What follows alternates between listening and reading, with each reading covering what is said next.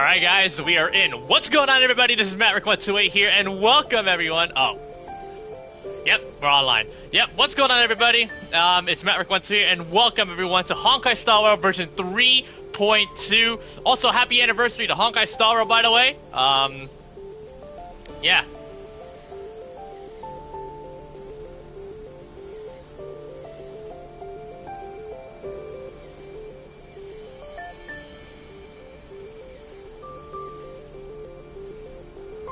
But, yeah. I would warp, but I'm not gonna do it yet.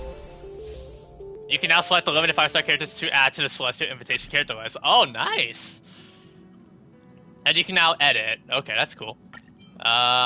So... we can remove 3 characters.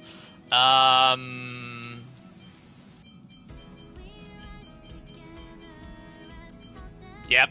Confirm. Oh, that's nice. And then, yeah, we have... oh my god, this is Nihility Heaven for most people. Holy crap. There's an Oniri collection. Oh, this is the whaling event. Oh god. Yeah. You have to spend like a madman. I don't have enough for any of these. Son of a...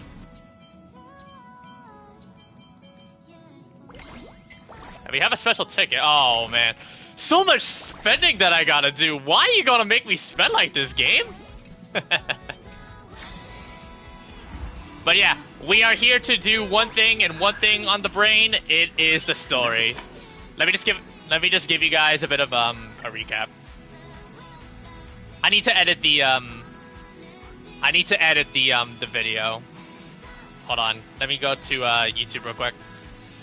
But yeah, hope you guys are all enjoying your time here. If you guys do enjoy the content, like what you see,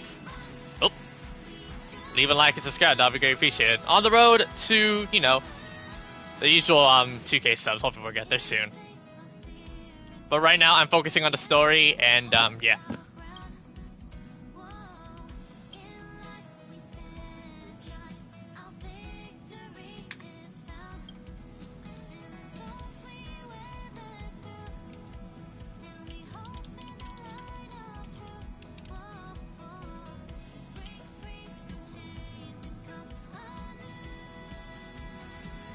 I like how the stream has 2 underscores.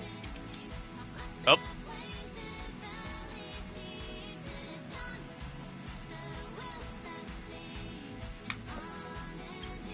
The planet suffers multiple setbacks. Yep.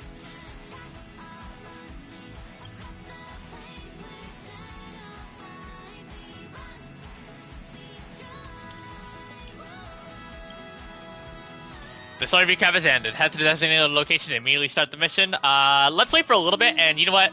Before we begin, oh, there's the a lot of this events. Super Sales Day.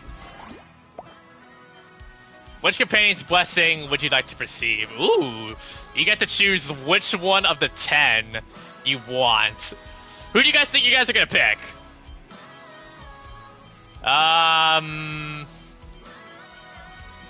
I'm gonna pick Sunday.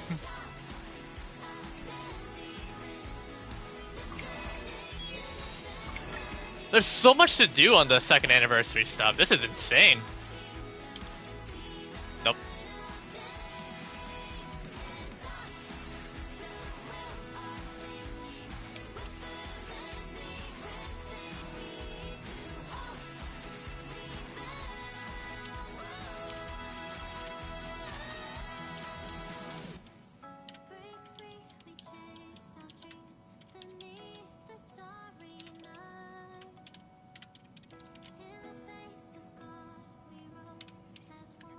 Save.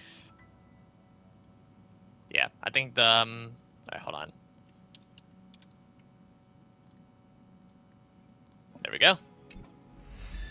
Oh yeah, I forgot. You get to choose which one. Okay. And I can redeem. Oh man, yeah, you can choose whatever you want. Oh, really? I could choose a free Lucha or a Ron May, though. A part of me would pick Lucha just for collection purposes, but I think I'll hold out for later. Story World. And yeah, we have a new story mission. Let's see what Castorice is all about. We all know Castorice is OP as hell, but she a cutie. So can block one instance of killing blow. Yeah, this is her global passive, which everyone was enraged about. But hey, what more the hell can you do? Daze enemies along the way. Emerge from your cocoon. That is this. Oh, that is shit. Oh my. Okay, this woman crazy. Receive divinity. Oh my god. A part of me makes me want to get Locha just for Castorice. May just protect us. It already ended. What? Oh my god, dude. Well, that was quick as hell.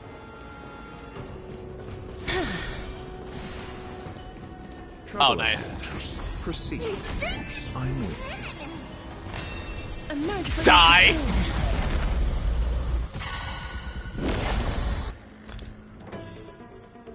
Alright, so as we know, here's what we got. Die! Die, all of you! Bro, she's crazy! I know why a lot of people were pissed off about her, but god. A lot of people were... Bro, this woman's nuts! May just protect us.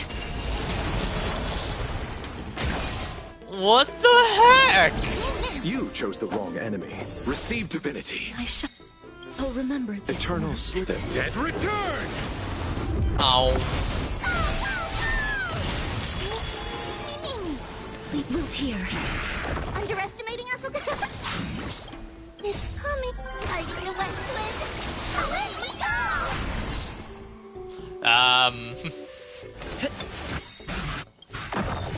Embrace a new life.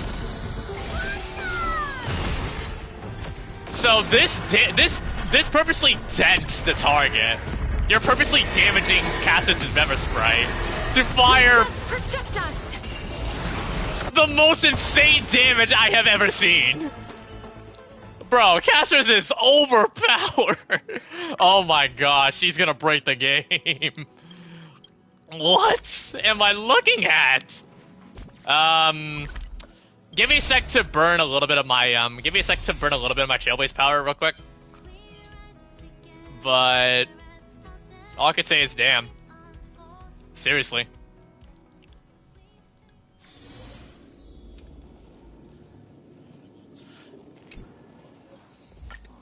Oh wait, what's this? You can auto salvage. Cool. I'm gonna burn a couple of my resin real quick and or Trailblaze power, so let's get this out of the way. Countless thus our fates become one. Watch over you and guide you on your path. All lives will be revealed.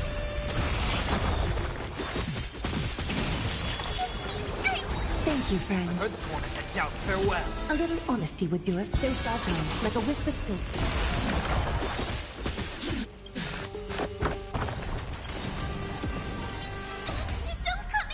Fiends or devils.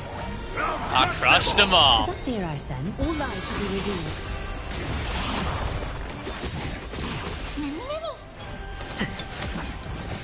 Trial is fitting. Countless thus our fates become one. I'm gonna try to I'm gonna have to really burn all my battery. I wanna at least get all the dailies done. Serenity is before me.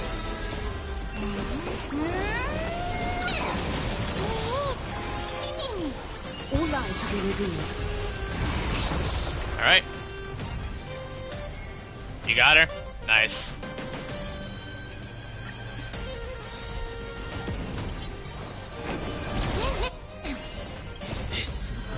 Watch over you to guide you on your path. Thank you, friend. A little catch a dance. Torment and doubt farewell. Alright. Countless thus our fates become one. So fragile, like a wisp of silk.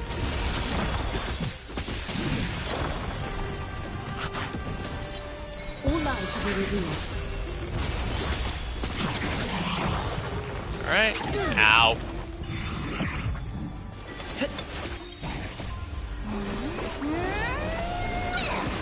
I'm gonna hold everyone back. Get them! Fiends or Right. devils! I'll crush them all! Gotta keep burning some of my res. Gotta keep burning some of the Trailblaze power. I need to at least get my dailies done. Serenity is before me. Is that all lies shall be revealed? Nice. 2 more runs will do. Or 1 more, maybe. Countless thus our fates become one. So fragile, like a wisp of silk. Watch over you. Guide you on your path. Me. A little lies shall be revealed. I'm here. Give me strength. Thank you, friend. Over corners and doubt farewell. Farewell. Is that so fragile, like a wisp of silk? Alright. A little on all lies shall be revealed. Trial is fitting. Countless threads. Thus our fates become one. I'll put it on. Yep. So fragile, like a wisp of silk.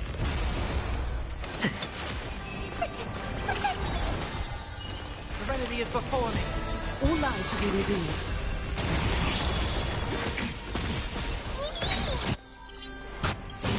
Alright.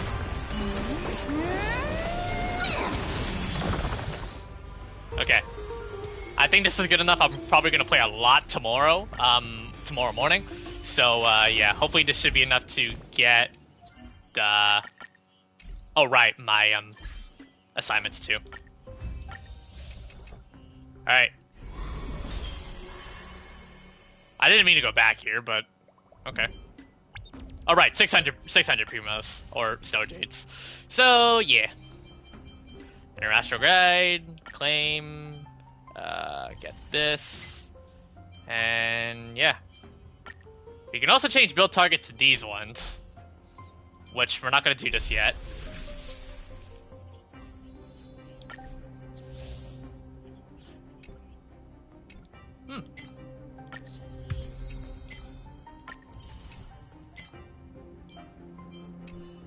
I can tell this event, yeah, 3.2 is definitely going to be one of the bigger spending events. I mean, Honkai Impact 3 had also done this before, so first time for everything, I guess. But yeah, we're here for one thing and one thing on the story only. We're ready to party in the story. All right, guys, get your snacks and drinks. We're gonna probably be here for a good while. Let's do this. Such a peaceful spot. All right, head to Garden of Life and discuss what to do next. A day of peaceful. Tribios' memory has unveiled the very first prophecy. All shall bid farewell to one, and that person alone will witness the miracle. Such is the will of fate. If I take on Oronyx's child, will the prophecy come to pass for me as well? Regardless, I must give Aglaea an answer. Some time ago. Oh, hello. Ah, it's you, Our Cass. queens. I finished the anthology of poems you lent me. Here it is. I thought you'd be too preoccupied to find time for reading. Precisely because of these obligations, I felt compelled to read it swiftly. Wouldn't all these preoccupations slow your pace? On the contrary, knowing that time is limited can push one to overcome their limitations. The weight of these responsibilities seems to have enhanced my reading efficiency. I understand completely. During my time at the Grove, the closer exams drew, the more efficient I became at tackling everyday mundane tasks. Anything but my actual studies. Precisely. As I remember, you and Finon were both disciples of the new Sporists. I assume that Anaxa's exams were as unreasonable as the man himself, correct? The courses Professor Anaxa taught were Introduction to Alchemy and History of Mythology. And to be perfectly honest, those two courses were the students' greatest nightmares. The history of mythology, taught by the blasphemous great performer himself. I can imagine their fear. Now that I think about it, students would often rush to the podium during class to challenge him on those blasphemous ideas. May I ask, Lady Aglaea, has your relationship with Professor Anaxa always been like this? He openly dismisses people's faith and questions the very justification of the Flame Chase journey. Our positions have been destined to be at odds. While you were studying there, I assume you must have heard of his nickname. Yeesh. Dromus Draped in Finery? As I see it, this nickname is more of an insult to the Dromas. Well, oof. Oh, okay, that laugh is a bit adorable. Despite his insufferable arrogance, I do hold a certain respect for his nature as a scholar. To remain true to his Gotta save principles, this to he is my, unafraid to stand playlist. opposed to the world. Done. And that requires considerable resolve. Anaxagoras' life is almost like a satire. As a Chrysos heir, he refuses to heed the prophecy, while he disrespects the gods. The gods have chosen him. He was indeed chosen by Circes. Is something weighing on you, Cass? The golden thread is quivering. I sense there's more to this exchange than idle chatter. With all due respect, I'd like to know what you plan to do with him. In light of his assistance in the battle against the Flame Reaver, I am willing to grant him some time to find a way to remove the core flame. Alright, there we go. New pin message. However, if Anaxa decides to make any move that places us in danger, I will not hesitate to take extreme measures. I keep forgetting that Aglaea and Anaxa have beef. Just as I feared. The Flame Chase journey is the destined path for the Chrysos heirs. Yet he now seems more like an empty shell. Given his strong sense of self-respect, I trust that Anaxagoras will make the right decision. Still, I can't help but hope for another possibility. Perhaps Anaxa will also overcome his limitations, now that he knows time is limited. I understand your stance. Let's continue this discussion another time. But now, let's greet our guest. Oh. You're Is it us? here. Ah, it's been a while. With Mem Does this included. mean you're ready to take on Oronyx's trial? We are ready, Mem and me. It seems that this sacred beast is just as indispensable, given their intricate ties to the Titan. Memmy mem, memmy mem mem mem mem, memmy mem memmy mem. It's a sacred beast, you say? Surrendering the core flame is Well, a Chrysos heir's I'm not duty. gonna judge you that Your early selfless on. assistance is deeply appreciated. You got hurt by wishing at the Vortex of Genesis? Oh, you were wishing at that spot? No. However, I wonder if there might be a I better urge you to spot carefully consider to the risks of accepting the wish for her. trial. Becoming a demigod means forsaking your humanity. You will inherit Oronyx's Yeah, no divinity kidding. and bear the time of Amphoreus, all on your own.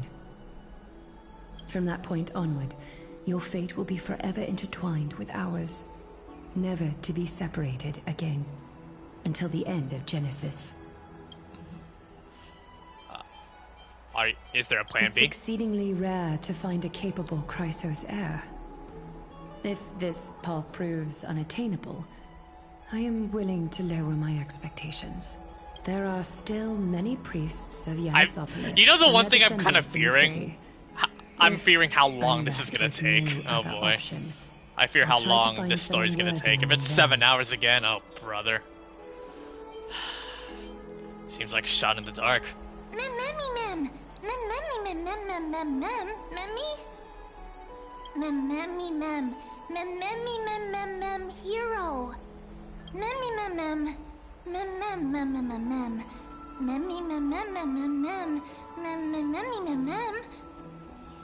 Memmy mem mem mem mem mem mem. Mem mem mem. Memmy mem mem. Timid, like a child. It looks like you know that Titan rather well. Memmy mem mem. Memmy mem mem mem. Memmy mem mem mem mem. Memmy mem mem mem. Memmy mem mem mem. Memories that exist outside of your own experiences. I can't explain why, but I can vouch for Mem's words. When I was in the Abyss, I heard the Titan's groans, full of pain and grievances, yet without any ill will. Your decision. Go back to the bath chamber and get some rest. Trinem will call for you when the ceremony is ready. It is difficult for me, as the guide, to absolve myself from blame for things to have progressed to this point. Time and again, you have risen to the occasion for Akima. Merely rewarding you with some honeydew is no longer able to express the extent of our gratitude. When the dust settles, I hope that we'll have the chance to have a long chat regarding your return journey and the curse of the sky. It's about time that we lift the taboo and discuss things openly. God, I hope. Before leaving, I should go say hi to Castorice. Oh, okay, Kalis, I see you. That being said, to the people that are watching on stream, if you guys do enjoy the content and like what you see, leave a like and subscribe. That would be greatly appreciated. We're on the road to 2,000 subs. Hopefully we'll get there soon. And also, I wish you guys all the absolute best of luck on your banner pulls for Castorice or any of the first half characters, because by looking at the banners, those are insanely loaded. And I mean insanely loaded, like goddamn. Mister, may everything go well for you and Mem. You need Aglaea for something too? It's nothing. I only came to discuss some matters with Lady Aglaea. Previously, I lent her an anthology of poems that Lady Trianne had gifted to me. Tracing back, this anthology was something left for Lady Trianne by a bard before their passing. Although personal properties should be cleared out once their owner has passed on, Lady Trianne gave this book to me since she knew how much I like to read. Is this book very special? No, it's just an ordinary book. It's definitely not some kind of unique copy. It just contains an allegory. In a faraway land, in a city known as Stixia, a dragon corrupted by the black tide descended one day, swooping upon the city like death itself. It swallowed the princess of the city whole before it was suppressed. After taking down the evil dragon, the warriors discovered that the princess's life had already met its end. Overwhelmed by grief, the queen hired an alchemist to resurrect the princess using the dragon's flesh and blood. However, having lost memories of her previous life, the resurrected princess turned into an evil dragon herself and wreaked havoc on the city.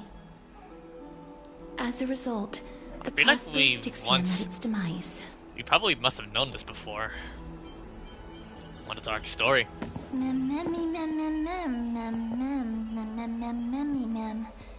The author of this book is Archepia, a wandering bard who traveled to many cities. Among the things she left behind are poems, dictionaries, and many tragicomedy scripts. She even clearly underlined and took notes in books that covered myths with her elegant handwriting. While flipping through these books, I felt like I was afforded a glimpse into the life of Archepia. It felt just like I was traveling with someone that I'd never met before. It was as if she had yet to pass on and was still alive.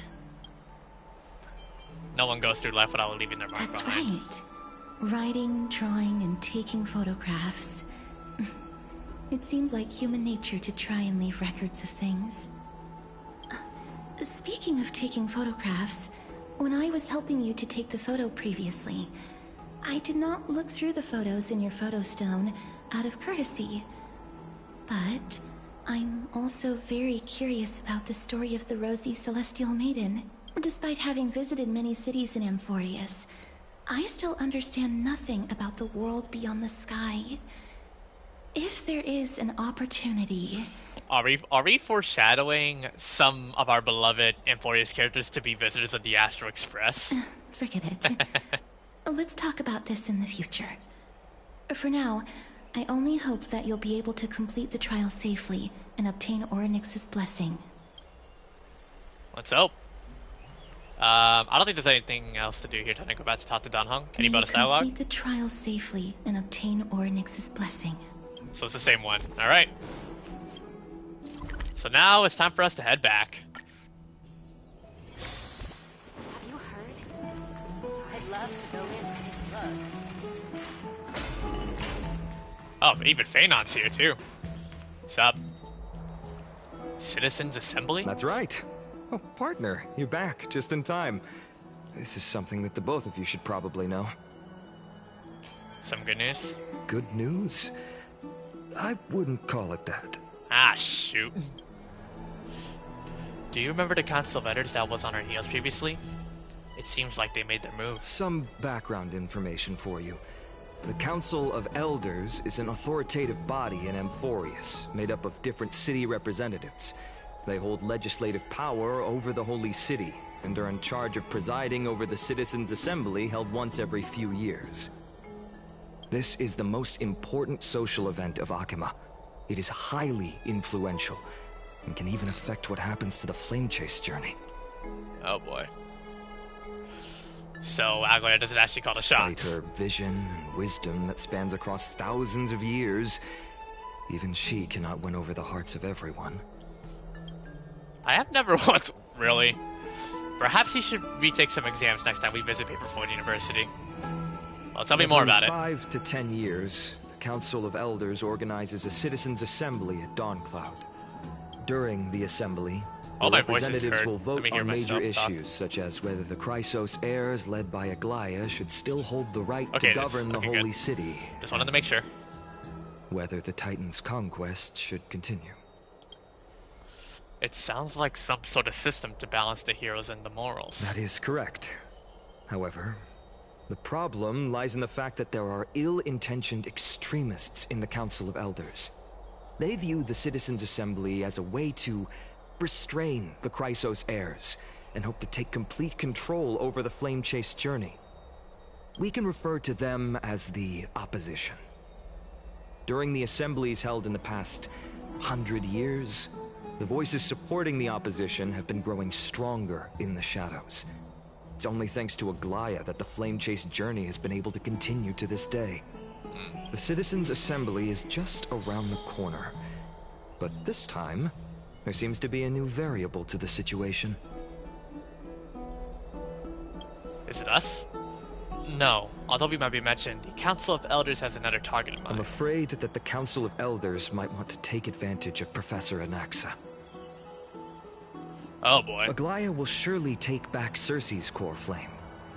But with Anaxa's current condition, it's so unique that nobody knows how taking the core flame away from him will affect him. He has always been someone that is only concerned about his own research. I'm certain that he must want to escape from the monitoring of the Golden Thread and protect himself.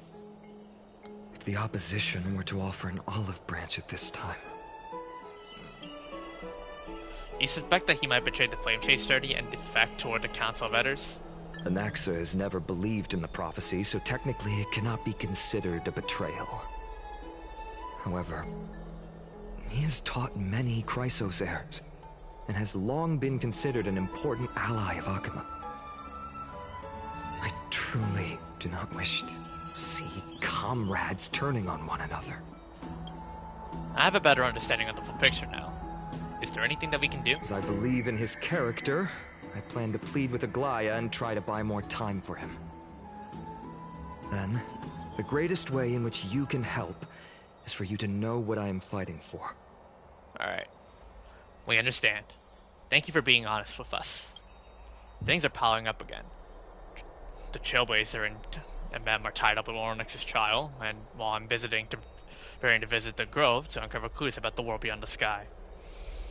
Let's just take things one step at a time. Allow me to apologize for the fact that we always seem to be troubling you. I hope that Oronyx will show more benevolence and be more accommodating. I remember that they seemed quite fond of you back in the Abyss.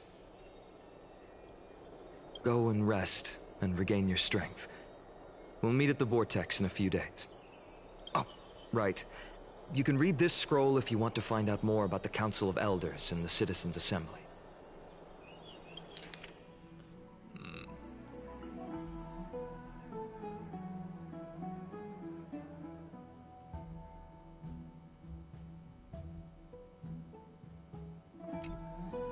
Alright.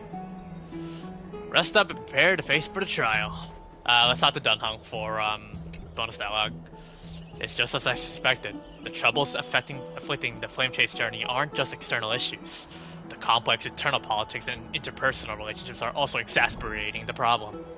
We can't let our guard down yet. We have to find out where we stand in this large interwoven web. Rest for one night. Mem nervous. Don't worry. Everything will be fine. Let's just hope that everything goes well. After all, as someone who has earned the gaze of a neon, you should be able to overcome the trial of a regional god just fine. That's easier said than done, Dunhung.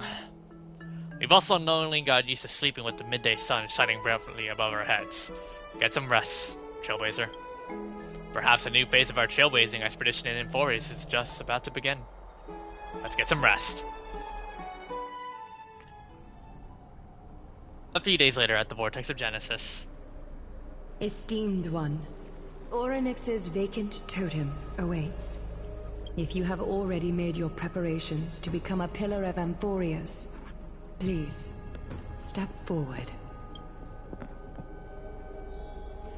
Before we continue, let's get every single bonus dialogue we can get. Mr. I am sorry, but I'm not sure what I should say to help calm your nerves. Right. Perhaps something like, as long as you can successfully complete this trial, the rest of the Flame Chase journey will be smooth sailing? No, that sounds a little strange. Don't worry. It won't take up too much of your time. Don't worry. You'll definitely Hey Addison, make it there's no way back we actually alive. pass this. Oh god, I hope we pass it, but I feel like it's easier said than done. Sorry. It seems like I've made the mood even heavier. In any case, may everything go your way. You can tell Castorice really cares for us and really wants us to come back alive, but... Accepting a Titan's trial is a very peculiar experience. I'm afraid that I'm not able to accurately describe it. You can only go and experience it for yourself. I believe that you'll be able to pull it off. Aglaea? I can still vividly recall when you entered the Vortex of Genesis for the first time. At that time, I could never have imagined that a guest from beyond the sky would shoulder the fate of Amphoreus. Don't feel burdened. Just like during the Trial of Strife, Trinan and Finan will be waiting for you outside. If something unforeseen were to occur, they will intervene in the trial and rescue you. May Kethely bless you. Alright. Trinan? Little Grey and Mem, thank you. Your resolves cannot be questioned. We praise your pure selflessness and courage. May Kethely light your path forward. Get ready to assume Oronyx's divinity, Trailblazer.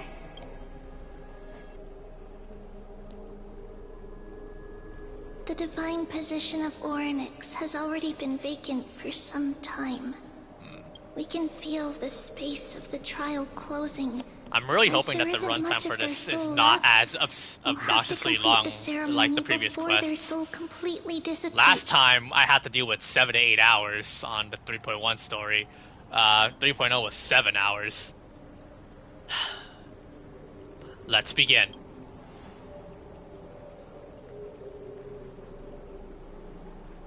The 8th core flame coveted by the miracle that once belonged to the great Veil of Evernight, Oronyx.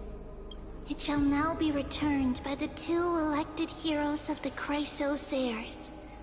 A traveler who is upright and courageous, and a sacred beast that invokes miracles. Mem. Both of you, please, come forward. Recite along with us. O Majesty of the 12 Titans, pillars of the world, we seek your divinity to mend the rifts of the world. Fill our bodies with blood of gold, till we wither in willing service to the prophecy. I don't think I have gold blood. These are just words meant to make the prayer seem more solemn. Please, focus. Sorry. Alright. And surrender the core flame.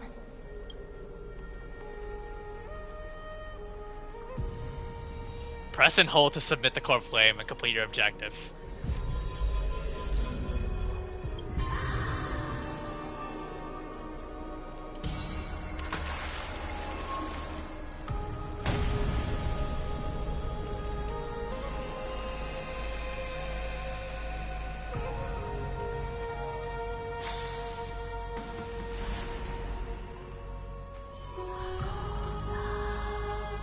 Here we go.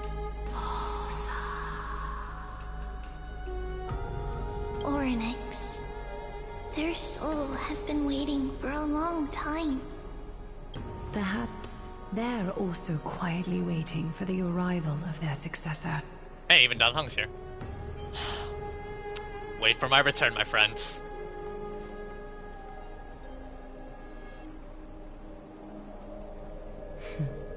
The last time I heard this, things didn't turn out that well. Oh no. Might need to keep that quote in mind. Oh boy. Don't worry, Aglaea. He's tougher than I am, right?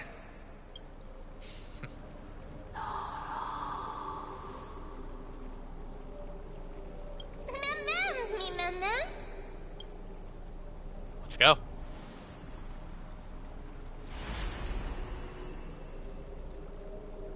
Oh wow, we're gone just like that. Traveler from beyond the sky. Oh man. Let us pray that the Titan acknowledges your worthiness. Although he loves cracking jokes at inopportune times, his determination is as strong as the Chrysoseirs. He will definitely succeed. Words to live by, Phanon. While he's away, I would like to have a chat with you, Aglaea.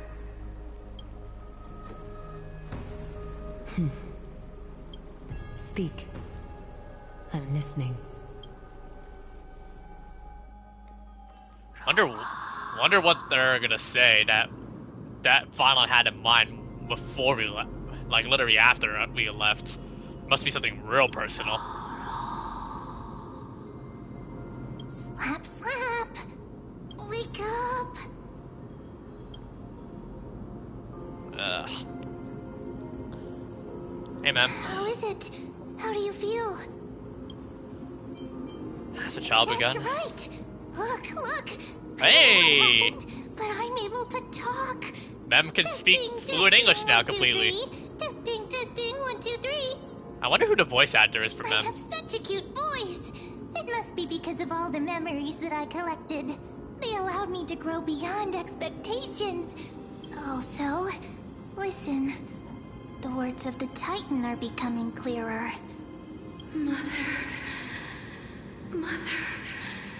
Mother? It hurts. Have I finally reached the end? Oh no. Are the years of isolation coming to an end? Oronyx. Oh, how heartbreaking. Ever since the figure draped in the black cloak robbed them of their core flame, Oh, the they have Flame been Reaver. relegated to waiting in isolation in such a confined space. we are going to help alleviate their pain, right? Yeah. Broken. Must speak with Oronyx. Let's go ahead and run. Where? Mother? Who are they calling out for? I don't know. Actually, let me go check on something. Information, voice. Oh, they still don't show the voice actor for Mem. It looks like. Darn, I wish they would. But hey, it's okay. I wonder who the English voice actor for Mem is. You. It's you. I remember you. Skyfather has gazed upon you. Mother is calling for you. Does Skyfather refer to Fuli, the Aeon of Remembrance?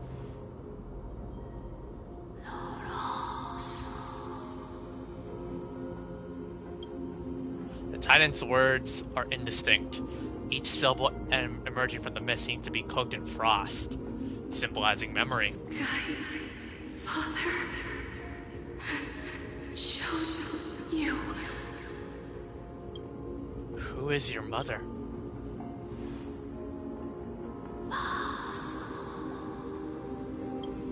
A majestic voice pierces through the golden mist, reaching the unseen mountain walls in the distance, reflecting, and returning your ears as an echo.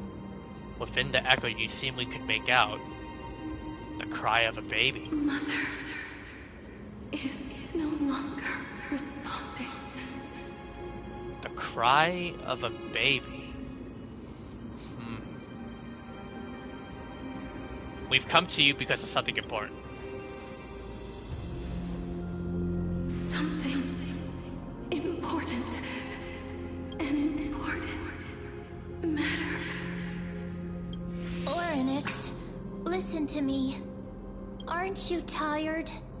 Throughout the long years, you have always been protecting the fate of Amphoreus.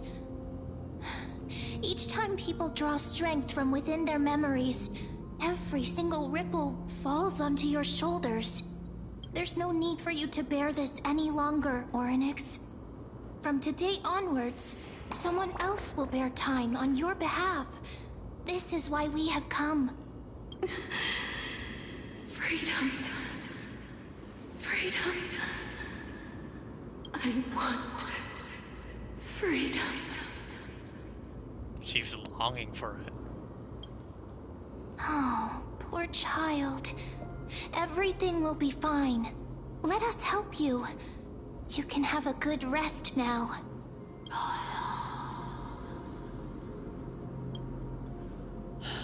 Leave it to us, Titan.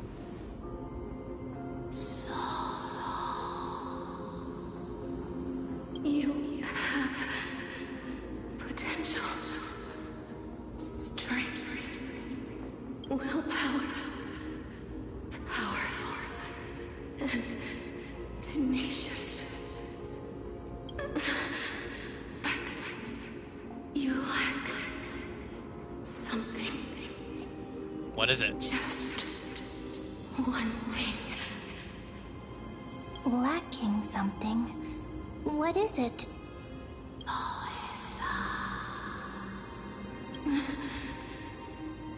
What you lack is a future.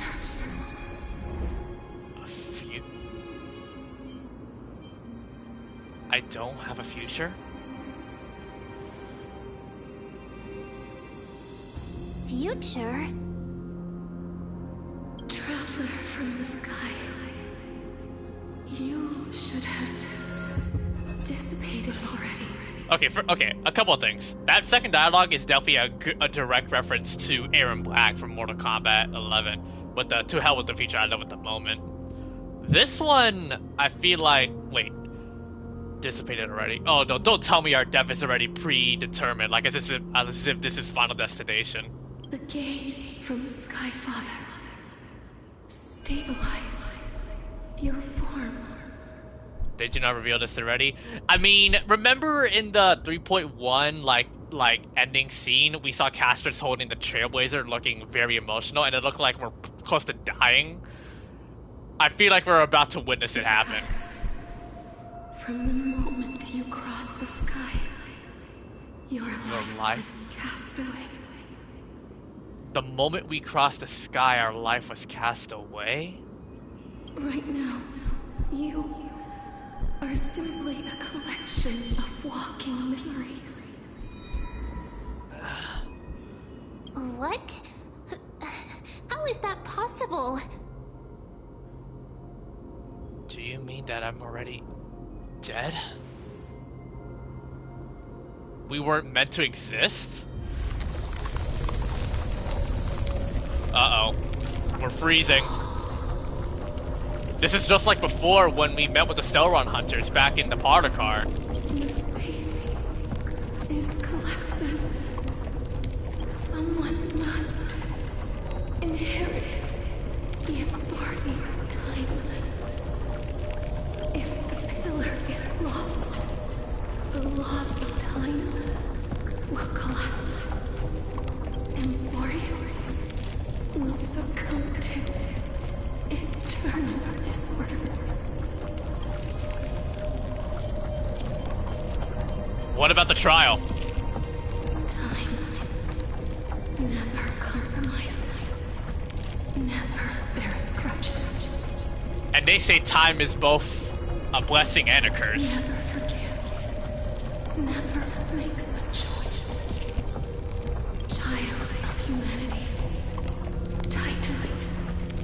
Mother. Sky Father. The intensity's getting worse.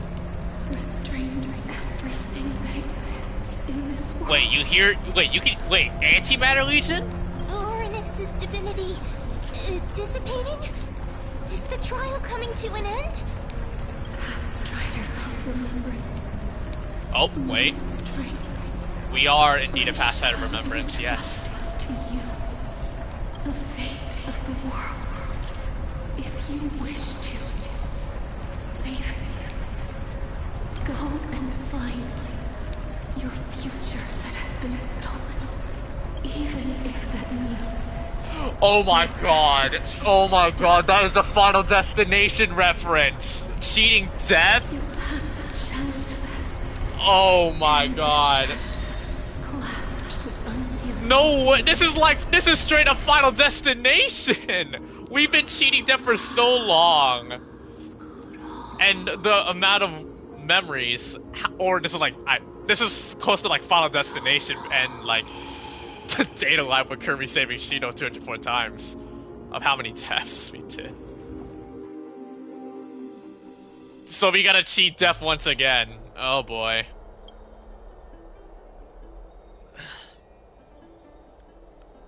You're finally awake. I'll keep it simple. You succeeded. A reference to Final Destination Bloodlines? That is true, yeah, because, oh man, I don't know if I'm not sure if I'm gonna watch it, but like I've saw the trailers for it, yeah. Oronyx has trusted you with your divinity. Now, you're no different from a demigod of Amphoreus. However, Mem has told me about what happened during the trial. They are still explaining things to others, and told me to bring you back to your room to rest first. Don't sigh. There's something that I never told you. When we landed on Amphoreus, our car was pierced by Nicodor's lance. Do you remember? Back in the ruins of the Abyss, this is what I said. You passed out when our car got hit. I blacked out too, but not before dragging you out. It's a good thing we weren't in the car. We were in the car, or we would have been crushed to pieces. Actually, my account was kind of made of light of the situation. What actually happened was much more complicated. You were severely injured back then, with several wounds still bleeding profusely. I struggled to carry you well and used the last of my strength to stem the bleeding. But then, I was also hit by a falling rock and lost my consciousness. The last time I checked, you still weren't breathing. But when I regained consciousness, I saw that you were alive and full of energy. So I never brought this up again. How exactly did it come back to life? I'm not sure whether the gaze of Fuli has anything to do with this matter, but according to the Titan, you are living in the form of a memory right now, just like those objects of the past and the miracles of Oronyx. Perhaps Mem is the anchor rope that ties you to the present. I had assumed they couldn't stray too far from you, but the truth might be the exact opposite. What should we do next? It's not time for us to despair yet. There must be a way to save you. Oronyx mentioned finding your stolen future and cheating death. Considering Maide's indestructible body, it seems to suggest that there is some kind of miraculous power in Amphoreus that can even reverse death. Yeah, this is literally just a callback to, like, the rules of death in Final Destination. The key seems to lie with the Hand of Shadow, whose whereabouts are unknown. Hey, are you alright? And Mem is still able to speak fluent English. I heard you two talking about Thanatos. Cass is also very concerned about the warning. She has left the vortex and returned to the garden. Shall we go and look for her? Thanatos is the Titan that Cass has always been looking for. Regardless of whether there are any clues, there's probably no one else that understands death better than her. Let's do that then, Kalis. Oh, right. There's something that I have to tell you. Oops. The Chrysosairs already know everything that has happened to you.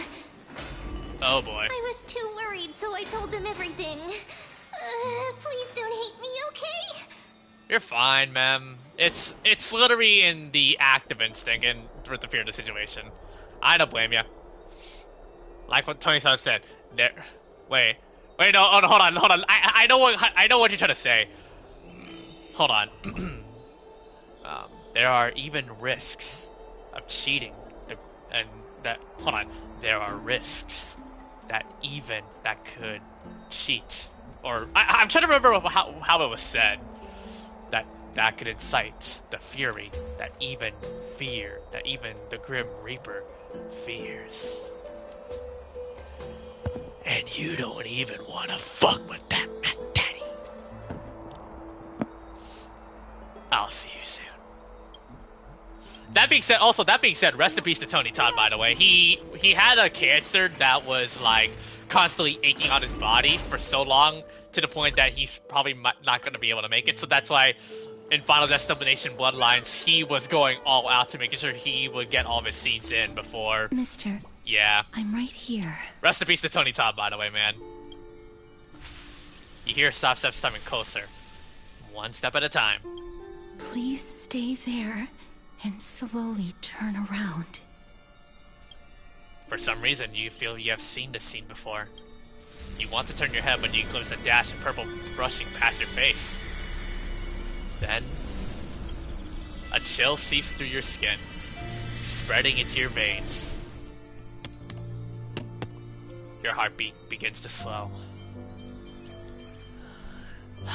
Remembering the near-death experience, gotta stay on guard. Your vision blurs, and cold reality fades into a purple ocean. And then... Please pardon me. Wife. That's gonna be a picture that a lot of people are gonna enjoy. A subtle fragrance of an unnamed flower fills your senses, its sweetness making you forget the need to breathe. He's Yoji, like Candyman and Bloodworth? Yeah. He also... Tony Todd also voiced, I believe, the Fallen from Transformers Revenge of the Fallen, if you didn't know. You realize you are still alive. No, to be more precise, your death was not thorough. The coldness of the initial touch dispersed as quickly as it came, and replacing it is a touch of fingertips, and a tremble born of trepidation that originated from a certain lanky arm. Her quivering finger gently brushed against your cheek, causing a faint tickle. Just as I expected. I cannot feel anything. Back at the Grove. Oops, I should not have skipped that. I'm sorry. To why you were not affected by my curse. I thought that it might have been the special ability of a traveler from beyond the sky. Never did I expect that this would be the true reason. I'm sorry. I should have noticed that something was amiss earlier. Mister, if my abrupt behavior just now offended you, I hope that you can forgive me. I'm just thinking, if your soul has really left your body, as a mortician, I might be able to trace where it has gone to. Cass, did you find anything? My apologies. Not as of yet. Perhaps I have overestimated my capabilities. But, Mister, would you be willing to let me try again? This time, I'll increase the area of contact slightly. Perhaps the result might be different this time. I have never touched the living in this way before. If my actions are in any way disrespectful, I hope that you can forgive me.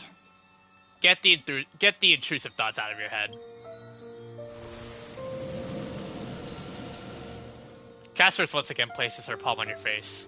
Her shivers calm somewhat this time. Yes.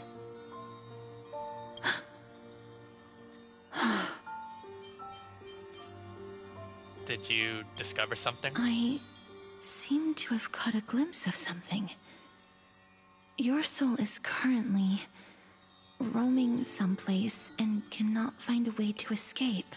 Oh no. But perhaps it might not be a bad thing. If your soul is still wandering around, it means that we still have time. We have a chance to find it before the fingers of Thanatos sweep everything away. Clues. Just a few more. I need more guidance. The connection has been severed. With my strength, I'm not able to trace it. It was me. I was a little too hasty. Don't worry, mister. Although we currently have no leads, I will do my best to search for the whereabouts of Thanatos, bring back their core flame, and personally return to you the life that you have lost too soon. I know that I'm lacking in confidence, but I hope that you can keep this promise of mine in mind. Before I manage to deliver on this promise, please do your best to hang on. Amphoreus needs you.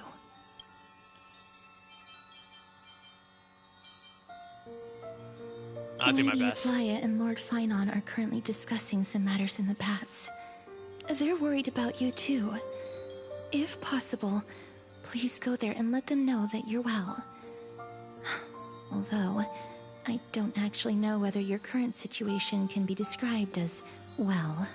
Also, please accept this Stixian fable. Reading can help one to focus and relax. I hope that reading this can help tide you through this difficult period. Discuss your steps. Alright, before we go, let's talk to Castorice for some bonus dialogue. Lady Aglaea and Lord Finon are currently discussing some matters in the paths. Honestly, you're missing on. They're Yeah, I'm worried not about surprised. you too. Castorice is just crazy. If possible, please. Okay, I think this is the same dialogue, so we'll just leave it there. Here we are. They're Yo. here. Partner! Hyacinth said you definitely wake up. How do you feel? So, the entire world knows about this now. I beg you, please forgive me. You've completed the trial of time. And I have to admit that the process went better than I expected. Even in the end, Don't be guilty, that man. Titan's heart still showed a soft spot for humankind. However, I never expected that. Two people who have cheated death would appear in Akima at the same time. Now Death's drawing up a new design to find a way to really send us to our final destination. If you know, and if you see the trailers for Final Destination Bloodlines, Death really is a relentless son of a bee. I wonder what new design that they're gonna try to cook up. Maybe with the Flame Reaver coming back That's again. what we have been talking Oh about. boy. Dude, the Death's design Light is has the been Flame in Reaver Akima for again. such a long time, but has no one thought to study his indestructible body? If there were even any minor breakthroughs, we wouldn't be as clueless as we are right now. Many have had this idea, But so far, there have been no results. If it were successful, Thanatos wouldn't have disappeared without a trace. Nevertheless, now is not the time for us to give up. At the very least, we can still see a glimmer of hope. Cypher. If anyone in this world knows the whereabouts of death, it would be her. For those who've seen Final Destination, say aye. Yeah, I haven't watched any of the movies, but I know a lot of the Final Destination series by watching a lot of clips. I'll try and get her to Thanks, return to Deadmeat. Akima. But do be prepared for a less than ideal I'm glad to have her. outcome. I know the drama. I know people are Please still trying to milk on the drama understand because of that Coma throughout the Passes history of being Amphoreus, unfair no and just one made has the game ever a lot managed to more like escape the pay to clutches win of or something death. like that. At the Oh, I didn't mean to skip it. Thank you It for your is help. my duty. We too require you to bear the divine position of time. But before that, just... What's wrong, Aglaea? Omens always come in pairs. A tiny air current will eventually brew into a storm that tears the sky apart. Back by Mayon Genshin. It's Anaxagoras. He has initiated contact with the Council of Elders. Oh god. In the end, it has still come down to this. I earnestly hope that your assessment of him is accurate, Finan. Otherwise, the efforts of my teacher and I of the past millennium might be reduced to dust because of that great performer. Oh boy.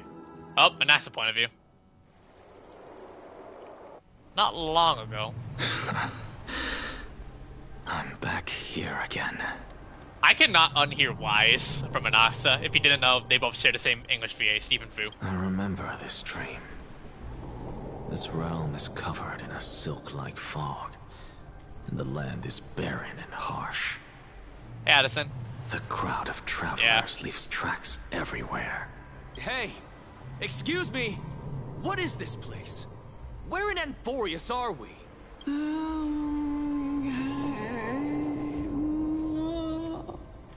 You good? The mutters of the traveler are in a language I'm unable to comprehend. Or perhaps they're just distracted and ignored my question. Tell me, which Titan reigns over this land? And how do I find them?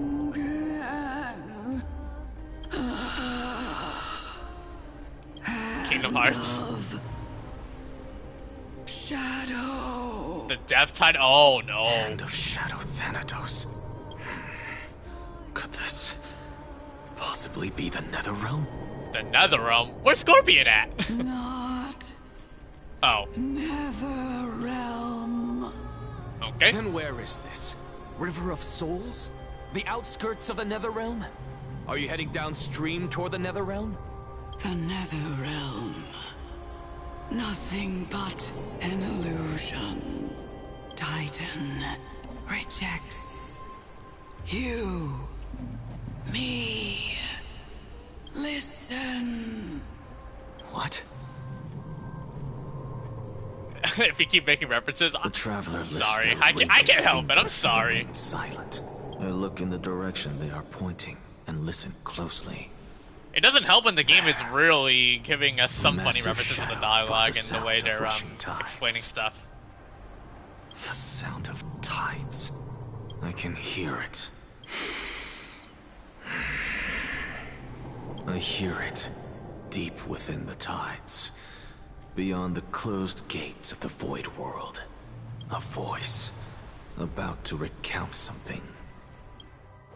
Child of humanity, is it death's embrace you yearn for with such urgency? Oh. Oh, you Cersei. have awoken. Welcome back to the mortal realm. Your consciousness is dissipating much faster than I expected. Ultimately, it seems like the Titan's core flame is incompatible with a mortal body. How much longer can my consciousness remain in the mortal realm? In my estimation, at best, you'll 15 see 15 hours. more entry hours. 15 days and nights. What is it? Are you finally starting to become attached to the mortal world now? On the contrary, 15 days feels a little too long for solving a singular problem. If you say so. Stop giggling. It's time for us to go. The messenger from the Council of Elders is almost here. Let me ask you one more question. Are you really planning to betray Aglaea's will? What betrayal is there to speak of when I was never loyal to her to begin with? What about that white-haired student of yours? Acting so recklessly. Oh, Do is you that not us? care about what might happen to him? There will be a price to pay for blind faith. Oh, fine, never mind. This is I'm dumb. also a lesson for Finan. Dear You mother, truly are you a strict granted me teacher. life. Oh, Of wait. course. I can add him This to is the how team. I've Oops. always been. Hold on, team lineup, right? So, if we have, Anaxa. Wait, hold on. You know what? The one thing I want to add? Anaxa and Aglaea to the team together. Looks like it's not a bad time for a performance. I think that's directed to us. I gotta also bring an Acheron, because why not? I'll bring an Aventurine as well. Stop saying weird things! Yeah, there we go. This team looks legit.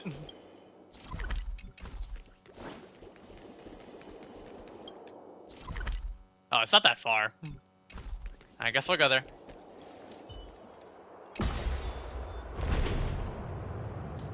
Feeling lucky. String the numbers!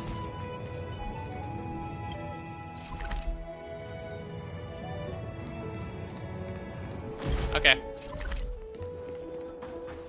Sorry to keep you waiting, Lord Anniversary. Who are you? It's been a while, Lord Anniversary. I greet What's you with the hole on in your behalf chest? of all the citizens of Akima, and express my deepest regret about what happened at the Grove of Epiphany. It's you. I never expected that you would personally come and meet me. By carefully into lantern above, I have come as a testament to the justice of the Council of Elders. There are anti-Catherians here? They have been a rare sight ever since the Chrysos War. I extend to you my utmost respect. This is achievement a piece of and Castorice Dragon 2 times during about you get an achievement called Dragon Tamer. Oh god. I am Lycurgus, though you may call me Oh, Linus, brother. holding an honorary position within the Council of Elders in Akima, and How to Train Your as the Dragon Fedoros, in an I stand to excessive protect format. the right of all upright citizens to express themselves freely. You can see them too? You know about us. We anti-Catherians perceive the world through the amplitude and frequency of souls. Just as I am conscious that Lady Aglaea is Oh, secretly brother, he knows. listening on our He knows. private meeting from Even far. he knows that we're being If watched. necessary, Lord. Aglaea must Protectress, really love to I eavesdrop on can Anax's sever bowl. the golden thread to protect your fundamental rights. The demigod should know better, for such is her station. Spare those poor threats, and just let her listen to my words. They shall serve only to unveil her own folly. May I interpret this as you having a countermeasure? I need not any plan, because she can do nothing other than petty espionage. As the Citizens' Assembly approaches, and with Oronyx's fall, any attempt to capture the core flame within me will only usher chaos and calamity. A truth she undoubtedly comprehends. While I, Anaxagoras, serving as the Grove's special envoy to Akima's Citizens' Assembly, have long known the extent of your abilities. Let's forego the formality of asserting authority, Lord Lygus. Lead the way. He really reminds me of a Wanderer. Very Damn. well. Surely, Lady Kindness Really? would Damn, Azzy. appreciate such assertiveness Well, to each in their an own. ally. She's been waiting. Head to Dawncloud. Is there something on your mind, Lord Anaxagoras? Nothing, really. It's just a question that I contemplate every time before I ascend to Dawncloud. For the Titans, does the falling equate to death? Ah, a pondering truly deep. Time is on our side. Do you mind sharing your reflections with me? While all living beings must ultimately face their demise, Kefali has yet to meet theirs. Their journey continues unhurriedly along this long path. Are you suggesting that Kefali may not have truly passed? Yes. For dying implies an ongoing process, an action, whereas death signifies a static state, a definitive termination. In contrast to mortals, Titans exist on a grander scale of space and time, thus elongating their passage into death. The notion of their fall is but a misinterpretation born of mortal ignorance. Ah, an intriguing concept, albeit challenging to substantiate. After all, Kefali has maintained a profound silence ever since the era Arasa, while scholars and priests alike have conveyed the message of the gods' imminent fall. Perhaps the gods in their arrogance deemed it beneath them to reveal their perspectives to mortals. Could you elaborate on your statement? Circes, the kin of the Sky Father as recounted in myths, now resides within my brain. Were I to inquire, Kefali would have no cause to refuse. Oh. That very well could be true. But what if the world-bearing Titan still chooses to remain silent? In that case, the myths crafted by the people of Amphoreus are nothing more than pitiful jests. It's worth a try. I believe, and I'd love to witness the fruits of your theory and the change it may bring to this imperiled world. Because I completely concur with you on this aspect. If the Titan has indeed met their end, any response from them would be impossible. Oh boy. Oh, cinematic.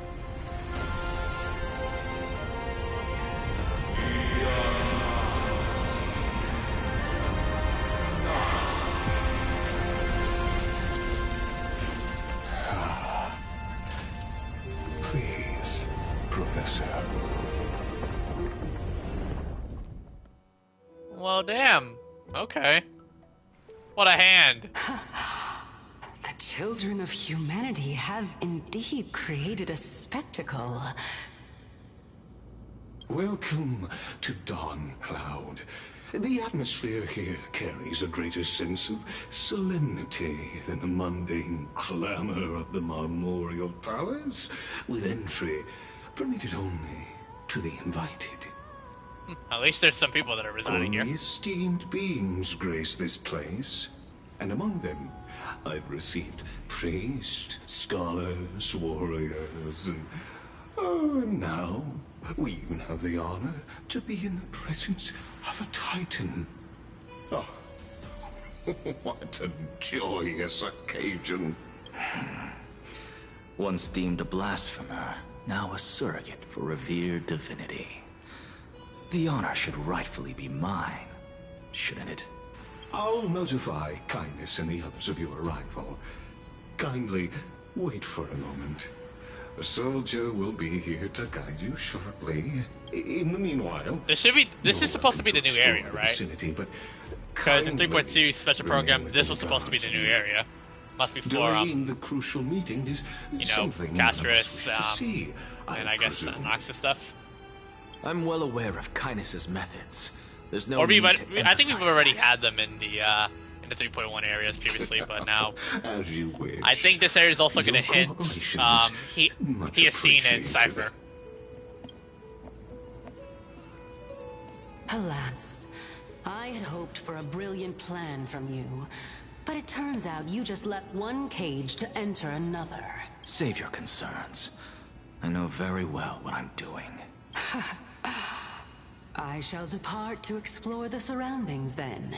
Now that I look around, I wonder if there are any murals bearing my portrait around here. I've been paying attention, but I'm gonna I'm leave. So quite I don't. intrigued to see Okay. how All the right. Take care, Off Azzy. you go. I won't be joining you. This Titan appears to be quite at ease. I should investigate the Council of Elders' recent activities first. Be aware, I can hear you perfectly well from here. And you're being mind read. Walk around before the messenger arrives. So yeah, a new area, which, oh brother, it's a big one. Oh man, it's a big and pretty vertical for the most part. Wait, my dude has a my dude in Naxa has a freaking gun? Okay. That looked a lot more primitive than I was used to. Dude has a freaking gun. Professor Anaxa! Over here! Yes. Professor Anaxa? Word has it that the scholars of the Grove valiantly perished resisting the Black Tide. To find you here safe and sound, thank the Fates. You could say it's the Fates toying with us. It's only the Crimnoans and Idonians who chase glory through death. But your survival is a victory in itself. I'd settle for that gladly. So, are you here to report the incident to the Council? I heard that after the Black Tide devoured the Grove, Akuma would be next in line. Even with the demigod of strife standing alongside humankind. Tell me, how much does the Council of Elders know about the Black Tide? Once Kindness and her followers learned of Circe's and Oronyx's fall, they proclaimed in the council that the Flame Chasers could no longer stand against the calamity alone. Yet, when the Crown Prince ascended to godhood and repelled the Black Tide, she immediately altered her tune, declaring that all was resolved beyond Akuma, with the only remaining menace now being Aglaea and her adherents. They might well make their move at the upcoming Citizens' Assembly. No surprises there, those shifty opportunists. Thank you for your honesty, virtuous student. Being an opportunist could very well be a facet of wisdom.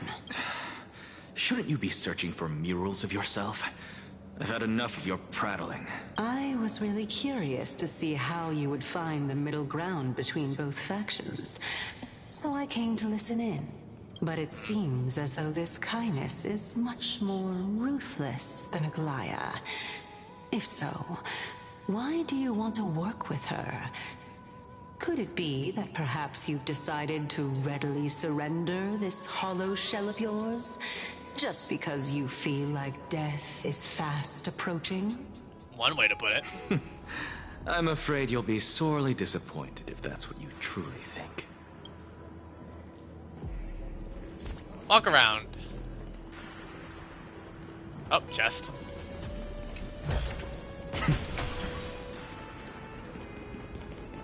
And now for an accident, do some leg day.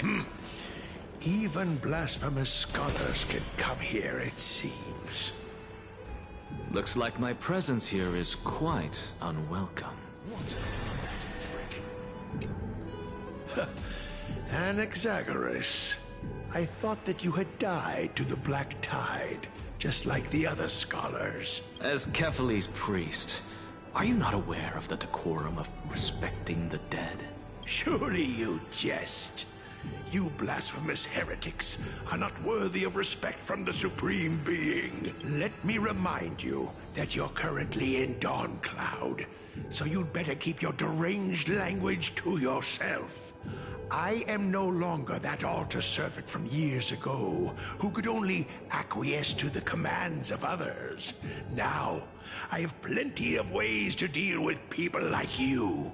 I'm not sure whether I should laugh or cry right now. I can't believe that a follower such as you could have been made by a creation titan. As I see it, a dead titan can't provide you with this level of confidence, right? Then who is it exactly? Could it be kindness? You. Roasted. Seeing how fond of you Elder Kindness is, I shall let that slide for now. Leave immediately, and don't impede us from receiving the Supreme Being's blessings.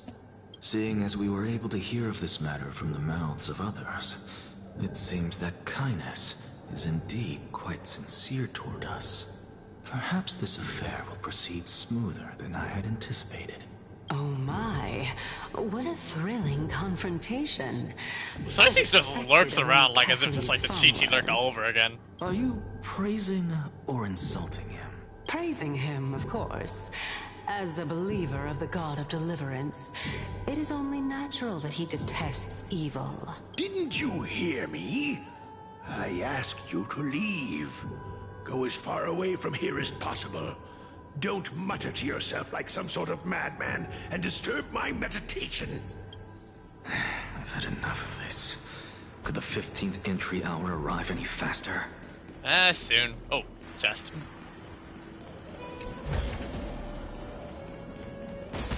Alright, leg day. Oh, my. Could it be? Every plant, every tendril, no, even every leaf could be the embodiment of Circe's. As a result, mere mortals who did not know what the Titan actually looked like chose to paint them as a giant tree instead. Their wisdom was portrayed as fruit, to symbolize how they shared their knowledge equally among the masses. Such exquisiteness indeed. This mural is quite abstract. I really can't tell whether you are praising or demeaning yourself. Okay, I see where this is going. I'm quite curious whether the Reason Titan has studied figures of speech before. Of course I find such stylistic devices interesting. For all we know, this could be the answer to the question, what exactly are we? I can't tell if these guys are idiots or not. I don't know. I, for one, am not willing to admit that I could look this ugly. Was this the reason why you failed in your attempt to refine my soul when you were ambushed at the Grove? Since you are aware of this, why did you save me back then? From my perspective, this point alone was enough to separate you from the average person. How do two lunatics coexist in the same brain? Oh god, this is just pure sibling energy that goes nuts. Therefore, it seems that your journey to Dawncloud this time is not just to seek protection. What, then, is the intention behind your actions? The entire plan is stored in my memory. So why don't you look there? Then don't mind if I do. 1 year old? 2 years old? Oh my. Even a member of the preeminent Seven Sages must hug his droma stall to sleep? How interesting. Okay, that's a bit confidential and a bit privacy much? That's enough. How unusual. Your soul is actually trembling. This must mean that behind this toy hides a secret that nobody knows. Right? Yep. Since our days are both numbered, I don't mind telling you more about it. This is a present that my sister gave to me. It's a doll that was made to look like our family pet. So there are other members in your family, eh? Are they also living in Akama? Don't you just love to pick through my brain? Go on, continue flipping through my memories. It won't take long. You'll discover the answer when you reach the memories of when I was 5. Oh, the black tide is everywhere. I can't bear to look. When I was young, I couldn't accept this outcome either. Georios, Aquila, Kefali, and you, of course. Although I prayed to every Titan that I could think of for help, my efforts were ultimately futile. This... Childhood was a brutal one for him, apparently. Could this be the inception of your research into alchemy? Indeed it was. Everything started from that verdant courtyard of yours. When I was pursuing my education there, I naturally also came to learn of Thelesis' theory as well. Oh, I remember that person. He was the one to come up with the concept of souls, right? Not only that, he also believed that life, as well as the composition, movement, and transformation of matter, all stem from souls themselves.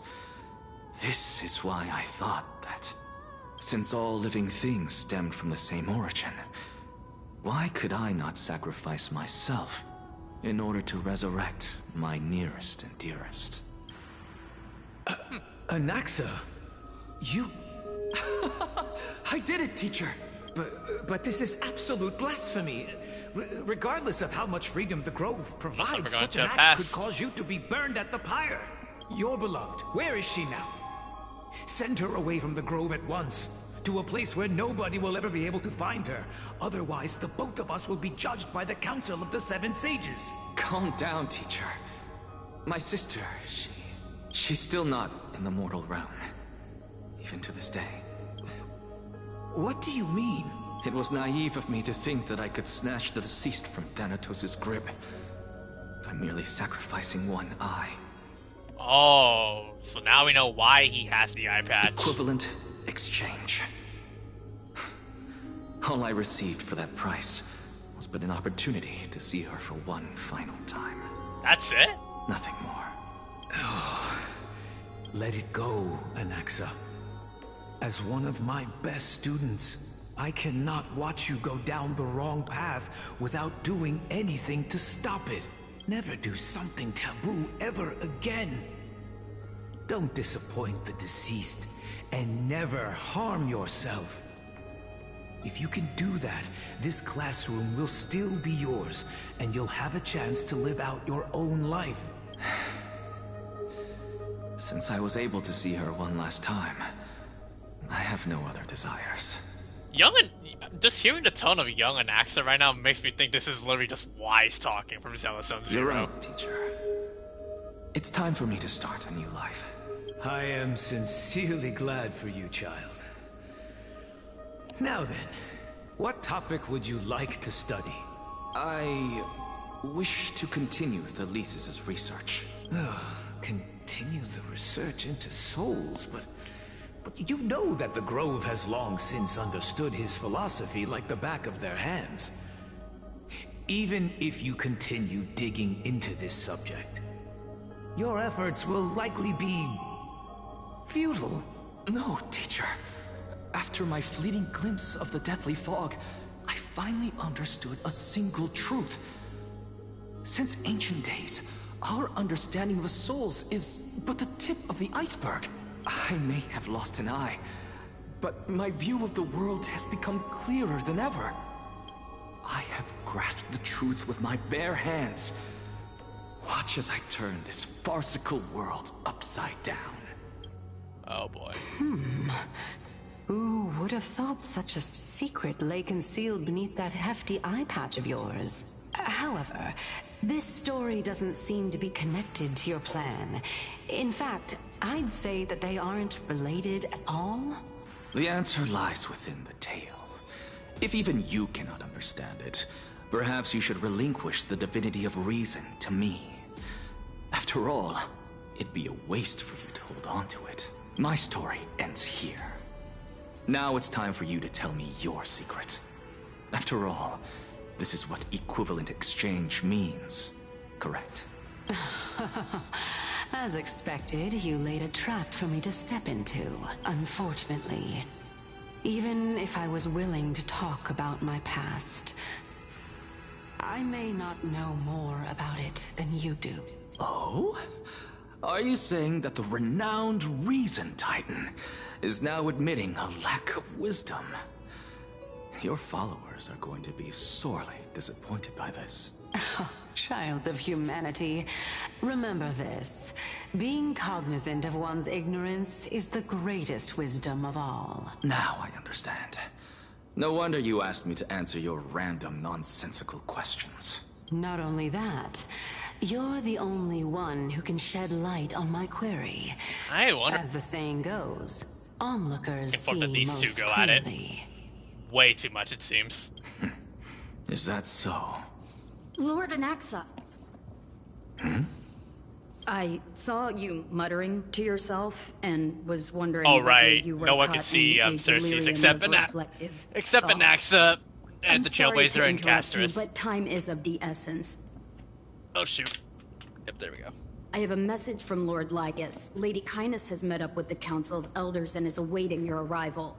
So please depart forthwith. It's finally time. Here we go. Carefully. The one who created the world, and the one who bears the world.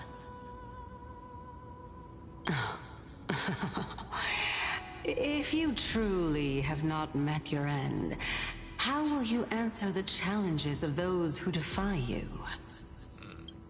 I didn't expect you to agree to Lady Kindness's invitation. What a wonderful turn of events. To tell you the truth, there are many people who hold grudges against that Lady Goldweaver. Isn't that the dromas draped in finery? Avoid his gaze. I don't acquaint myself with blasphemers. Don't worry. He's too full of pride to pay us any attention. Okay. Got it. A student of Empedocles? I hear that his views run counter to the Venerationists. This is what being a scholar is about. A collision of ideas only occurs when there are differences in beliefs, and it is such collisions that lead to progress. Yet in... Lord Lygus and Lady Kindness are just ahead. I'll take my leave for now. Oh, thank you. Alright, time to run. Leg day. Welcome to the Demigod Council, esteemed guests. Lord Anaxagoras, I've heard so much about you. Oh, so she's old. Head of the Newsporists of the Grove of Epiphany, notorious blasphemer, a Chrysos heir who bears Circe's core flame, a survivor of the Grove calamity. Did I miss anything? Well, if so, please be so kind as to enlighten me.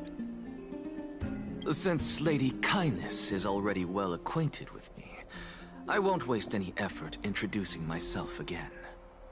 But then again, perhaps the customs are different here. Back in my hometown, there is a form of etiquette known as honoring guests. The host will welcome their guest with warm hospitality by treating them to fine wine and a cozy bed. And yet, ever since I arrived, I have not been welcomed with warm courtesy or ceremonial gifts. Instead, I am met with intense scrutiny. Even more absurd, the host has sharpened their blade and instructed their servants to lie in wait in the shadows. Oh boy. Perhaps you intend to cut open my heart, retrieve the core flame, and then hold a grand feast for all of the guests. Everyone, stand down. How did Anaxa know? Thank you for understanding. Damn. I am but a feeble scholar who is not used to the stench of avarice and blood. No need to be humble, my lord. From my perspective, your courage and gumption are worthy of the reputation of the Seven Sages. Your bravery is And more literally than knew adequate he was to getting accomplish this close to being perilous assassinated. endeavor. So, you wish to start a war? Well, since the Chrysos heirs are calling for war, we will respond in kind. Conflict is inevitable. Since Aglaea endeavors to suppress the virtuous commoners with blood of gold, we will not hesitate to display the rights and mettle the citizens of Akama are so entitled to. As to your question of whether peace is still a viable option, well, to that I can only say this. Everything hinges on the next citizens' assembly and whether they have a sudden epiphany amid the clamor of the masses. And since you, as a Chrysos heir, accepted our invitation, you have indeed given us a glimmer of hope. What brazen arrogance. What you're saying right now is worlds apart from what you were saying before you retired your cleaners. I don't deny it. After all, they're responsible for cleaning up any threats, and just a moment ago, you were on the side of the Chrysos heirs. But now that you're an ally of ours, we can continue talking somewhere else. As you know, these walls have ears. How much do I want to get? How do you guys think that this might turn out to become an Amphoreus Civil War? I was fortunate enough to have the opportunity to discuss a treatise about the Venerationists with your teacher, Empedocles. Oh, that's a nice art though, damn. Yet, it seems you subscribe to the Nusporists instead, Lord Anaxa. I've heard that this school of it's thought pulling is an one with Alhazen. many I mean, I'm looking at his arms. He literally has like the Alhazen sleeves. And dissenters, just like how they're... Welcome back to the hub of the Demigod Council, Lord Anaxagoras. Surely you remember that countless eloquent orators have stood in this spot before and emerged victorious by stoking public sentiment with their words. And yet there have also been innumerable blasphemous philosophers who set themselves up for failure because they refused to defend their actions. This tiny stage is the most profound embodiment of Akama in centuries. In 15 days, this site shall also become the most important, as well as the final turning point in Akama's history. May the both of us carry out our duties with honor and lead the masses back toward the Erechrysia, a golden age with no death, strife, or trickery. Oh my, 15 days and nights. That aligns perfectly with the date of your demise. Could such a coincidence truly exist? Using death to prove myself fits my intentions perfectly. What strong conviction you have. As expected of the hero who dared to stand up to the Gold Weaver. As expected, she misunderstands you. That's enough, Lady Kindness. Dispense with the niceties. I only accepted your invitation so that I can serve the commoners alongside the members of the Council of Elders. Don't test my patience with such superfluous formalities. Candace be like, how about I do it anyway? Well, you say that now, but surely you also require my aid as well, so that you can stay alive even when being pursued by the Golden Thread? You worry too much. She won't show her hand too freely, as she still needs to garner support from the masses at the Citizens' Assembly. Even someone like me can tell that only a sliver of her humanity remains. Surely you're not asserting that she will definitely act in a rational manner. As you're no doubt aware, Aglaea covets the core flame that I possess, which makes it the bargaining chip that allows me and the rest of you to negotiate with her. However, in return, I'll need the Council of Elders to support me as much as possible. Naturally, this includes the guards as well. This You're well negotiation's aware gonna be how valuable Cersei's core really, will be in the Erechrysia that you are desperately pursuing. Talk is cheap, so you'd better act prudently as well. I understand. After all, this battle of wits is just a means for each party to acquire what they need. As long as your request is reasonable, the Council of Elders never shortchanges its allies. Since we're both intent on mutual cooperation, let's not mince words and just speak plainly to each other. Let us decide how much we can secure for ourselves and how much we're willing to sacrifice, like true philosophers, with our words and wisdom. Let's begin then. Continuing from the earlier topic, let us discuss our common enemy, Aglaea. Oh boy. She is the second most experienced Chrysos heir across the whole of Akama, who has gradually lost her humanity to the ravages of time and the ablation of the core flame. A formidable opponent indeed. Admittedly, there is ample reason for her to take your life. Yet your previous reasoning is quite sound. As a seasoned political animal, it's unclear whether she will actually cross that irreversible boundary. I feel like we're gonna trigger a freaking civil war. Moreover, she still needs you Amphoreus, alive so it's not so gonna that the end well. Titan's trial can be completed. Is there anyone present who can swear by the sacred vow of Kefali and guarantee that you weren't in league with that woman before coming here?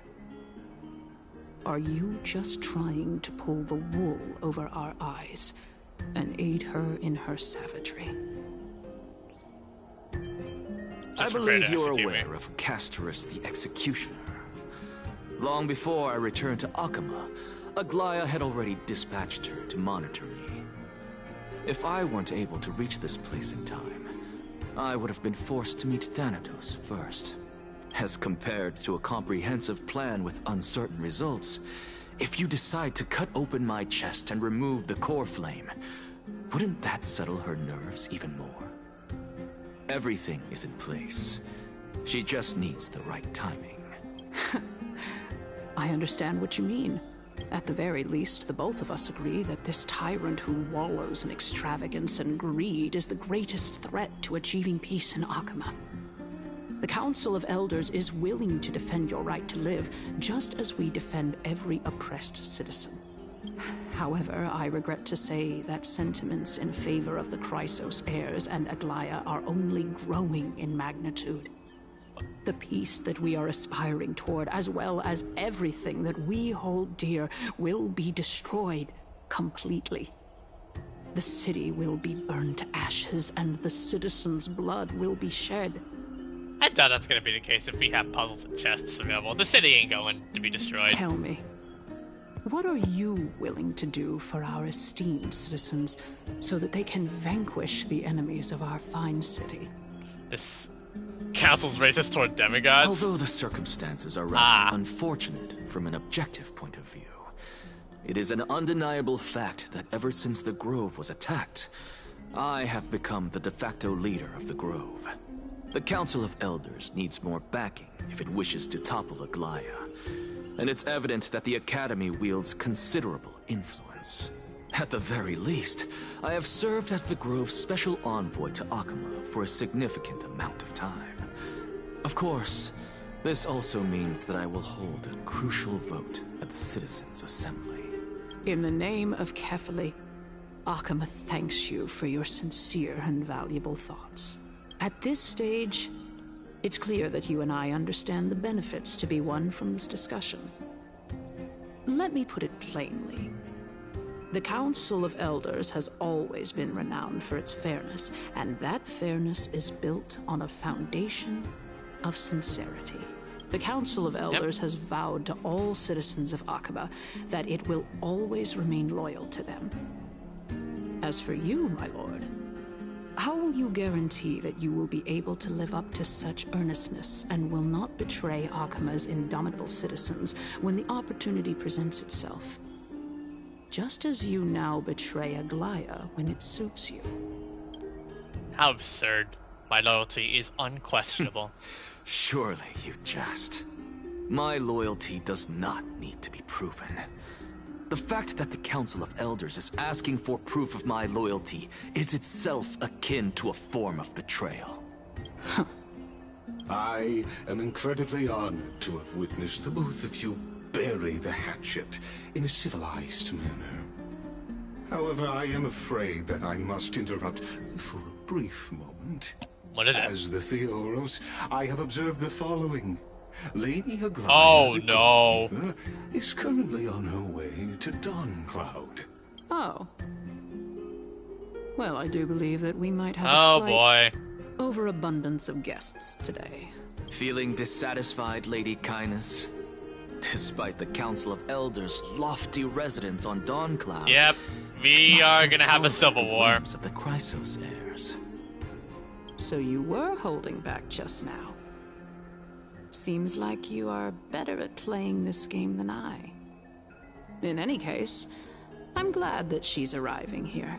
So tell me, Anaxagoras, now that you're an ally of mine, if Aglaea were to demand that I hand you over, what should I do? You can do as she says. Tell her that the Council of Elders merely wished to chat with me and had no intention of offending her. However, by doing so, the authority of the Council of Elders will be as thin as papyrus that has been soaked in blood. Not only can it be destroyed at the slightest touch, but the Council will also lose possession of a valuable core flame. No, more like 2 core flames.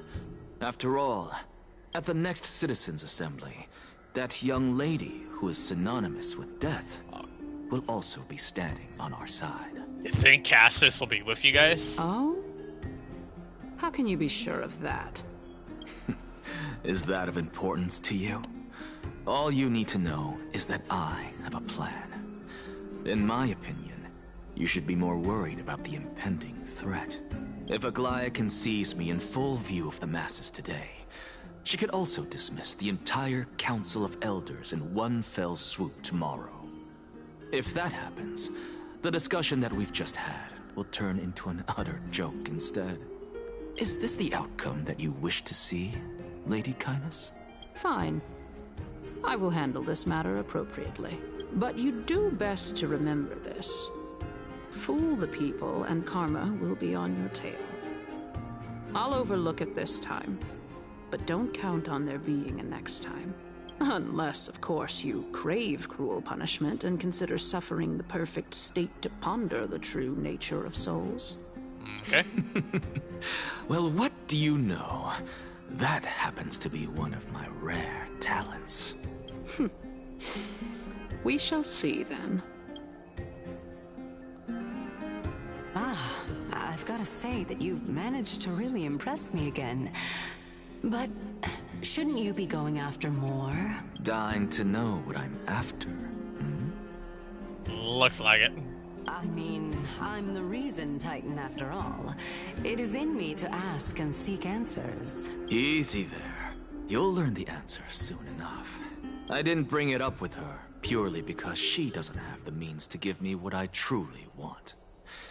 It's as they say, onlookers see most clearly. The true masters of Dawncloud have always been the Theoros, who watches over everything. Yep. Well, time to go speak with him. Yo. Unexpected visitor. Welcome once again. You know, you could actually skip all the pointless debate and come straight to me to seek an audience with Kefali. I have no reason to refuse you, do I? You may not, but Kindness has. Whoever gets hold of Kefali's core flame will get to rule over Akama. She's wary of me, so naturally I had to gain her trust. I would say that debate was not at all pointless. He had to play along. Very true. In my view, this individual has gone to great lengths to get close to Kefali. He might very well be plotting something nefarious against the Titan. Are you still willing to let him pass, knowing this? Yes, very much so. All living creations are always free to visit Kefali's transcendent vessel. This comes with being the World-Bearer. How convenient it is to be able to hear what they say. It is truly my honor to speak to a venerated Titan in person. Please, go ahead. Let me join you both on this journey. Oh boy. A bygone myth tells of an occasion where Kefali once answered their followers' questions on the peak of the Holy Mountain. Their followers have since believed that scaling this Titan cliff is one way of being with the god. Hear that? It's not every day that you get to climb a mountain with Circes. You should sing me a hymn of praise. Titan hymns are beyond me. Well, damn. Didn't have to point that out bluntly, huh?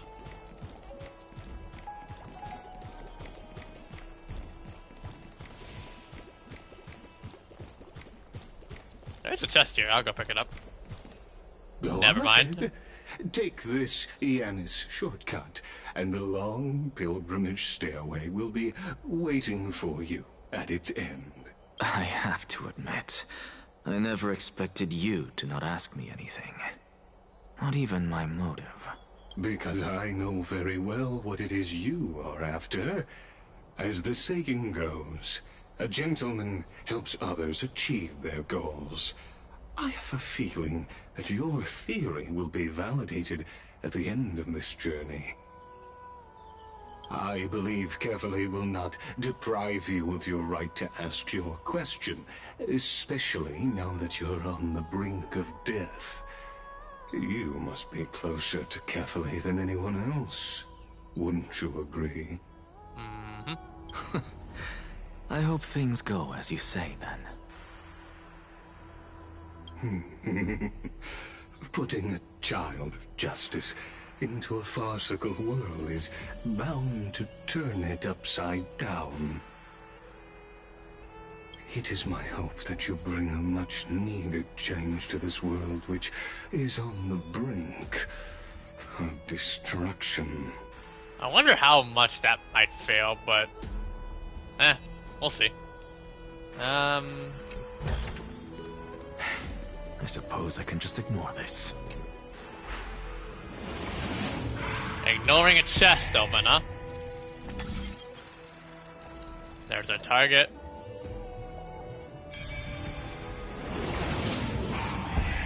Honestly, this is my first time going up to Dawncloud's peak. What a splendid view. Isn't it about time you recognize the magnificence of us Titans? Well, I don't see how this place is different from those temples in the city. All they have are magnificent facades. And even though I've come this far, I'm still doubtful about getting useful clues from him. Huh. I must be getting ahead of myself to be expecting to hear something nice from you. Oh? Haven't you been in my head for some time now? It's high time you get used to how I feel about things. Alright, yep. We're just a short hike away from Kefali. No time to waste here. Uh-oh. So the intellectual debate from earlier was too draining for you, huh? If Amphoreus gets a new lease on life, you should focus on strengthening your body and stop shirking social interactions. This back and forth banter is, Save your concern. The Titan is in sight. Can you make it? Why? Are you going to carry me up if I were to fall now? I know how far I can go, so just hold your tongue and come along. Fine then. I guess I won't say any more. I'll just wait till your soul dissipates completely to gain control over your body. Wait. Who is that? Circes? Hey, look at that. Huh? What should I be looking at? Oh, she doesn't see it? Am I hallucinating? Oh boy. Do we even get to see souls who are close to dying? Oh boy. We must continue climbing the mountain and investigate the phantoms that appeared when the soul left the body. Alright.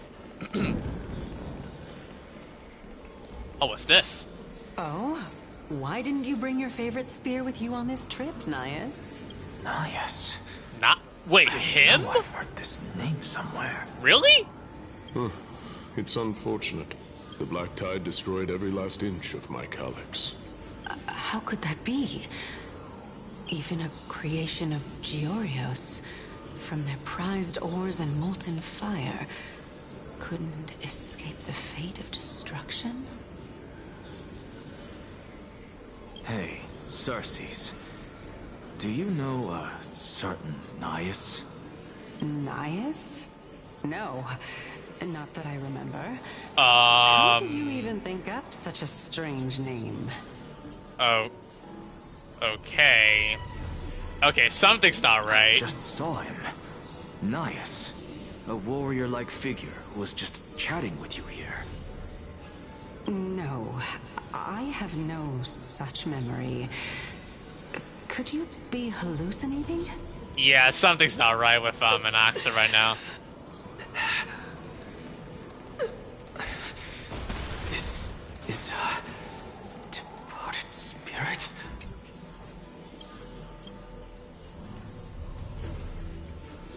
You have an idea already? Oh god.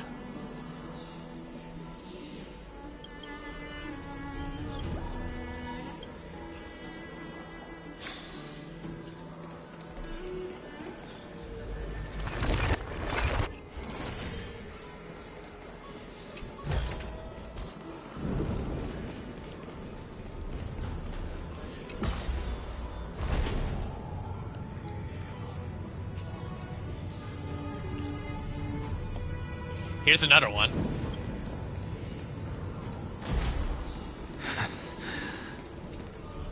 Enough Opera about greetings. me. Did Kaos ever reply to you? Well, regrettably. Seems like the price of becoming a demigod is a lot heftier than we thought. Kaos. Demigod. I've never heard of this person. Which Titan's authority did he inherit? Look on the bright side, Nias. Since we've come all this way, I doubt he'd snub his old friends, would he? Let's just hope we mean as much as the world to him. Hey! Are you seeing that same hallucination again?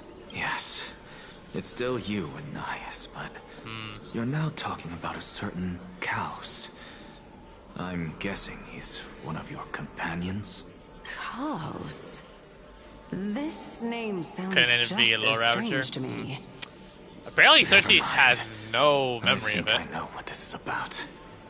If things are as I thought, then they aren't hallucinations, but the souls of people. What? But if those are the souls of the dead, then what am I? Beats me. For all I know, you're just an illusion I conjured up in my dying moments. Let's just keep going. As long as I take in more sights and hear more stories. Know your limits.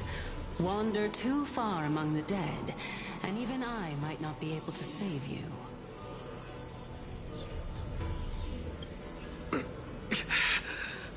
I'm fine.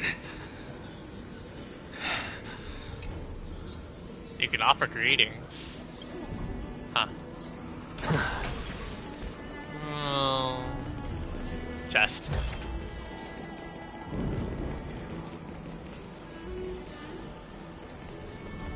So...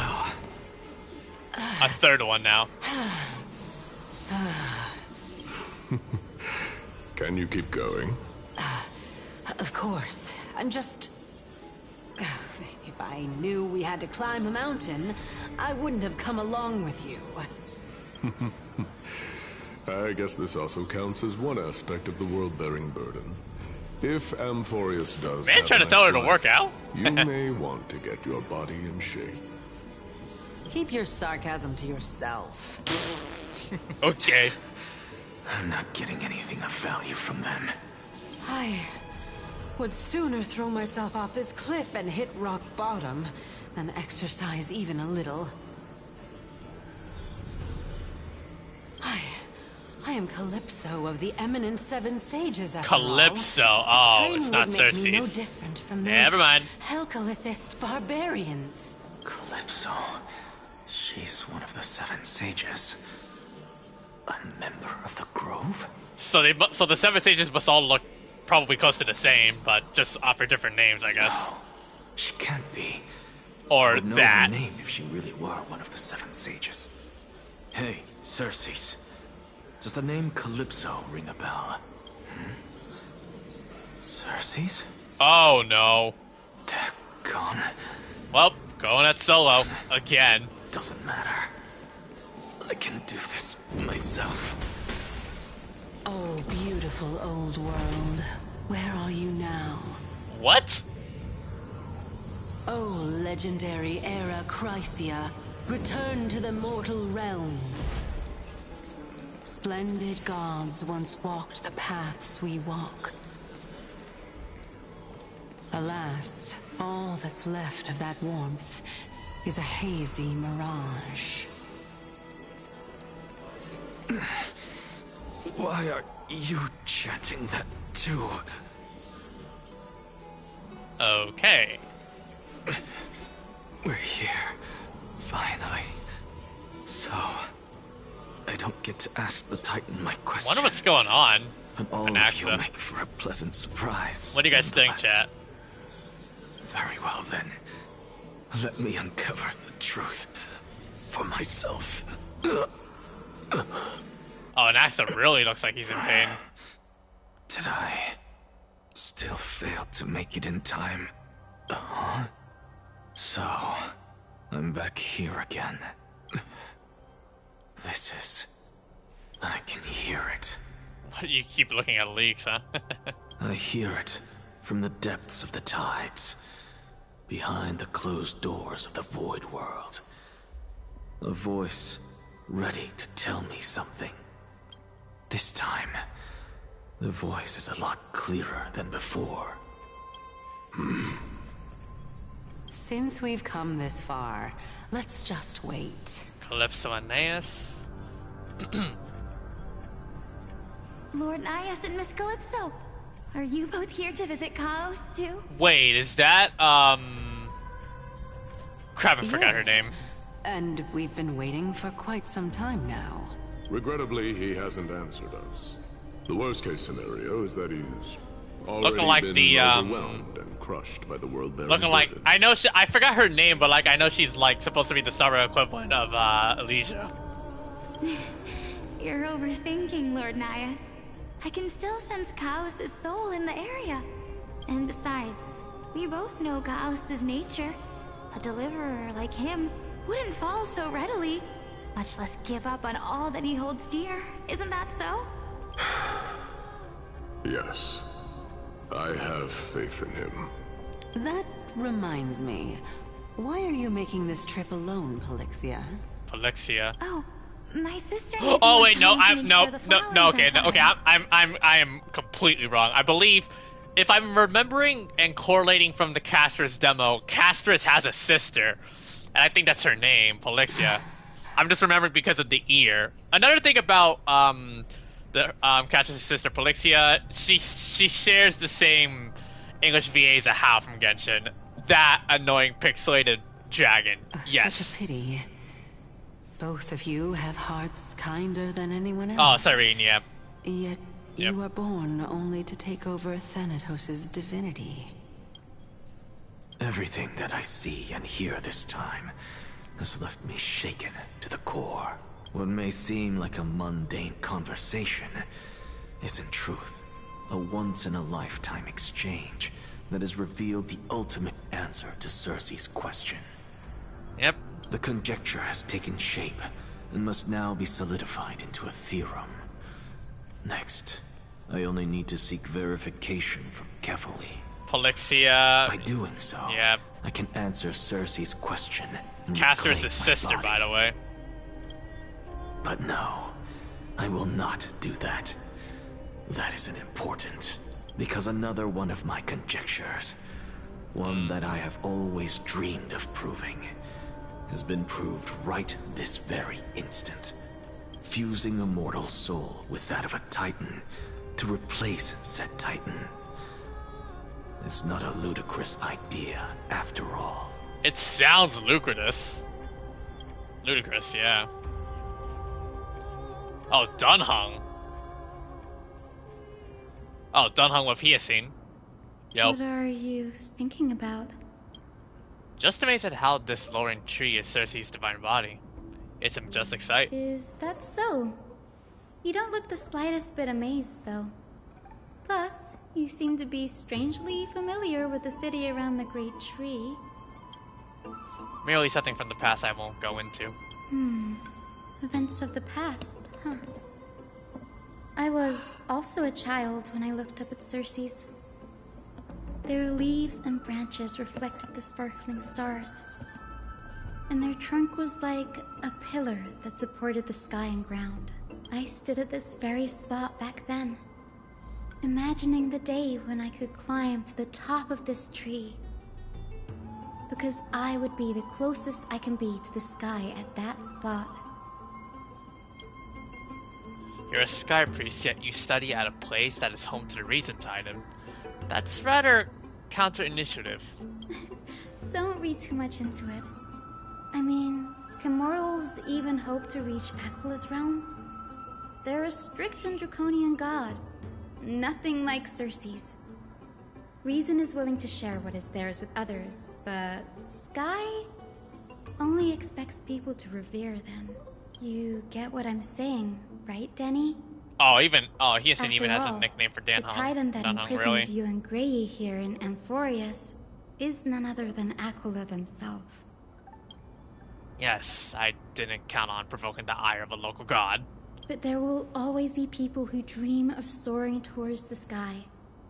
The Grove has a wealth of research on Aquila, and that is exactly what we are here for. It's just... I never thought Grey would meet with something like that before we set off. As a physician, I should have been there by his side. Bad luck tends to come in streaks, so don't beat yourself up for it. Besides, Aglaea needs you here to uncover the truth behind what happened to the Grove. Let's just make the most out of this trip and keep a lookout for any documents related to the Death Titan. They could be useful to Kalis. Yeah, there's no rest for the weary, huh? In any case, what we're looking for could be anywhere in this enormous grove. Let's split up to cover more ground. Danny, with your skills, I'm sure those monsters born of the Black Tide will pose no threat to you anyway. What about you? Will you be alright on your own? Have you forgotten that you're talking to the chief physician of the Twilight Courtyard? Have more faith in me. I'll be just fine. The silence here is near deafening. With the vast amount of knowledge it holds, this academy is kin to a labyrinth of information. Even the cleverest of scholars would easily lose their way in here. I should gather my thoughts before heading in. Have to leave Amphoreus. Miss Titan who reigns over the domain of the skies, colossal bird that overlooks the world beneath them with 100 eyes. To control the solar above the grounds, people in Amphoreus remain trapped on the ground. Hyacinth's forebears are priests who worship Aglaea. Nobody's more familiar with the taboos of the Sky Titan than her. Seeing how Aglaea sent her here as a guide, it is possible that she plans to have Hyacinth take on a child in the future. In Amphoreus, Titans are a common topic of discussion. People create myths that in turn conceive Titans. It's a tricky task to keep an objective view when among the people of Amphoreus. Is there a way to settle the situation and look at it from a different perspective? Titans and Ears are two distinct classes of beings. Titans can communicate with us humans, it is not impossible for us to overpower them. Upon their demise, we can even take over their divinity. In this regard, Titans can be said to be a lot more similar to humans than Aeons are. Crassus Hairs are humans who possess heroic qualities, with most of them demonstrating extraordinary combat prowess and strength. Upon clearing a core frame trial, a Crassus Hair could even ascend to a demigod and inherit a Titan's divinity. Wait, something about that feels off. Is this a selection process of some sort? Guided by the prophecy, the heroes were on a quest to reclaim core flames and usher in the Era Nova. Their efforts have seen gratifying results to date. As I expected, the prophecy is the hardest to make any sense of. But with barely information to go on, no matter how much I ruminate on it, it won't yield any results. I should leave this for another time. I should probably turn my attention to something else. Nobody could have ever imagined that Kalis' life would be forfeited the moment we landed in Amphoreus.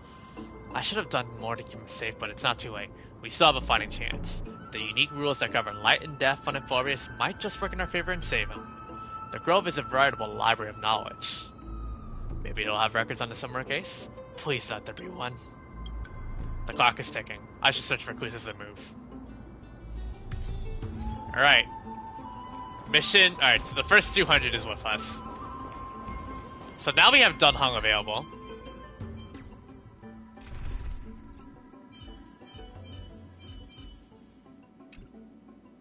I'll keep this team for now. Oh. Okay.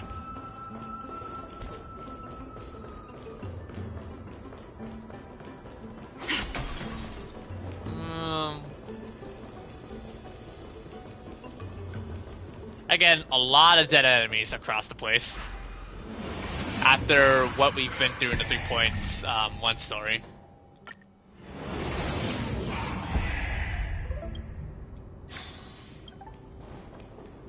Black Tide spawn monster. Alright. Like before. These are the remains of a Black Tide monster. It does look different from the Titankin from up close. What's that underneath it? A scroll? As I expected, the Grove doesn't forbid discussions about the sky. It's a debate between two scholars about the sky ships. Aglaea also made mention of the ships when she interrogated us. A memory I'd rather forget. I'll hold on to this for now. With any luck, this journey won't leave us empty-handed. Huh?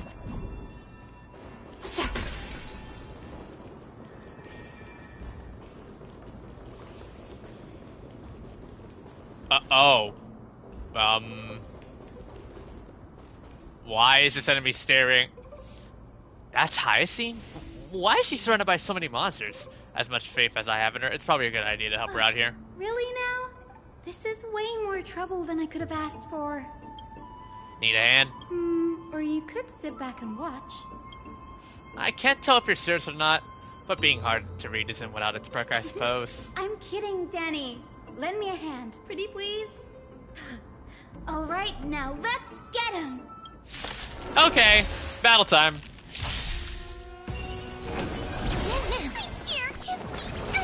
Thank you, friend. Time for resolution. Ha! I'll watch over you to guide you on your path. Fiends or devils, I'll crush them all. Yeah. Countless, thus our fates become one. All lies will be revealed. So fragile, like a wisp of silk. The way is fraught with difficulties. Serenity is before me. A little honesty. All lies will be revealed. And there. Done. This place is practically in ruins. What happened? There should be this many monsters here. The Black Tide is remarkably quick to detect the light of Amphoreus. So or rather, the blessings of the Sky Priest in me, might have unknowingly called them to me. Thanks. Anyway, never mind that for now. Here, you might want to have a look at this. I found it. Oh, she found another paper of the scholars' debate. Anaxagoras. He's a scholar who refused himself with the core flame of reason. This is new. I didn't know Professor Anaxa was researching the sky. He's never mentioned anything about it. Finon said Anaxa might be opposed to the flame chase journey. Might is an understatement. Anaxa has never been one to venerate the gods, nor has he ever found it within himself to put any faith in the prophecy. People have come to think of him as a heretic, even in a place as liberal as the Grove. Ah. Yet, it is also this very blasphemer that Circe's favors. Fate sure works in mysterious ways. I picked up the scroll on my way here, too. It looks like it may be related to the one you're holding. Oh? Let me have a look. Hyacinth combines both records together. And? By the looks of them, these scrolls are records of two conversations that took place in the same setting. One after the other. There's still much I don't know about the Grove. Do you mind if I ask you a few questions? Sure. Go ahead. Venerationists. The Grove of Epiphany is home to 7 schools of thought. while all 7 schools are founded on the ideologies of Thalesis, the first scholar, each is unique in its own way. Among them, the Venerationists revere and worship the Titans the most. As the sage of the Venerationists, Euthyphro has always been at loggerheads with Anaxa. If we were to place the 7 sages on the scales of Talanton, Anaxa and Euthyphro would be placed on opposite sides to achieve balance. A very illustrative explanation. Thank you. Wasn't it a mistake to build the skyships? Nearly everyone in Amphoreus has heard the story of the skyships by now. Aquila's stature is loftier than the heavens, and their divine retribution is merciless. That's why it's no use building giant skyfaring ships. Oh, but I do wonder if a supercharged mini Treaty cannon could slip past their watch. That was a joke, right? They had to mention Chibi. Okay. What is Anaxa's field of study? These forests primarily study the application of alchemy in soul repair. Everyone considers Anaxa a blasphemer, but that has never stopped him from sharing his ideas, no matter how taboo. If you must say that he's hiding something, then it's likely what lies beneath his eye patch.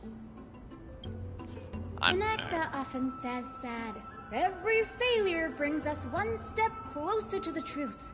Huh. Perhaps, to him, the crash of the skyship carries a different interpretation.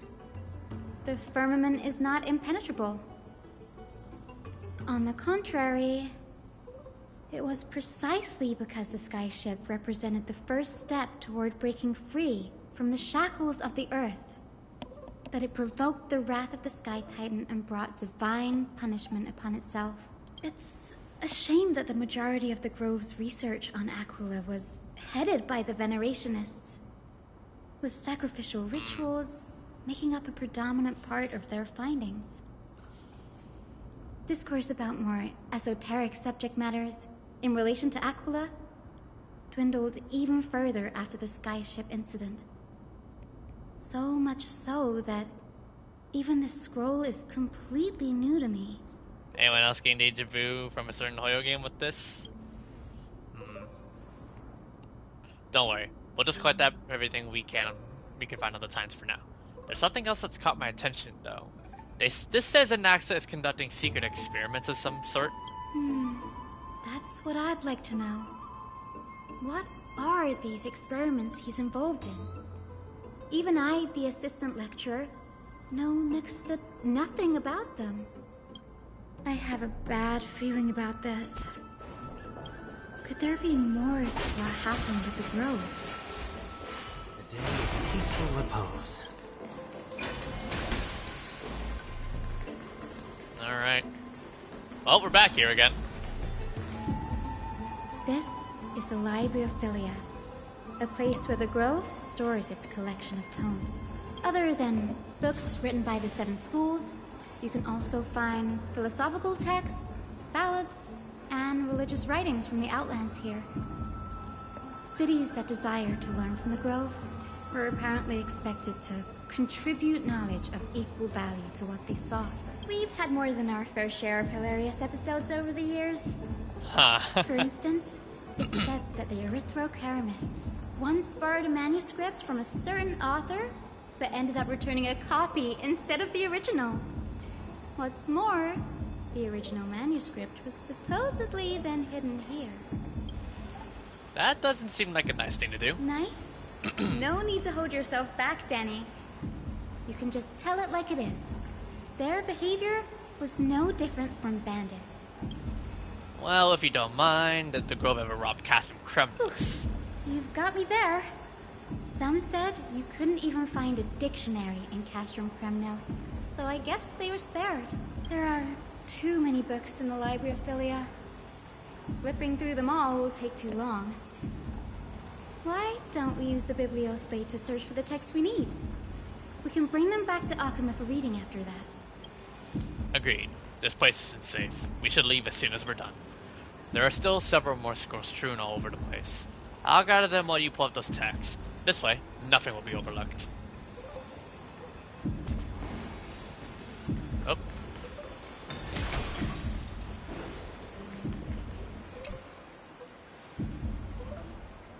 complaint letters from the scholars about.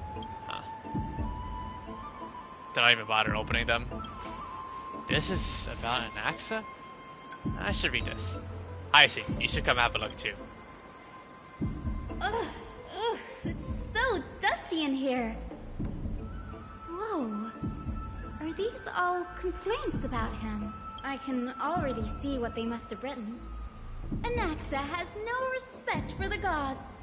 His very existence undermines order in our society. They're probably all things like that.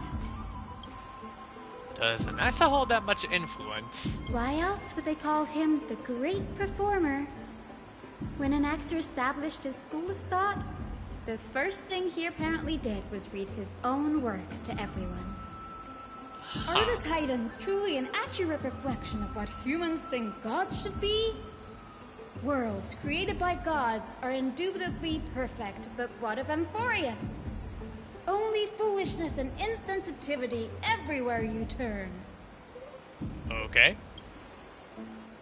An uncanny impersonation. What happened after? They marched him straight to the seat of judgment before he could finish.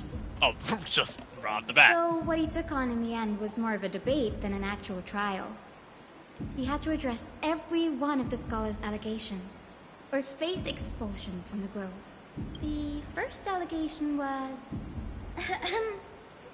Do you agree that since the Titans created the heavens and earth, so the mountains, rivers, and seas must likewise be their creations? Am I supposed to put myself in Anaxa's shoes and answer that? As told in the mist, the seas, the skies, and the earth were all, beyond the shadow of doubt, creations of the Titans. Anaxa would have probably been spared a lot of trouble if he had answered this way. Instead, he quoted past instances of the Flame Chase journey, and posited that humans have the potential to take over the divinity of Titans. Needless to say, his critics didn't take kindly to his answer, so they followed up with a second allegation. You claim to be studying souls, yet you are, in fact, defiling them and committing acts condemned by the gods. Do you admit it? That's a serious allegation. Did he really do that? Anaxa always wears an eye patch, never removing it, even when alone. Some say he used one of his eyes as an alchemical ingredient. Every being in the world owes their safekeeping to Kithily, and this is even more so for the Chrysos heirs who have divine blood coursing through them. If he has really done something of that nature, then it'd indeed be sacrilegious. Thankfully, they had no way to prove it, so it amounted to nothing more than an allegation in the end. One by one, Anaxa engaged in wars of words against those who would challenge him. Toward the end, a scholar asked him, Anaxagoras, have you any respect for the gods? It was only after a brief silence that he answered, I have never denied that Titans are meant to be noble constructs. What he didn't say, that the Titans are not noble, rings louder in this case. Yes. I'm not sure how that controversy was eventually resolved. But what's for certain, at least, is that Anaxa was allowed Daniel, to stay in the Grove Daniel where 3, he how you doing? continued his Hey, I'm research. actually the English voice actor for Elder Despite being Canis. Hope you guys regarded enjoying it as so a far. Oh, wait, really? I never knew. I actually never knew. Welcome. And, overall, your voice was pretty good. Anyway, I like it. This stack of complaint letters has reminded me I of wonder the how much fun you had on Grove. the roof when you voiced it. We may find clues there that aren't on the teleslate. Had to check the channel, too. talking And it's legit, about yeah. Anaxa's You've done a lot of alchemy lab. voiceover, too. Hidden between the cornerstones.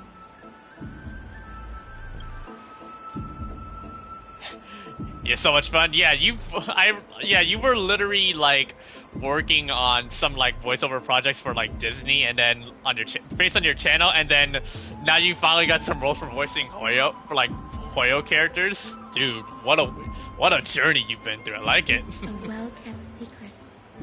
And I'm surprised, and congrats on getting the role too. Phenomenal chief sage. Each has a private sanctuary where they can conduct My God, my research heart, bro. undisturbed That's a and pog unharmed. moment. I'm proud. Even the administrators of the Library of Philia are restricted from accessing those places and documenting the sage's research. But with the grove in this state, I'm sure Anaxa won't be mad even if we sneak into the lab for a short while. Right?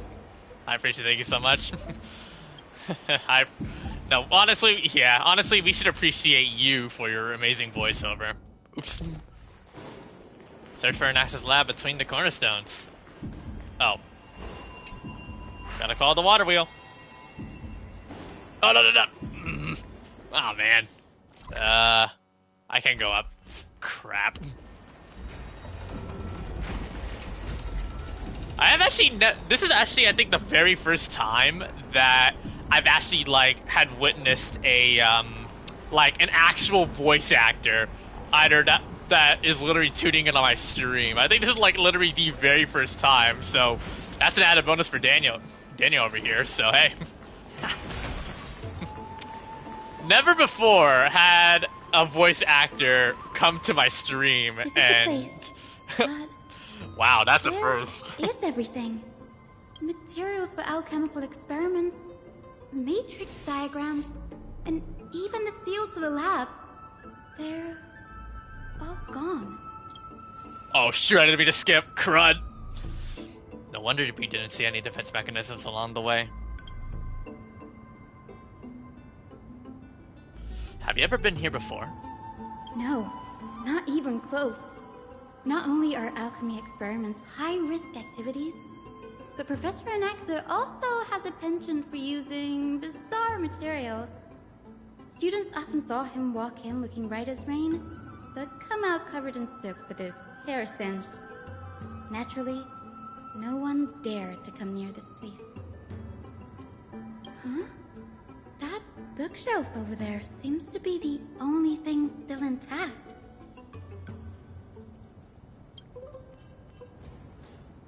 Search for the materials left by Anaxa. Got it. Oh. Oops, I didn't mean to do that. My bad. These are the materials requested by Anaxagoras. I've been looking the lights to see the scenes, first time seeing it all done. Nice. Titan creations, universality of the soul, alchemy doctrine, and so on. Most of the materials look to be within the research domain of the Neurosphere School of Thought. A document titled A Study on the Chrysalis Hair's Background. Oh man. This theory must be tested, experiments to be arranged. Gotta run, but so nice to meet you all. Alright, take care, Danielle, and thank you for taking the time to tune in on stream. It's good to see you here. What's wow. going on? Anaxa is conducting research on our friends in Alchema and... me? This journal contains several intriguing points. Creations of Titans.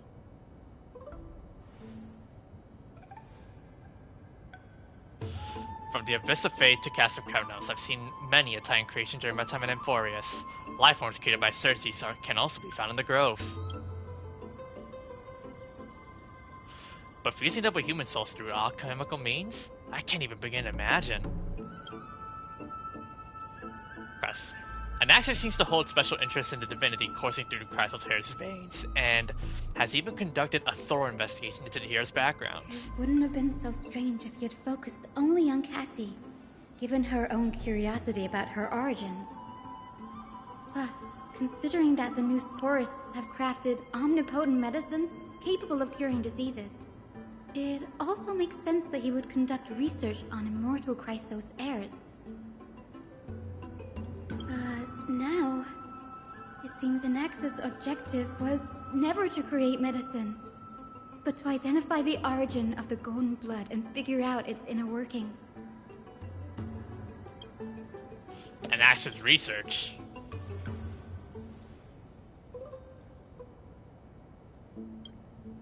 This must be what he means by close to true purity.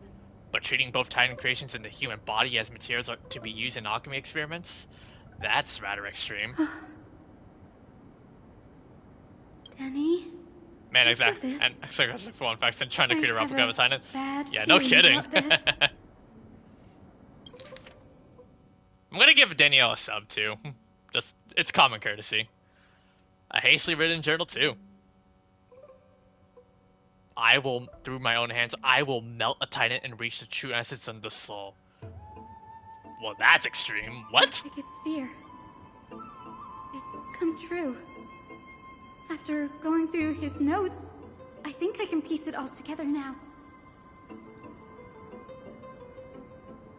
Anaxa was carrying out experiments on soul transmutation.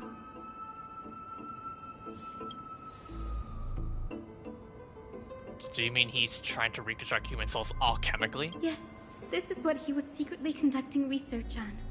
Something he had to keep hidden from others. Compared to his public speeches, this is the real blasphemy. Oh, I just thought of something.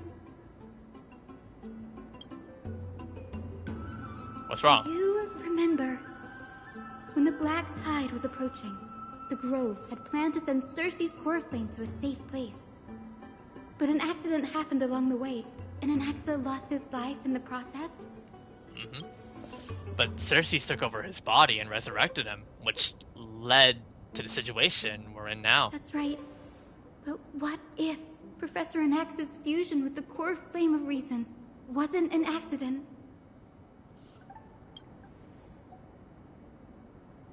What do you mean? Put yourself in his shoes. Knowing that the Black Tide was closing in and your time was running out, what would you have done? I put my theories to the test, no matter the cost. Exactly. Final destination again? Oh god. The reason Anaxa headed to the Luminary Throne was to transmute and fuse himself with the Titan's core flame. Did he succeed? No. Judging from how he reacted after the event, crud. The results came as a surprise. Maybe he failed to consider the possibility that Circe's would make a similar decision. Yeah. The manuscripts detailing all the alchemical formulae have been taken away. Oops, I didn't mean to pause. His research is still ongoing. Could he have taken them for other purposes? Like, what? There's only one Titan left in the world now. Oh no, what happened? No. No way. To conceive an entity of perfection, one must first understand the principles of creation. If Anaxa is an Akuma now, then that means... He's after Kefali. Oh no. Yep. Sir, this sky above us, it's not real, is it? Of course not. Another memory This is of just Anaxa. an image from a projection device used for educational purposes. A simple trick. The day-night cycle has been lost to this world. So that students like you may still learn about the night sky, astronomers have harnessed the Titan's miraculous power to manipulate the light, projecting the nights of the past here for you. Much like how the sky above the Holy City is also illuminated by Kefali's dawn device. So, the skies of Akuma are fake too. Really? You mustn't conclude that, Anaxa. You should know that only a child would expose a trick and be proud of it. Often people know more than they let on. They simply choose to feign ignorance because they have no other choice. And they're just deluding themselves. People believe in Kefali's tale of Genesis, accepting wholesale whatever the priests preach. But we're different. We've already walked out of the firelit cave of ignorance. We have already realized that we live in a world where Titans make the rules. Even when we look at the sky, we're only seeing what they allow us to see. Rather than gazing at this mockery of a night sky fabricated by them for the rest of my life, why shouldn't I be the one to take control of the projection device instead? So much time has passed since you sowed the seeds of doubt in my heart, child. Many a night, I find myself penning down all my theories and wild ideas, only to burn them to ashes when I open my eyes in the day. Why? Because we'll face death by burning if word gets out? As a sage of the Venerationists, my soul has already become inextricably linked to the great tree. My ears turned on, so if you hear background audio, that might be that, and maybe a little bit of echo. Is certain to influence every leaf, every branch, even the tree itself. But above all else, my days are numbered. Instinctively, I have my doubts about the golden blood and the human soul, yet I have no means of verifying them. The golden blood in my veins is woefully thin, and I am loath to waste what little time I have left obsessing over a hypothesis that cannot even be proven in the first place. But I can, sir. I can do it for us. The time is right. Give me all that I need, and I shall accomplish this grand feat on your behalf. You're right. I shall do just that. Any? In the next I meeting don't. of the sages, Sorry, I will Eddie. I don't spare follow no efforts Guilty Gear as fighting much. for the rights you deserve. Go. Establish your own school of thought. Find out what we are. Become the one who conquers the ultimate truths of the world. Child of humanity. Sissy! You didn't go to such lengths for an audience with Kefali. Just ask him a few questions, did you? So, you figured it out. Oh, man. Oh, boy. If I were as foolish as a Dromus, perhaps I'd throw myself down and prostrate before their greatness, begging for the gods' prophetic wisdom. Well, sorry to disappoint, but I'm no Dromus. Huh. Alas, I am a human, standing tall on 2 feet, possessing both intellect and pride. Before such power, does it make any difference whether you're a human or a Dromus? I'm sure you're familiar with the story of the Stixians. When the raging waves threatened to swallow them, they didn't just give up and become sitting ducks. Oh, look at that wreckage. They constructed a dam that kept the roaring tide at bay, Dude, chaining down the mad Fagusa. That is some really nice art, but that city looks destroyed. One might think with the color palette, this looks like Castorice related stuff. They call me a blasphemer, Circes. But that doesn't mean I deny the existence of gods. It's just... as I see it, Titans are simply a force that mankind has yet to find a way to tame. Oh? If power that rivals the Titans is what you crave, why not conform to the prophecy and brave the trial? Why stop at harnessing the power of the Titans when I can do so much more? The source of life is what I wish to grasp, to understand what makes up the soul, and to learn what we really are. Thanks to you, What we really are. I've had the chance to personally verify, in more ways than one, that the soul indeed ceases to exist in death.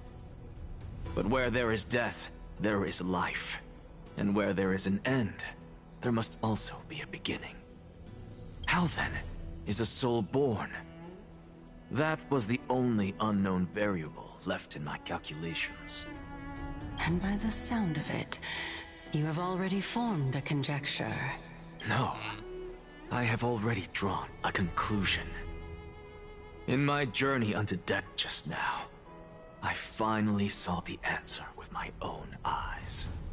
Professor Anaxa, Oh no. Cassius is here. I'm here. His life hangs by a thread. I must ask you to refrain from taking any unnecessary steps. I have to make a comparison, but that the big bad woman Ino was Ifrina. Oh, really? Perils for Anax's desire. Of course. I'll bring this to a conclusive end, and give you the answer you so desire. However, in accordance with the principle of equivalent exchange, I must also demand from you what I need. Oh boy. As you wish. Don't you care to know what the price might be? It's a matter of uncovering the truth about the Death Titan and his survival. This may be the only time I can ever save someone's life. Oh, Cassius is trying. There is no need for me to think twice. I see. In that case, let the show begin. Indulge me. Am I correct to say that you intend to prove Thanatos' whereabouts and prove the nature of our existence now? Before I begin, I must confess I had been stuck in a cognitive trap all this time. Huh. As unrelated as these two propositions may seem at first glance, they are in fact logical equivalents. They are merely two different ways of telling us about what the soul is at its core. The reason I say this is, as I've mentioned earlier, the answer was hidden in my journey unto death. Anaxa, you were in the Netherrealm? Yes, I am but a living dead man now. Oh, but that's man. not important. Dude's been What through life and truly death, matters apparently, it is, seems. I overheard a conversation between heroes. That's not all. Remember how I said you were a part of that conversation too, Circes?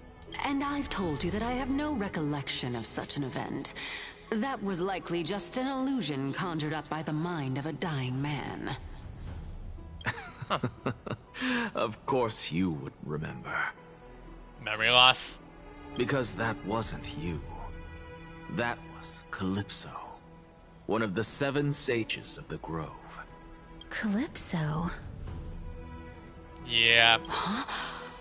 Oh, that's the name I made up on a whim revenant. Speaking to That's this one way to girl. put it. Yeah. How do you know of it? And surely you jest. Don't you think I, of all people, would know if that were the name of one of the 7 sages under the shade of my tree? Don't you claim to know the Grove's past like the back of your hand? Huh. It seems you've lost even the memories seared into your soul. Use your head, Circes. Since all of this took place in the realm of the dead, it stands to reason their likenesses are of souls from the past. Right. The living cannot step foot into that world. So who could they be? Think about Calypso. Why does she share your likeness, yet you have no idea who she is? The answer is evident, is it not? Those fallen heroes are the mortal incarnations of the Titans before their ascensions to godhood. The gods aren't master creators born out of thin air, and they are no different from humans, because they all evolved from one. You pieced it all together, chat? Does this answer disappoint you? Yes, because you've answered nothing.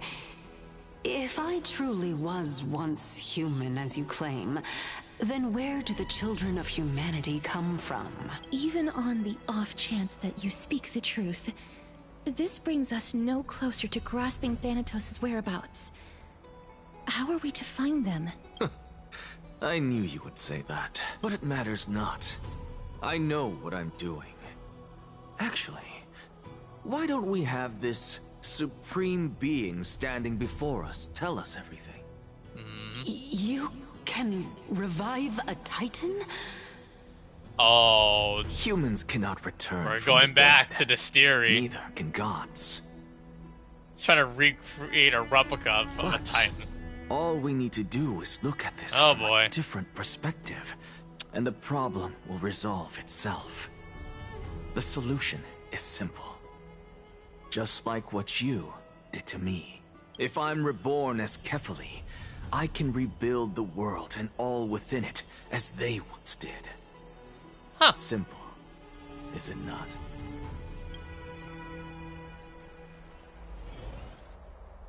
In the meantime... I have news from Hyacinth and Danhung. Anaxa might be trying to do something with Kefali's divine body. Oh boy. Remember? Oh yeah, you're right. Yep, Rob May trying to freaking make the damn swarm. Oh god. But what could Anaxa want? Oh, is boy. the Council of Elders going to sit around and let such Why is it sacrilegious always act the bad unfold? scientists that do stuff like this? Like, That man. is not possible. He is indeed the great performer, capable of fooling anyone and everyone with his tricks. I'm sorry. No need for guilt, for this is good news to us. The Council of Elders has found themselves a traitorous ally. Anaxa's ambitious desires will be something we can exploit. What we should be doing now is to keep our eyes peeled for whichever trickery Canis is up to, and react accordingly. Remember to her, thwart Elder plans. Canis? That the voice actor on my the voice actor for Canis is once stayed on the stream. Being Akima's political center, the Demigod Council holds just as much significance as the Vortex of Genesis. Someday, after my duty is over, this site will take the place of the battlefield where you hunt gods. Become the next challenge you ought to overcome. Till then, it's best to get used to this place as soon as possible. We will be waiting here for your good news.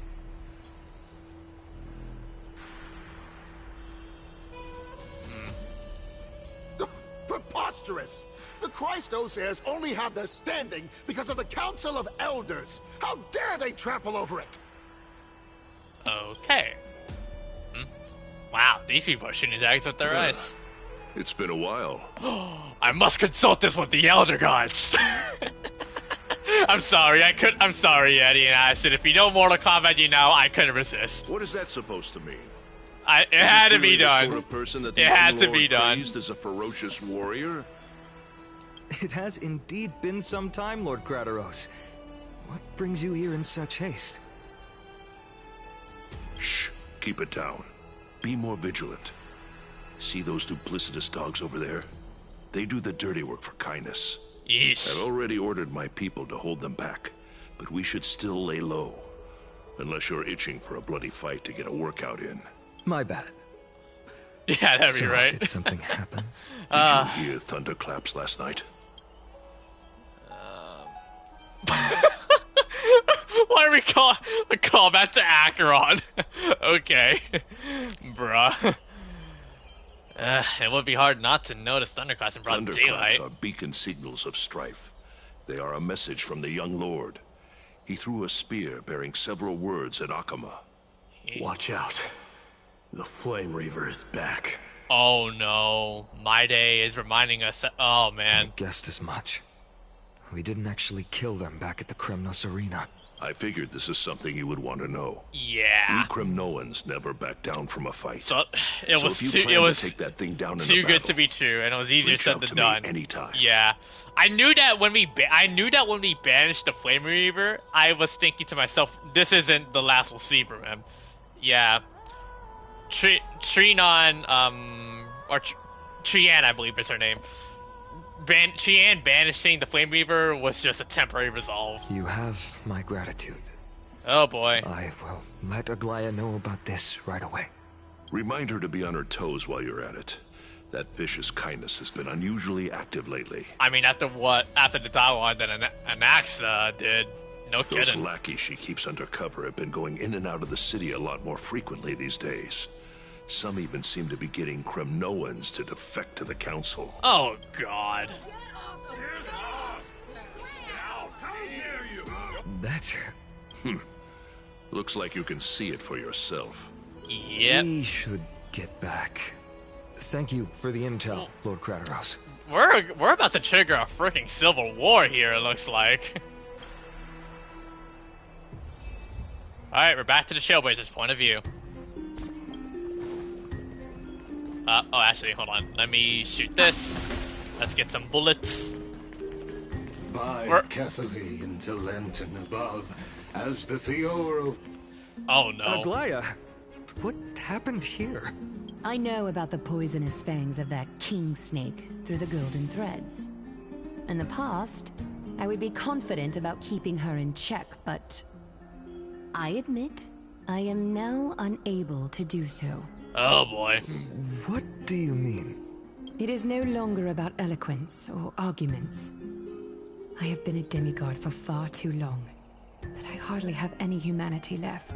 So it's time for you to realize Before I that. realized it, I have become no different from these hypocrites, no longer capable of relating to the people.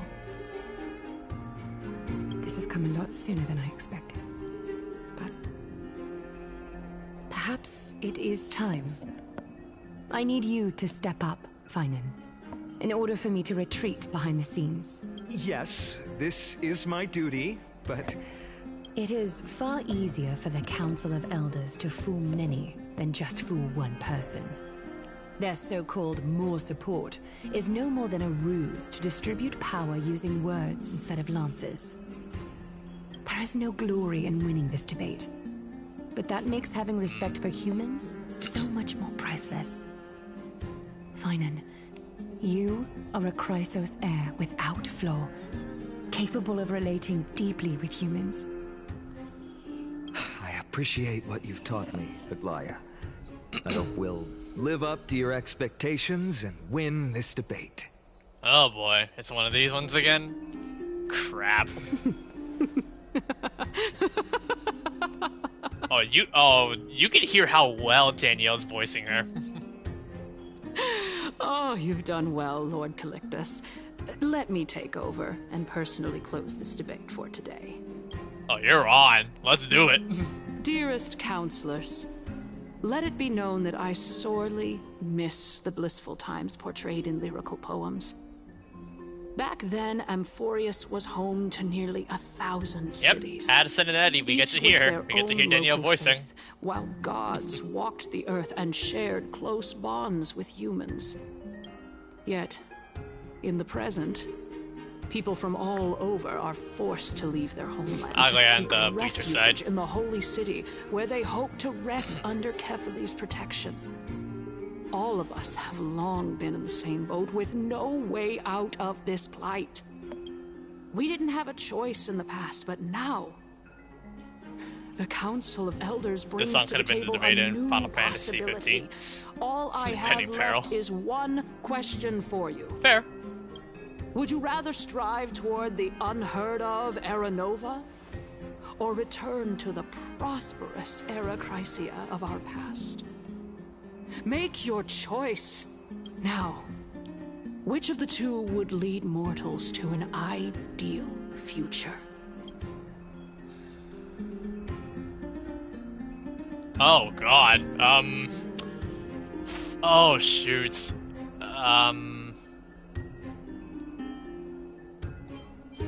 If it's possible to bring Arachrysia back. But how are we supposed to send Amphoreus back to Arachrysia? We all know that Arachrysia is a thing of the past, Lady Kindness. Please, enlighten me. How does the Council of Elders plan to turn back time? Let the three Titans of Calamity be born, and Arachrysia is nevermore. But bring demise to those Titans, and Arachrysia will descend upon us again. Uh-huh. Oh. Hey. Know that the Council of Elders is never one to make empty promises. Look at who we have on our side. Oh boy. Anaxagoras, one of the Grove's 7 sages. And Castorice, Idonia's This is literally an Amphoreus civil war right now. Oh man. With the help of these two heroes, I can promise all of you that Arachrysia will exist once more. Aren't they Chrysos heirs? They're supporting the Council of Elders instead? It's clear from the start that these heroes do not get along well in their group. All the more proof that Aglaea isn't fit to speak on behalf of every Chrysos heir. I am in favor of Era Chrysia. Being played like a fiddle. Era Chrysia! Era Chrysia!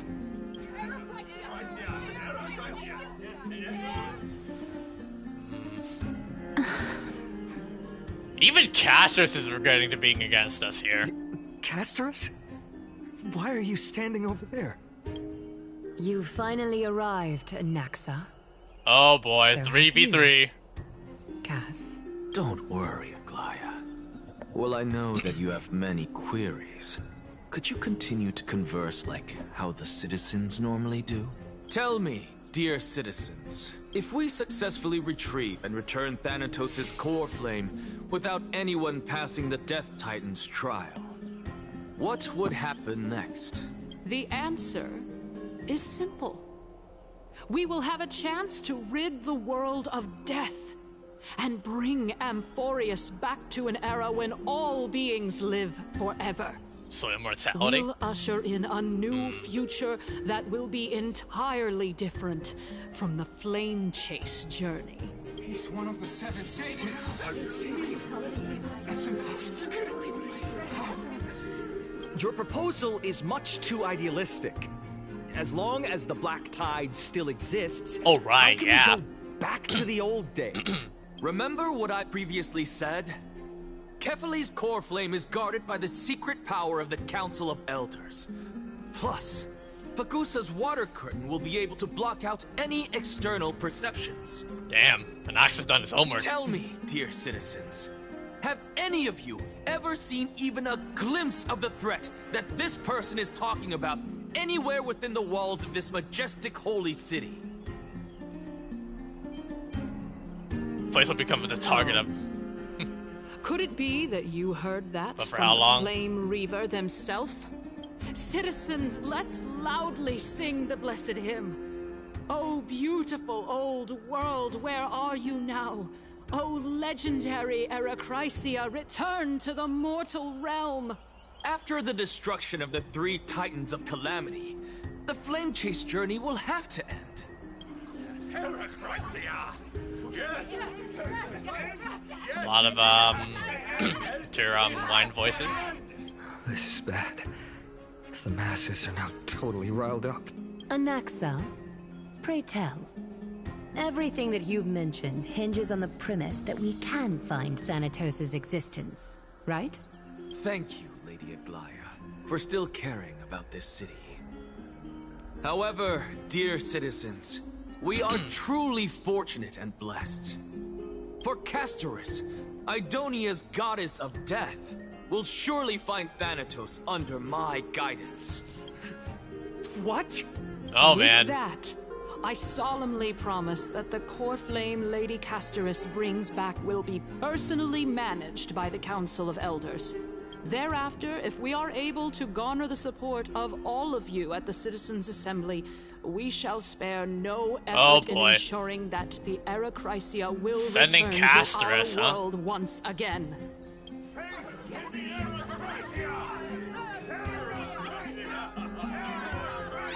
Something tells me it's not gonna go well. With the balance shattered, the result is clear. By Kefali and Talent and above, as the Theoros I have observed. Akama has chosen her destiny. The issue up for discussion at this Citizens' Assembly shall be modified to the suspension of the Flame Chase journey. This resolution shall be put up on the Wall of Heroes, such that all citizens are aware of the city's way forward.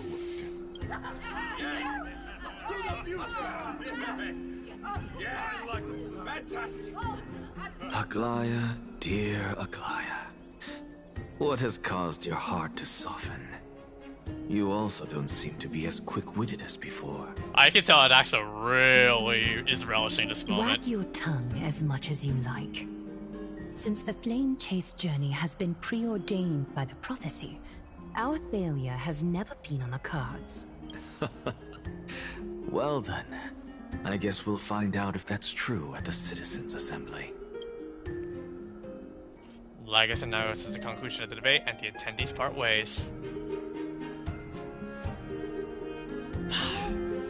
Castorice, what's going on?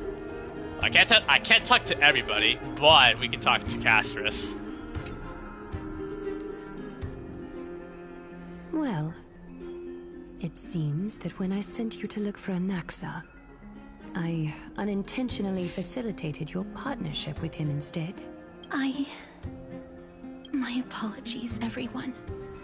I know that you have many questions to ask me. I will answer them to the best of my knowledge. In that case, please tell us as much as you can. What happened when you went to look for Anaxa? In actuality, he showed me a past that was both long and heavy. The reason I say this is as I've mentioned earlier. The answer was hidden in my journey unto death. Anaxa, you were in the Netherrealm? Yes. Oh I boy, am but 3 a hours living so far. dead man now. But that's not important. What truly matters is, I overheard a conversation between heroes. Oh, Castor's point of view now. Oh boy. Have you heard of this tale before? A tale about the ocean god's treasured pearl. Our hometown. It was a seaside town which enjoyed the ocean breeze. That dragon looks familiar. Glorious, peaceful times. Thanks to the wisdom of its ruling queen. Until one day, an evil dragon descended upon the town. Its wings were large enough to blot out the sun, while its claws were sharp enough to rip the waves apart. It barged into the tall tower and devoured the queen's beloved daughter. It even settled itself in her bedroom, like a tyrant king. The queen assembled 300 warriors who managed to subdue the evil dragon by chaining it up.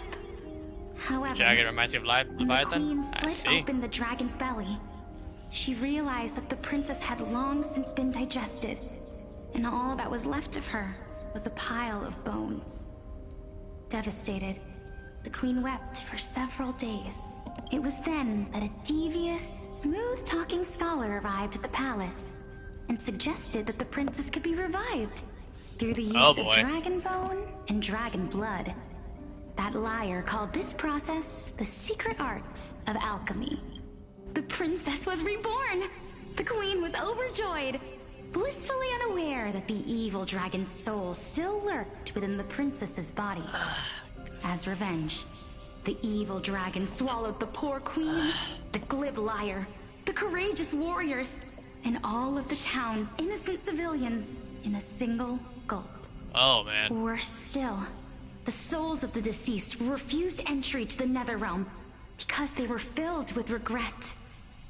Forced to roam the mortal realm, these resentful souls ultimately converged into a river of souls that would not retreat for a long time. The terrifying death had consumed all. Thereafter, our hometown fell into ruin as well. Until... Until? Yep.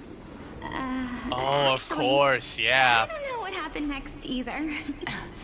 Oh my. Yeah, It Castor's his seems sister that you Polixia, still look yeah. to whet people's I appetites haven't watched the even after entire all this time, trailer though. Stixia. So, according to your story, this is how I used to look? It's practically a mirror image.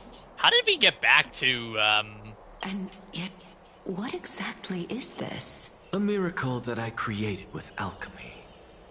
As for what it is and how I was able to accomplish it, I'll keep the answers to myself for now. Oh, my goodness. Is this cliffhanger really necessary? Yes. Quiet, Titan. Continue to enjoy this splendid play, and the truth will naturally reveal itself. Dragon, huh? I've heard this legend before. In that case, What do you think of it? I think that this so-called alchemy was a tenuous analogy added to the story by future generations. After all, you've never heard of a tradition of alchemy in your hometown before, have you? Indeed. Before I left home to pursue my education, I never even knew that anybody was looking into this area of study. Yeah, you can see the face, the resemblance is right there. Yeah. As a fable told to young children. A fable, you say? Part of her eye is covered. What moral is it trying to She has a different impart outfit to and the she's on a kids? wheelchair. I guess it might be the concept of equivalent exchange. Well, now we know how Anaxa got that. Oh? I thought the moral might be closer to something like honor the dead. Huh. What? At a loss for words? No, I merely realized that we're both thinking of the same principle. If life is priceless, then there is hardly anything else in this world that is of equal weight to it, right? Indeed. As expected of the wisest scholar in the land. You flatter me. Why don't I ask you a question as well, as a form of equivalent exchange? Of course. What is your question? If I imparted my knowledge of the art of alchemy to you, would you use it to resurrect someone you loved? Oh, God. What? What kind of strange question is this? I got it. You're just trying to get me to tell you whether I like anyone, right? I might keep that in mind because I feel like... Yeah. Let's just leave it at that. That was rude of me. Yes, I would. Oh? Death is inevitable. In the days to come, I'm certain that someone whom I cherish deeply will leave me for good, if such a mighty power really existed. Oh, no. I think I would use it without hesitation. After all, you, me, and the rest will all have to face that fateful moment eventually. And then? My time is finally here. However, perhaps because of my firm belief in the immeasurable value of life, Oh, no. I am unable to complete the trial. You shall wither, and through that, the dead will sprout again from the remains, and be reborn with the dead flame. It is a pity that fate is such a cruel mistress. Is there no other way of interpreting those words? I'm afraid that the meaning is clear. Between my sister and me, So Castorice one lived. must pay the price. Our trial can only be completed when the one chosen One has to go. sacrifices her life. I'm afraid that the prophecy might even have selected a pair of twins for this exact purpose. Fortune makes fools of us all. Painful. My sister is prepared to sacrifice herself. And yet, I can't do the same. How absurd. My time is almost up, but I'm still afraid to welcome I wonder what Cassius is death. thinking about this, huh? What should we do? If I'm ultimately not able to make up my mind... Since Chaos is willing to guide all of us and leave this trial to the end, there is still plenty of time for you to ponder. That's right. Don't allow the fog of an uncertain future to cloud your mind. Trial, prophecy, the topics that they're discussing seem familiar. But these three people must not have left their names in the epics. Otherwise, I would have some recollection of this. Amphoreus' history before the Titans were born was complete chaos. Huh. Is that not strange by itself? I have long held 3 hypotheses about this. However, let's continue watching for now. Calypso, Polixia, and this warrior. I seem to have met him somewhere before. Did you seriously forget the 3.0 story where we talked to Naias? Regarding this matter... Seriously? Naias, are you confident that you'll complete your trial? Of course. Though, I am worried about what will happen once I've emerged victorious. Hey, Firefly. Looks like you have made up your mind. Yes, this is And the we're back. safest course of action. Completely separating courage, honor, tenacity, sacrifice, and reason. You really know how to make things difficult.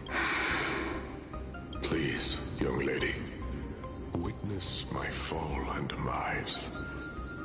Lady Calypso, you shall host the soul-rending ceremony. I do not understand. Why would you dare to sacrifice yourself for a future that you won't get to witness? Because this is our destiny. The power that resides within me is so intense that I will one day be engulfed by it. Furthermore, a valorous death before glorious return has always been the path I chose to walk. A journey I began long ago. If your sister or Chaos were in my position, I believe they would make the same choice as well.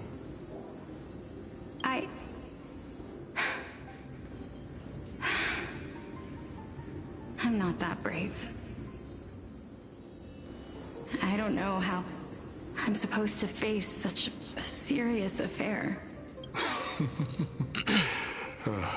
Despite being Death's chosen one, it seems you still don't know how to face it. Let's chat, young lady. Perhaps I shouldn't end my journey so hastily. Since there's still time, I'm not worried about letting fate wait a little longer. Of course. This warrior is Lord Naias.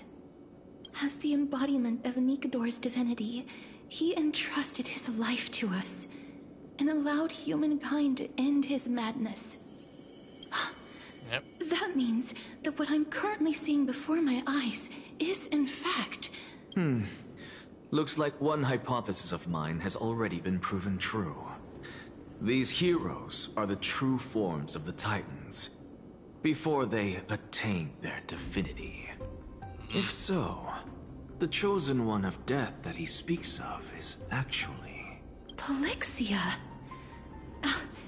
Is the previous form of Thanatos? But her appearance... If this is true, as long as we can find out where she went, Well we'll then. naturally be able to figure out the location of the Death Titan. But before that, we first need to witness what ultimately happened to Lord Naias. Fair enough. Check the memory shown by Anaxa. So yeah, we temporarily have Castorice. So let me just add it to the team real quick. Do not worry. My curse is a blessing on the battlefield. Where's Chibi? Don't worry, little Cass. Chibi is pretty amazing.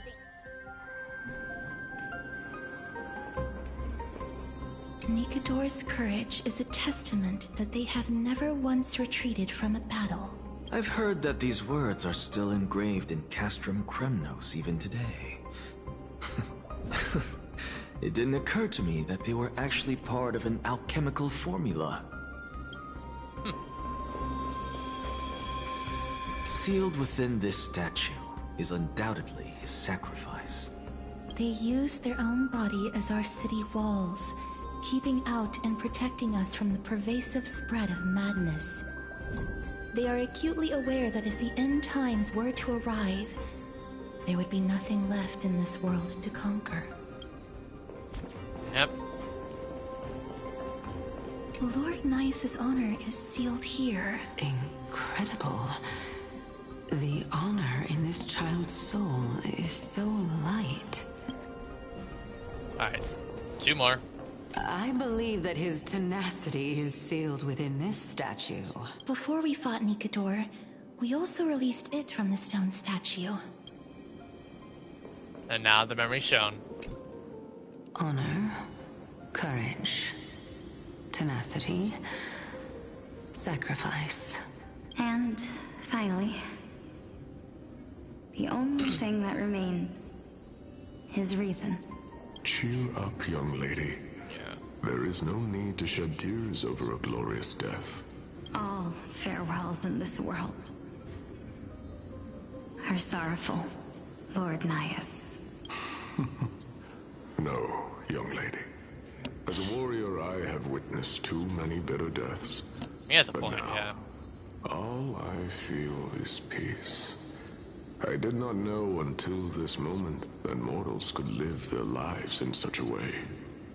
Although only a sliver of your soul remains, you remain so optimistic. Or maybe the truth is that you aren't able to feel sorrow anymore. To be honest, I don't know either. But I am certain of one thing. This is not an acceptance of death nor apathy toward it. It's not even a feeling of despair. I am just enjoying what remains of my life to the fullest. Enjoying? Indeed. Dude's a warrior to the end. That we've taken together, not only have I changed the world, I myself have also changed in the process. And now I have reached the journey's end. When I look back and see the grand epic that I've personally written, how could I not revel in that fact? But when you depart the mortal realm, YOLO. won't all of your accomplishments be reduced to nothing? Separation and death are two sides of the same coin. Reconciling this doesn't come easily for a mortal. Damn. Finally, let me recount to you a story of mine, young lady.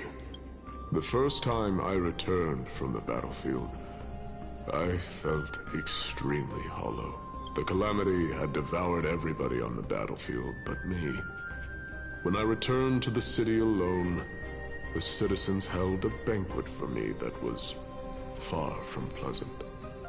Really? I felt as though I was still on the battlefield, and the person who had returned was nothing but an empty shell.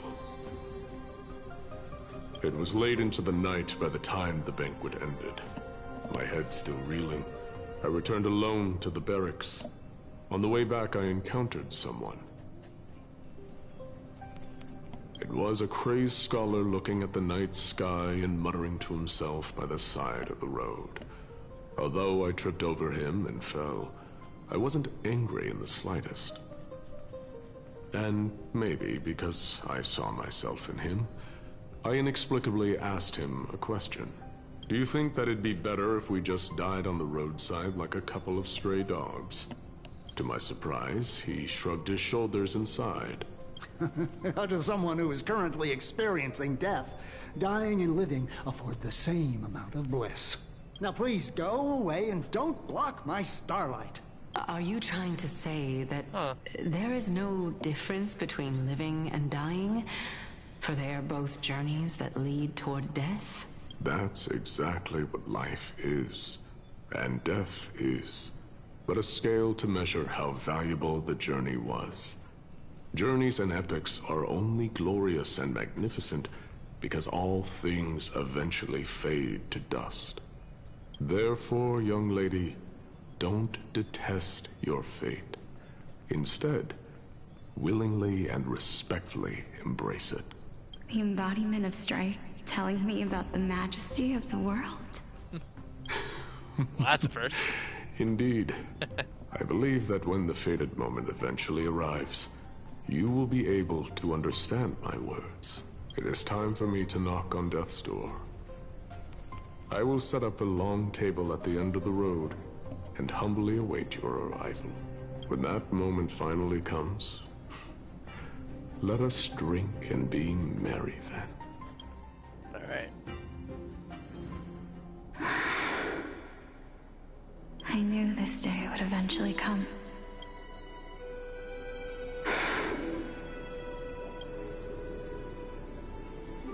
Are the both of you ready? Mm-hmm. Polixia. Past Castorice. What? This... Oh, man.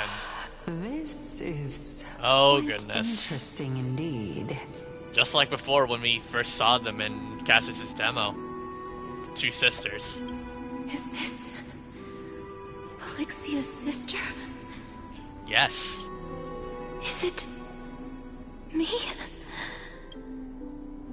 Now, it's time for us to fulfill our promises. I didn't expect past Castorice to be a lot more, front going. Are you afraid? But now we have the current one that's still living with us that's kind of a lot more concerned about a lot of things. What are you afraid of? That I won't be able to do it.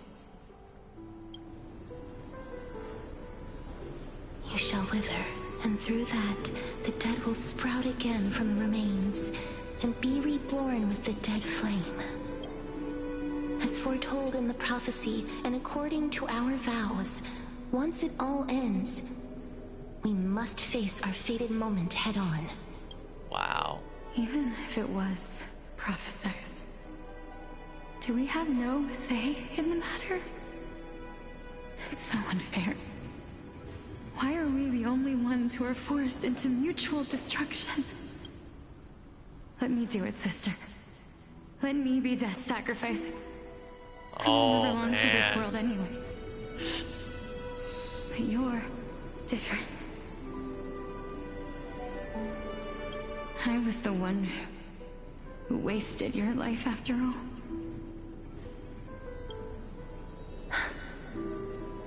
You're wrong, Polixia. Does she really see herself as a burden to Castorice? I don't think that my life was wasted. Just the opposite. When I finally arrived at this destination and looked back at the journey I took, I discovered that flowers had long since bloomed along the path I walked. It was you who sowed the seeds for this sea of flowers. One that is more beautiful than the promised land at the end of the world. Besides, I have lived a fulfilling life. Even though I was fated for sacrifice, none of the things that I've experienced will dissipate. Instead, they'll forever live on as memories inside your head. Will they not? How could my memories of you ever compare to the actual you? Well then, tell me, what exactly are we? Oh man.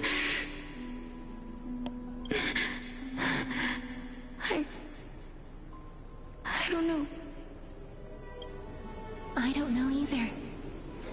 But regardless of what the answer is, regardless of how we're shaped by others, or even by this world, ever since we were born, the fact that we existed was predestined, and nothing could erase it.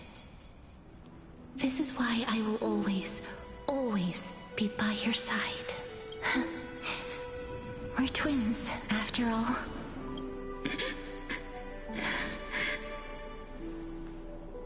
All right, my dear Polixia. It's time to extract my heart and light the flame of death.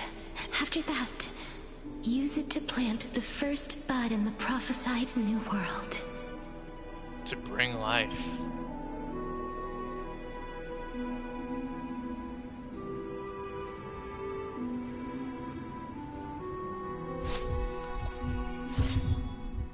Oh, and they actually did it. You can hear the heart imparted beating. my knowledge of the art of Oh, alchemy man. to you, would you use it to resurrect someone you loved? Death is inevitable. In the days to come, I am certain that someone whom I cherish deeply will leave me for good. If such a mighty power really existed, I think I would use it without hesitation. Even now, my answer remains the same. This is why, sister, I promise you, in the prophesied new world, I shall plant the first bud on your behalf. Go now. Return to the ocean god's treasured pearl. I knew it. So this really was their home I shall until open wide the all of entrance this to the nether realm and is grant wrecked. you a second life. The living beings on this earth shall respond to my call and lead you to the sacred daylight. Remember, do not look back on the land of the dead, and do not stop moving. In the new world promised by the prophecy, march toward your new life. As for the price of our equivalent exchange, let me be the one to pay it. Wow. Everybody, we've come to the end. Unfortunately, I am not compatible with the Supreme Being, so I was unable to completely fuse their soul into my own body. However, being able to glean all this from them is exciting enough. So now we know, Eddie, Madison, and to the people that are still watching. I'm certain of this now. Before the Titans that we are well acquainted with were born, a group of heroes roamed the land. These heroes followed a prophecy and took possession of divine authorities one by one, until they eventually became the pantheon of the new world. Just like the flame chase journey of today, Amphoreus' history is cyclical in nature. Huh. What a startling revelation. This means that the demigods, who bear the core flames, will also become the new titans at the world's end, thereby shaping a new world? I believe that this is the truth behind the Era Nova, as mentioned in the prophecy. Yep. This is utterly unbelievable. To that anyone? It definitely kind of follows that same pathway, yeah. Besides, those twins in the past, even if they really are Thanatos, their whereabouts are still unknown even today. Are their whereabouts truly unknown? Didn't Polixia mention that seaside town? The birthplace of alchemy in the tale of the dragon. In our world, there exists a city which perfectly matches that description. Stixia. Yep. But the people there worship Fagusa and bear no relation to Thanatos. I have also never been to that place, as in the time of Idonia, it had long turned into underwater ruins. Take this. This is... the new Sporist masterpiece, the Philosopher's Stone. It was made by transmuting all of the sages' wisdom into a single entity, with their flesh and blood Give me a second. as its foundation. Remember, I've mentioned before that the art of alchemy is all about conversion, tempering, and ascension. This process also applies to the pursuit of truth. Regardless of how unbelievable this sounds, the truths of the world have been refined from the impurities. Think about the story of the dragon. This stone will lead you to your real hometown, allowing you to reform the door to the Netherrealm and discover Thanatos' fate. You still look as confident in your victory as ever. But what if your conjecture is wrong? Simple. I shall merely admit to the entire world that my experiment was a failure. However, My line of thinking will not fail, because I have already planted the seeds of doubt into the hearts of the masses. So still confident, I see. Actions speak louder than words, Castorice. With the assembly about to begin, don't forget the promise you've made. I've already searched for so long. I'm willing to try one more time. While we converse, his life is also slowly slipping away. But before I leave, I have another question.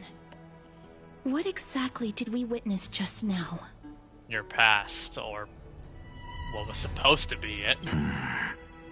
That was the world imprinted in Kefali's soul. If we are to prove its existence, you must take the final step. Go. Do not disappoint me. I understand. Hey, child of humanity. Don't get antsy. I still remember the question you posed to me. As a scholar, I do not wish to offer up ambiguous conclusions. Let's discuss this topic again when she manages to find the evidence. I merely wanted to ask, was that stone transmuted from your heart? If so, rebirth is no longer an option for you.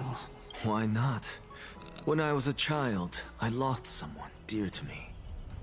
When I was a teenager, I lost my faith. A while back, although you saved my life, I also lost my soul in the process. Now I'm merely forsaking my body. What's the big deal?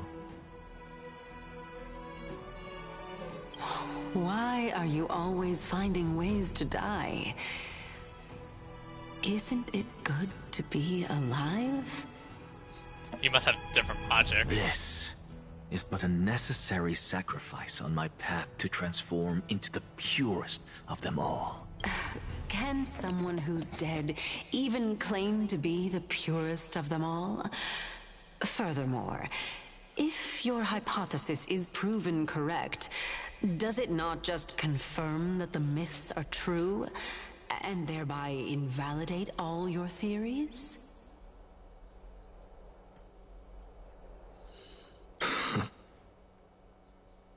No, it's just the opposite.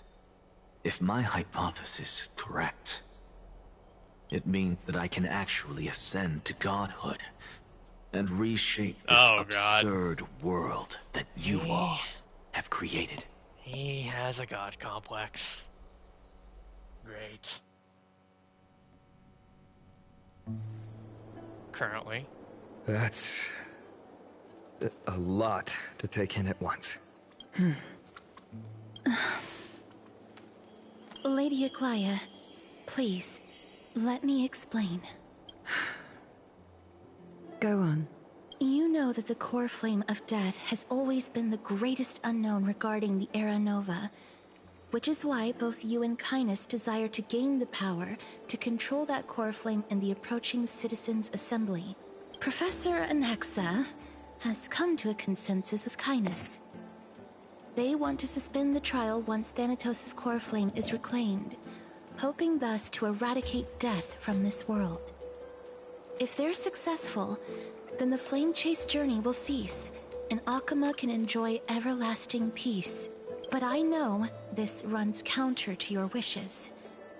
So long as we do not usher in Era Nova, the Black Tide will never be eradicated.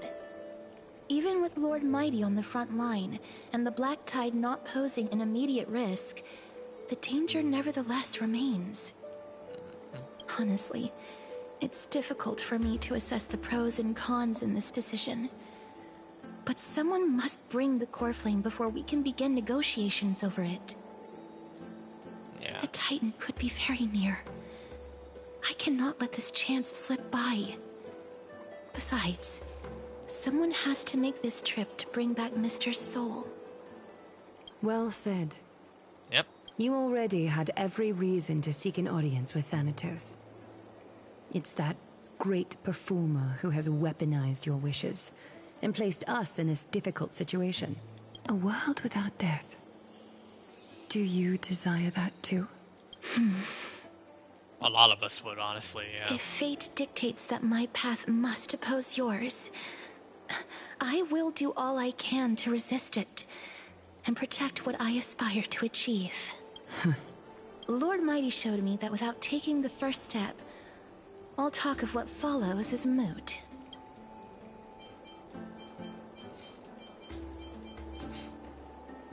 Changed. I have always hoped to hear you speak your mind, Cass. And I am glad to have heard your true thoughts. Stixia. I visited that place in the past. Though it is now an island surrounded by the river of Souls torrents, it's not hard to see its former splendor. Go. I will not stand in your way. As for you, you are someone who has cheated we get to death. visit. I believe you have more than enough reason to make the trip with Castorice and meet the god of death himself. Castorice, I too look forward to your journey. I wonder what kinds of new interpretations your completed story will bring to the Flame Chase journey. Thank you, Lady Aglaea. I hate to put a damper on this heartwarming moment, but... Yes? If Stixia is now an island surrounded by the river of Souls torrents, then how do we find a way in? Lady Trebe is probably... The answer is quite simple. In the Mids, Zagreus once made the domain of the dead their treasure vault. That is to say, they could enter and leave the nether realm as they pleased. Like how who want immortality. Oh boy. And if they could do that, then it follows that the demigod who inherited their divinity must be capable of the same. I'll see you at Memorial Palace at Action Hour tomorrow. Yep, Cypher. Cypher shall be your guide to finding that ancient city. Once we stay fire question, then everyone disperses, each lost in their own thoughts. We're 3.5 hours in. Dunhung isn't back yet. A new chapter. I'll do that later. Hey, friend! Is the debate finally over? Did you win? We're tied. Oh, that means victory is around the corner. Well, moving on. I was hard at work even while you were at the debate. I borrowed a mountain of books from Cass to see if I could find a way to solve your problem. Let's see. I still have only 32 books to go. It's okay, ma'am. We found a way. Really? Oh, that's fantastic news. I knew it. Hard work always pays off. Especially if you're as diligent as ma'am. I feel like a huge burden has finally been lifted off my shoulders. Why are my eyelids so heavy all of a sudden? Time to go to sleep? Oh, you're right. Then I'll go back to... Oh, slipped back to their secret little hideaway. Good night, ma'am. Good night, Akema. It is nighttime now, right? Later, somewhere in Akema.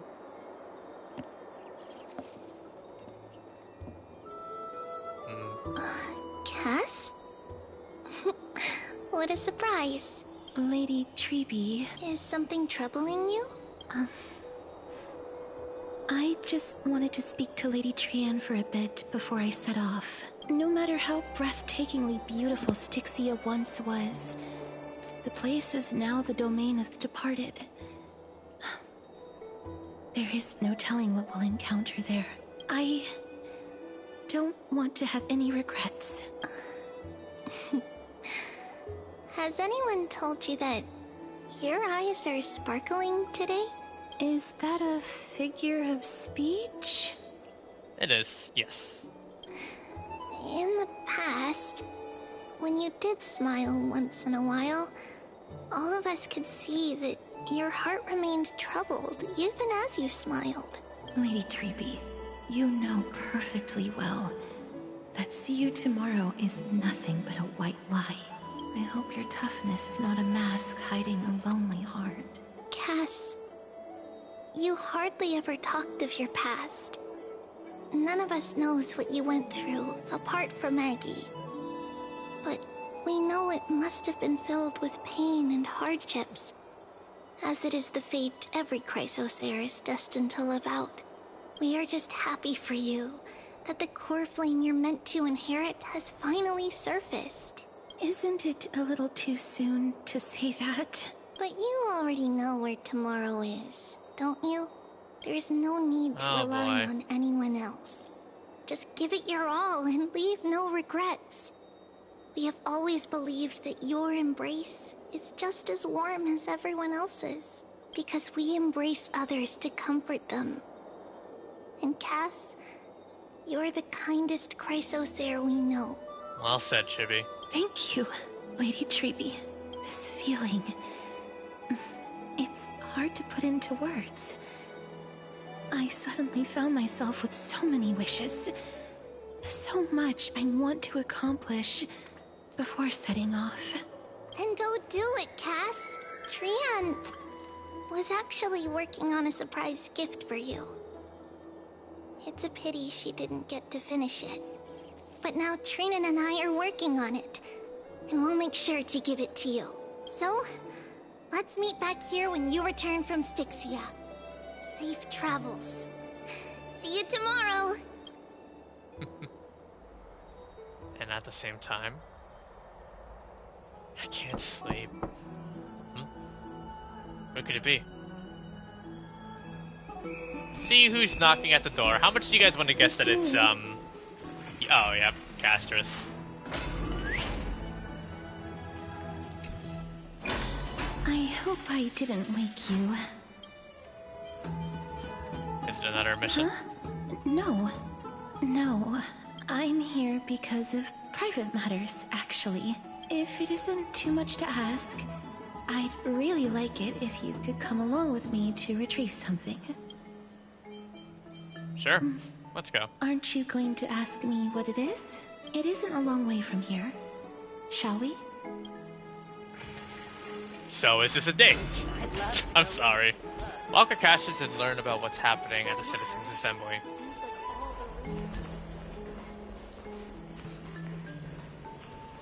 She's just ghosting through some of them. Would have been instant death to some of these other NPCs, you know? The streets are packed.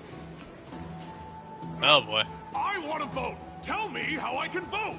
Take your ceramic shard engraved with the Kethali rune, select the Council of Elders in your heart, and pray silently until the shard registers your choice. Then toss it into the Dolium. Castorice finding romance. The Council of Elders? More like the Council of Buffoons! The Black Tide took my hometown long ago!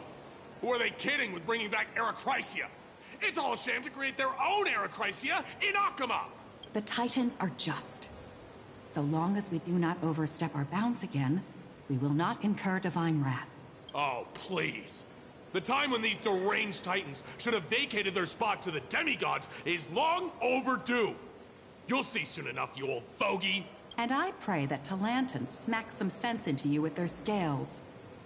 We shall see how this turns out. That was... quite a spectacle. Just another peaceful day. I suppose peaceful is technically correct if no actual violence happened. To this day, I still find it almost unreal that Akama is the only place illuminated by light amidst the crumbling ruins of Amphoreus. And its people are even holding votes to reconcile differing opinions. This peaceful sight is making me forget that this is the end times.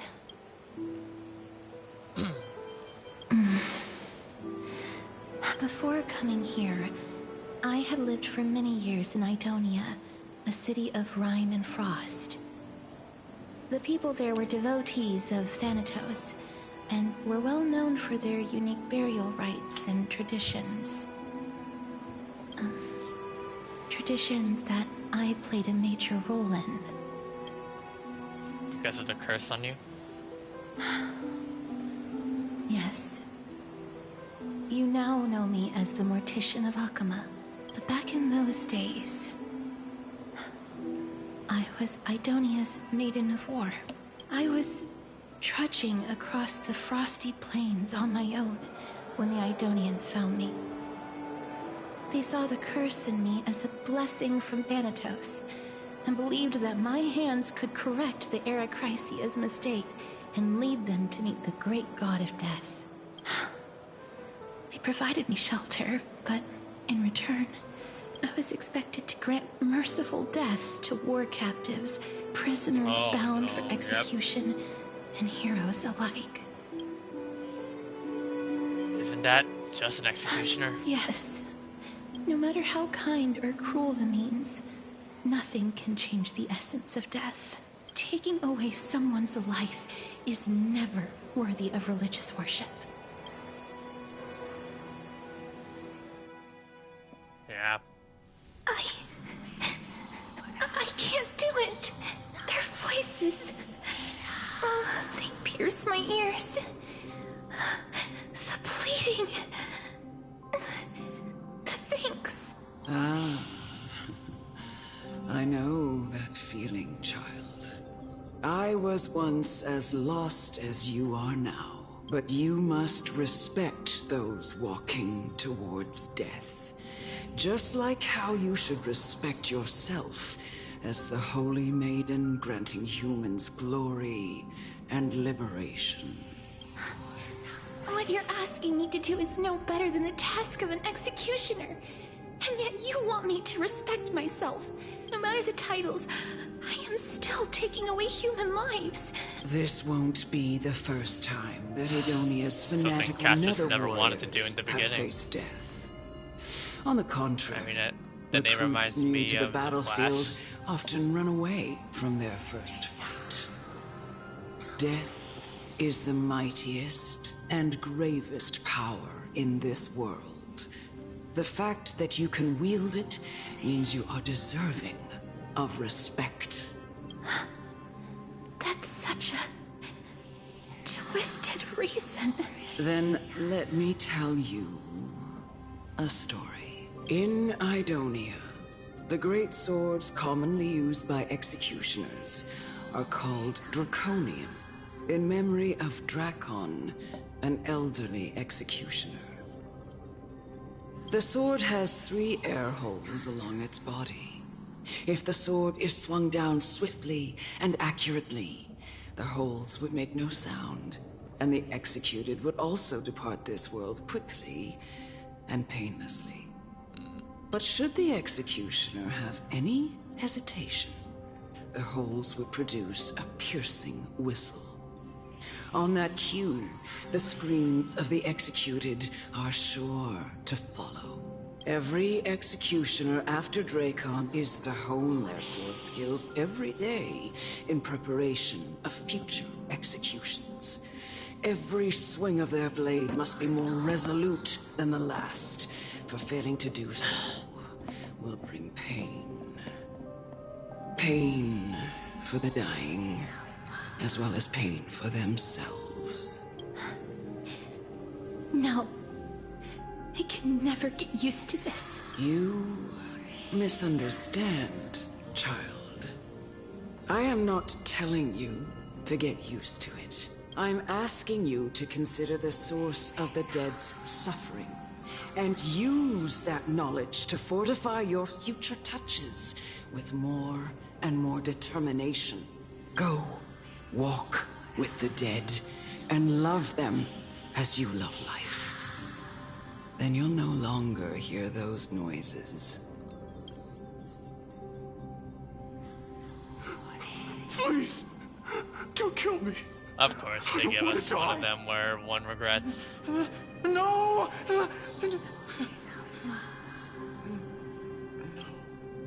You gently touch the prisoner's forehead with your finger. His face is pale, his eyes flicker with fear, and his body trembles uncontrollably. Merciful touch of death, simply a lie. The dark purple motes spread like petals across the death row inmate's face that seemed to be submerged by spring water flooding his body. Everything falls into a dead silence, turning into pitch black dew that scatters with the wind. You hear your own heartbeat drown out the sound of heavy breathing. May you gain some insights through his sacrifice. Is this all? No. Come with me. This is just the beginning of your life as the Maiden of War. Oh, You God. executioner! So Cassis is permanently added. I'll get Chibi. Don't worry, little And I'll Cass. get... Chibi is pretty amazing. Yeah. We gotta execute.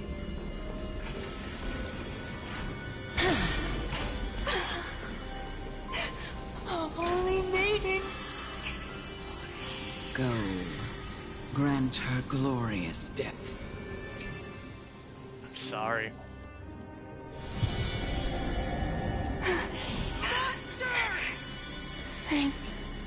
Do it then, executioner.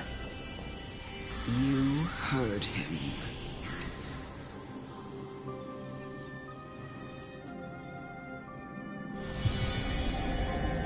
I curse you to live in eternal pain. Wow. Please. Grant me release. What am I doing right now, chat? What am I doing? When will this ever end? Oh, I just noticed the way we walk. Oh, man. Learn about the duties of an executioner. Come. Fulfill your duty. What are you trying to do with me? I have aged. The time has come for me to heed the summons of Thanatos and journey to their domain. The final resting place of every Idonian. Oh, no. You're not that old yet. You still have many, many years ahead of you. No. I'm already dead. Jeez. I have come to fear my declining health and impending death. Castorice. Let me Will do her you trauma. give me one last The moment where she chance starts to to regret charge sending them towards all. fear and prove that I am no coward? I can't take this anymore. It was I who brought you here, from the frosty plains, and set your farcical fate in motion. Heavy hearts, man. It was also I, Chief Executioner of Idonia, who forced the heavy duty of executing others onto you. I've always known that you have doubts and even anger about my faith and about me. I never had a choice. Indeed. We essentially abducted you. What? Yet you can end any sinful life with just a touch of your fingers. The way they described it sounds Shouldn't really messed it up. be easy Like for you to escape from treated as a here? tool. I'll never do that. It doesn't matter how lightly the Idonians take death, or how readily they accept it. I simply can't do it. I knew I was right about you. What do you mean?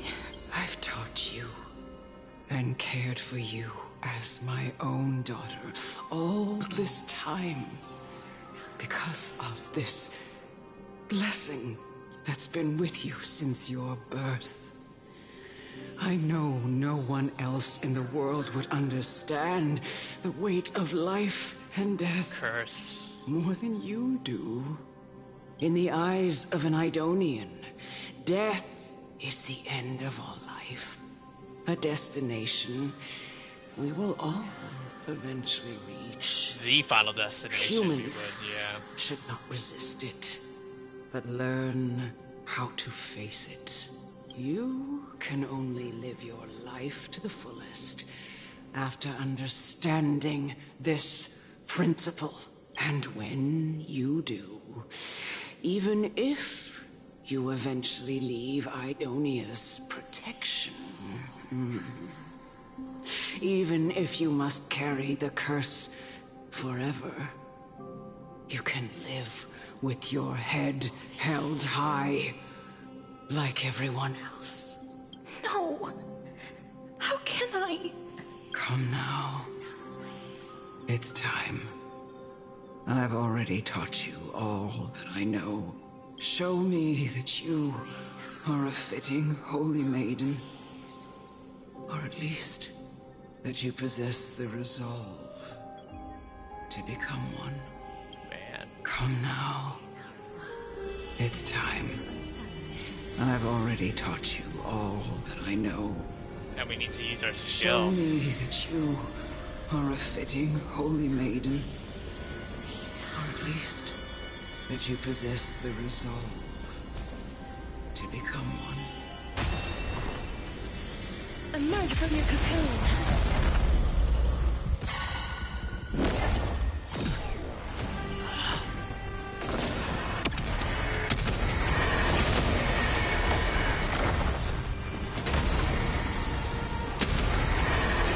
May death protect us!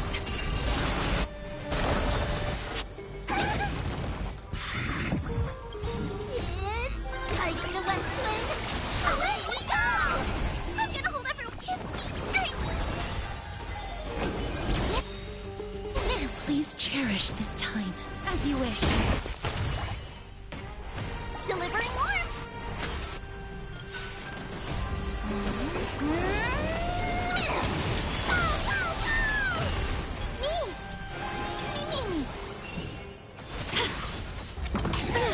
Ow.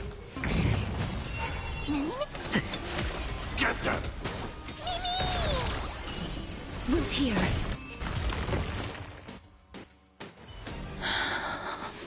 Oh, the start. Wow. This was the last time I followed her command. I gently touched the elderly woman before me. The executioner, who had seen too much death, died the same way as everyone else. A gasp for air, a wistful look in her eyes, and a barely perceptible tremor in her fingertips. Elder Amunet, the person who tried to teach me about death, ultimately vanished like dew in the morning mist. She spent her life embodying the beliefs of the Idonians, and when death finally came, she embraced it exactly as their doctrine had taught. I have nothing but respect for her. I erected a cenotaph in her honor in the marshes outside Idonia's city walls with the others I had laid to rest. Then, I set out once more in search of Thanatos. It was a long, long journey. I heard so many discussions about death along the way. Life finds meaning in death. The world improves because there is an end. It seems the most terrible darkness in this world. Everyone talks about its heavy weight. Some resist it, some worship it, and some even revere it. Yeah. How did a disappeared titan become the deepest fear of humankind? And why do they haunt my dreams? Guess we'll never know. I continued my travels to seek an answer. Initially, I was running away. Then, I started searching for it. And now, at the end, I just want to know if my touch, if my embrace, can do more than taking things away. Previously, the answer would have been no. Until we, the Trailblazer, arrived. Now the answer is yes. Can I make anything? Can I leave anything behind? I don't want to die. Please, I fucking use this. Oh, the animation, the animated short. I don't want mercy like this. Just let I don't... Oh my god. Yes, this is the animated short, everyone. I hate these icy hands. Oh no, time to cry, chat.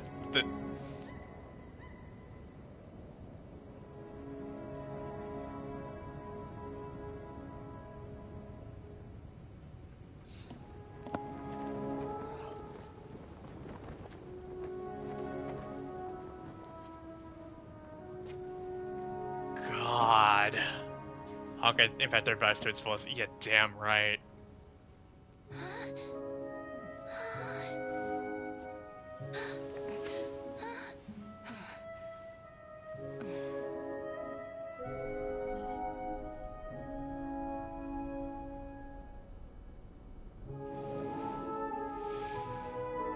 Get it over with.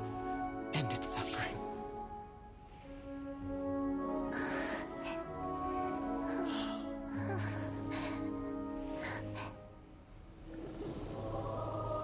Oh, wow. And just like that. The Reaper has blessed. I played it before, Eddie, and although I wasn't crying, I could feel the tears internally.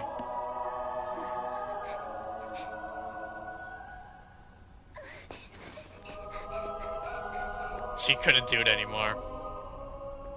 It was taking a toll on her body and her soul.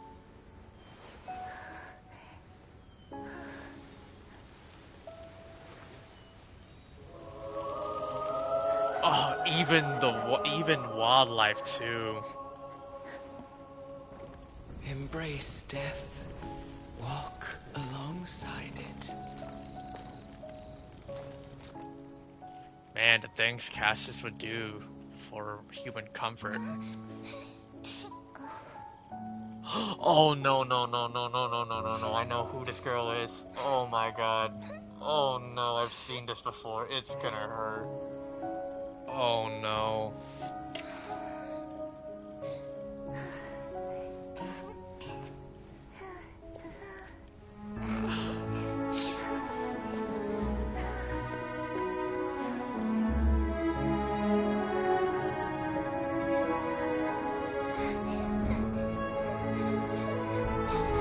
Oh man. It's getting cold. As is her touch.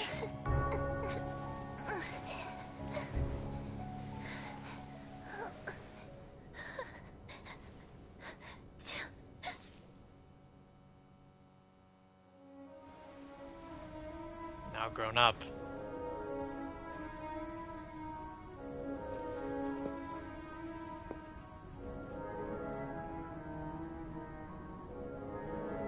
That's a good comparison. Oh man, and then the war began. So many people had fallen. Bro, Xiaoji is taking no prisoners here. A lot of people made the comments about what the hell is Xiaoji on when causing depression to all of us. This is what he strives, man.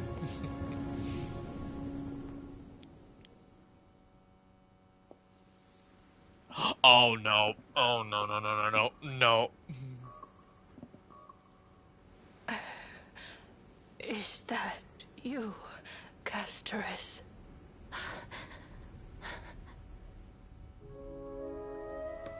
All of them have gone, heeding death's summon, crossing into their domain. I must go too. This was the exact same girl that first saw him, that saw her as a kid. I have some regrets. Watching people leave this world again and again, it must be lonely for you. You must want to desperately embrace them before they go. I can't. Bro, Melody Muse did so phenomenal voicing Castorice, man.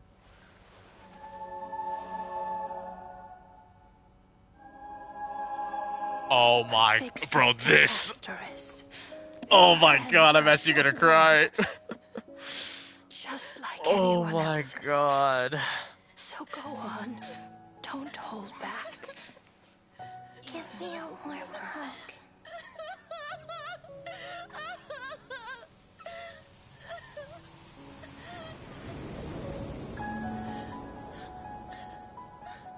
Dude. Seeing this again the second time didn't make it any better for me. Oh my god, that hurts.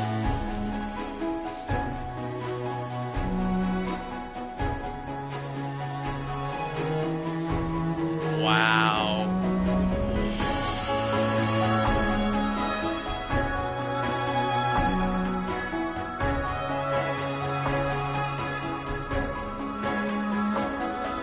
Seriously, global passive drama be damned for Castorice.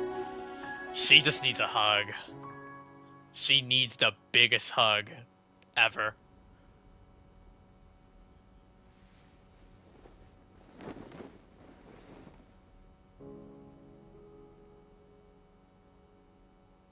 Can hands like these really be warm? A question that has been lost in time for so long. Left unanswered.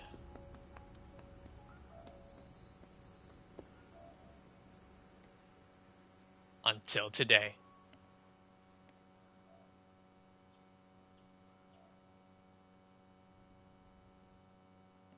On the day that Oronyx's trial ended, you must have had many questions. I felt just as confused. Why, as someone from beyond the sky, were you so cruelly dragged into Amphoreus' fate? I wished I could take action, but no matter how hard I try, I cannot simply interact with the living as ordinary people do. Even when we brushed against each other unintentionally in the grove. And it was obvious that nothing had happened. When an almost unattainable hope finally welled up in my heart. When I thought that perhaps my touch would no longer bring sorrow, fate declared to me. It wasn't that the curse of death had finally been lifted, but that your soul no longer belonged to this world. And there was nothing left for my hands to take. Nothing. And did I really think this time would be any different? It's not that I don't understand this reality. Just that I'm unwilling to accept it. Having walked such a long road, I am still unable to find the answer to life and death. I am resigned to eternal despair. Anything I wish to hold on to, death will inevitably wrest from my grasp. From that moment on, I lacked the courage to confirm it again. Until Oronyx laid bare the cruel truth before us.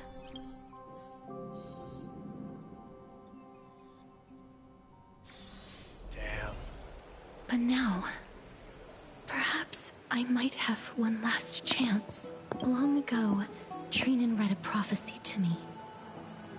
At the end of the Sea of Flowers, the souls of the living shall warm thy fingertips, and after an embrace, there shall be eternal separation. I found no surprise in it, for her words sounded not like a foretelling, but a perfect reflection of my past. Embraces in this world are born of reunions, yet my touch speaks only of farewells. In that moment, I had no doubt that this destiny would weave itself through the entirety of my life. And yet, things have taken a turn for the better.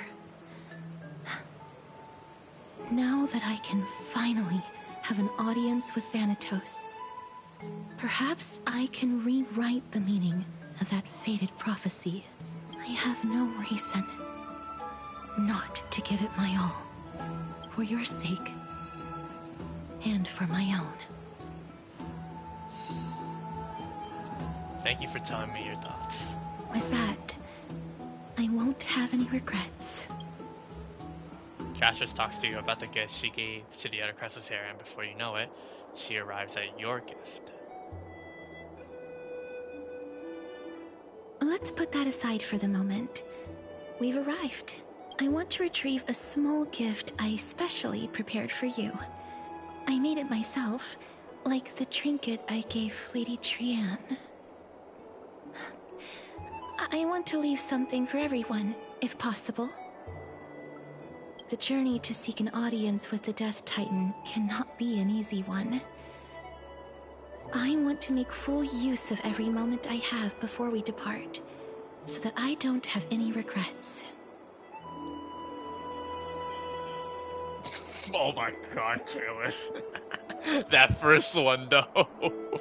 You're asking her for marriage, but dude. Damn. No, it isn't. You'll know when you see it.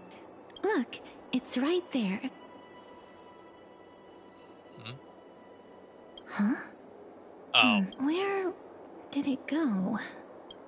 What's going on? This is a... Cipher. The coin of Zagreus and a slate. So it's her. Who? It's Lady Cipher, the demigod of Zagreus whom Lady Aglaea had spoken Oh, of. she stole it. She's a master thief who's left legendary tales all over Amphoreus. So many years have passed, yet she's still announcing herself in such a crass manner. Let's just do as the slate says and look for Lady Cipher. Okay. Princess Home Buddy. Naturally, I left before the pyramid, a single coin.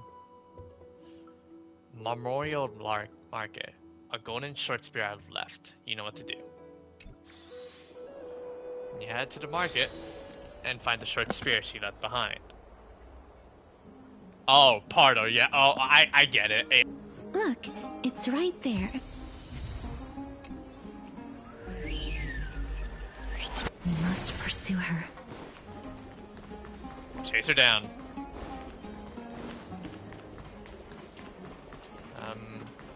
Huh? What the? This is a trick she left for us. The hint. To engraved with the truth.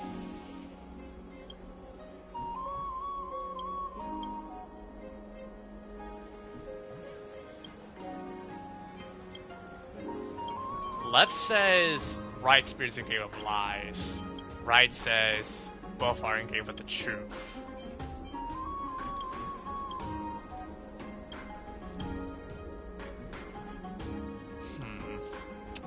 So if right says both of the spears say the truth, but the left says the right one is the one that lies, then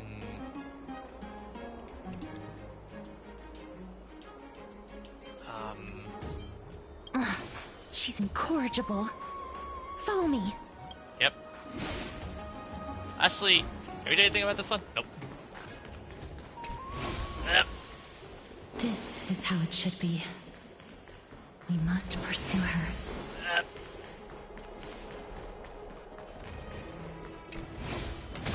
Then we got a speed booster here. Got it.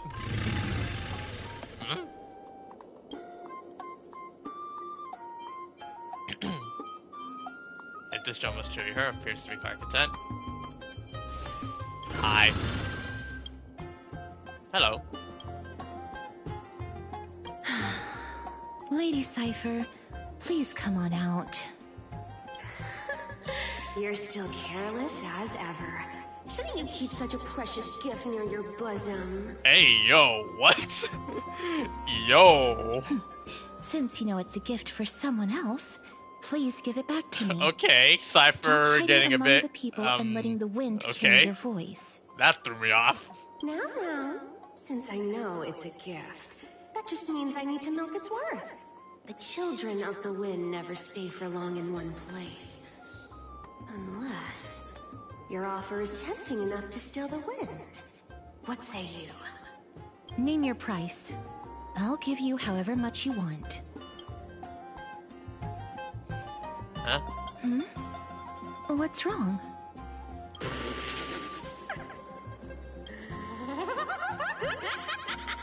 No wonder they call you Princess Homebody. Why don't you two come over to my place? It'll make a better venue for proper business discussions. You can find where I live through the winds I've sown. Right. Piece of cake. I can do that even if I can only sense your soul. Alright, I'll see you there.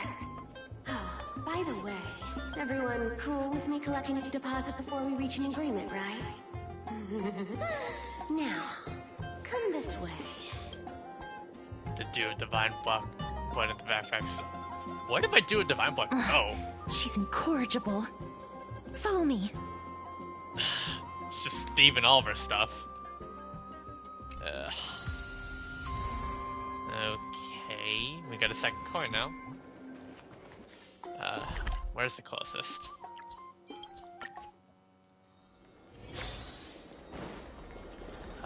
We gotta take a rooftop. I believe... Oh, there's a chest here. Looks good. Didn't know so was there. Does it really work? So we gotta go up. Do. Here we are. Over here! Over here! No, not that way! This way! Come on. If I really wanted to hide, you'd never find me. So relax, you two. No need to get your hackles up. I'm not that scary, am I? Meow.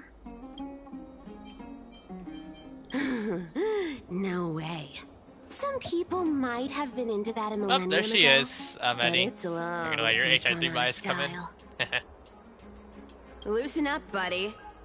Shall we get down to business? Give me the jewelry piece first.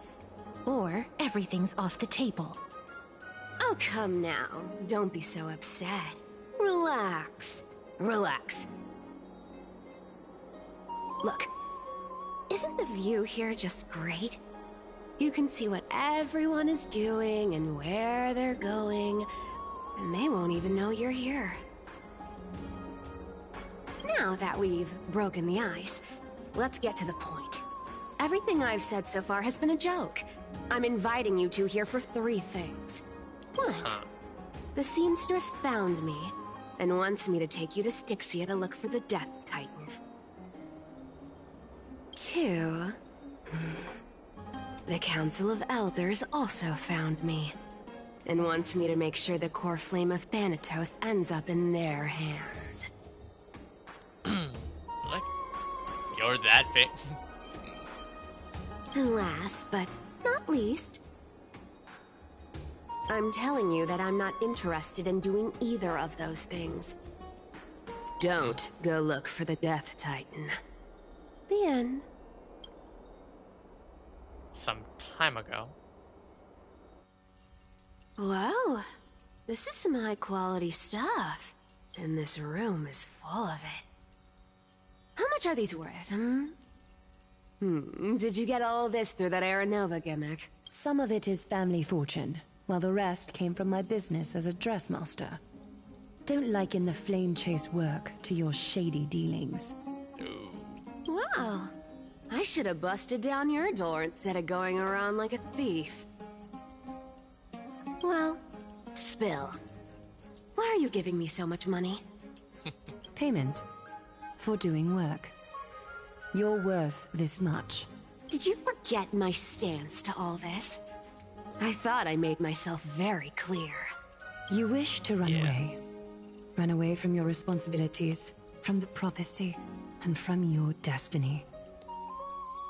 I understand this prophecy weighs on you immensely. That is why I have never reproached the demigod of trickery for running away. But I need you right now, so don't turn me down.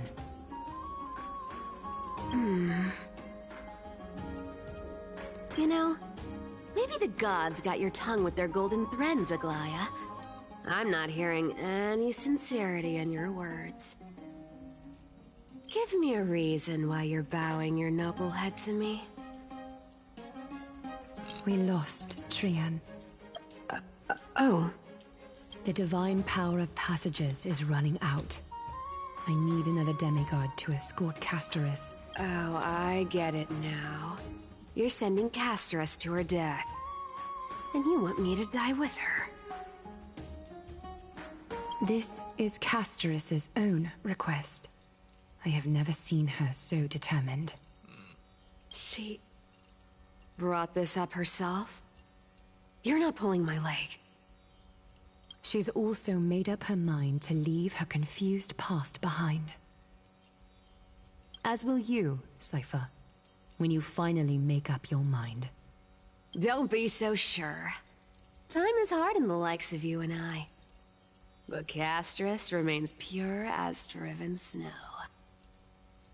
Funny how you point that out there. She can always turn back before the end, you know? Maybe she'll remember Trian's sacrifice. Maybe she'll remember the countless martyred Chrysos heirs.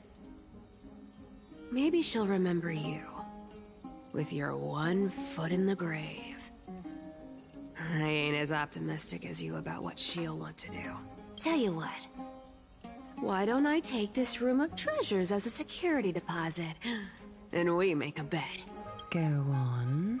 I bet she'll change her mind and turn back. Now, if I lose, I'll do what you want me to do. Return this deposit to you, plus giving you another room full of treasures. How does that sound?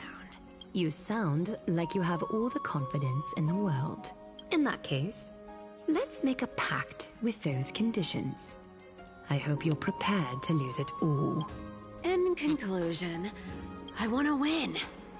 So I hope you two can give up on going to Stixia. I'll give all the treasures in that Cypher room has to you. no idea. And you can split it between yourselves, however you want. What do you think? Tempting, right?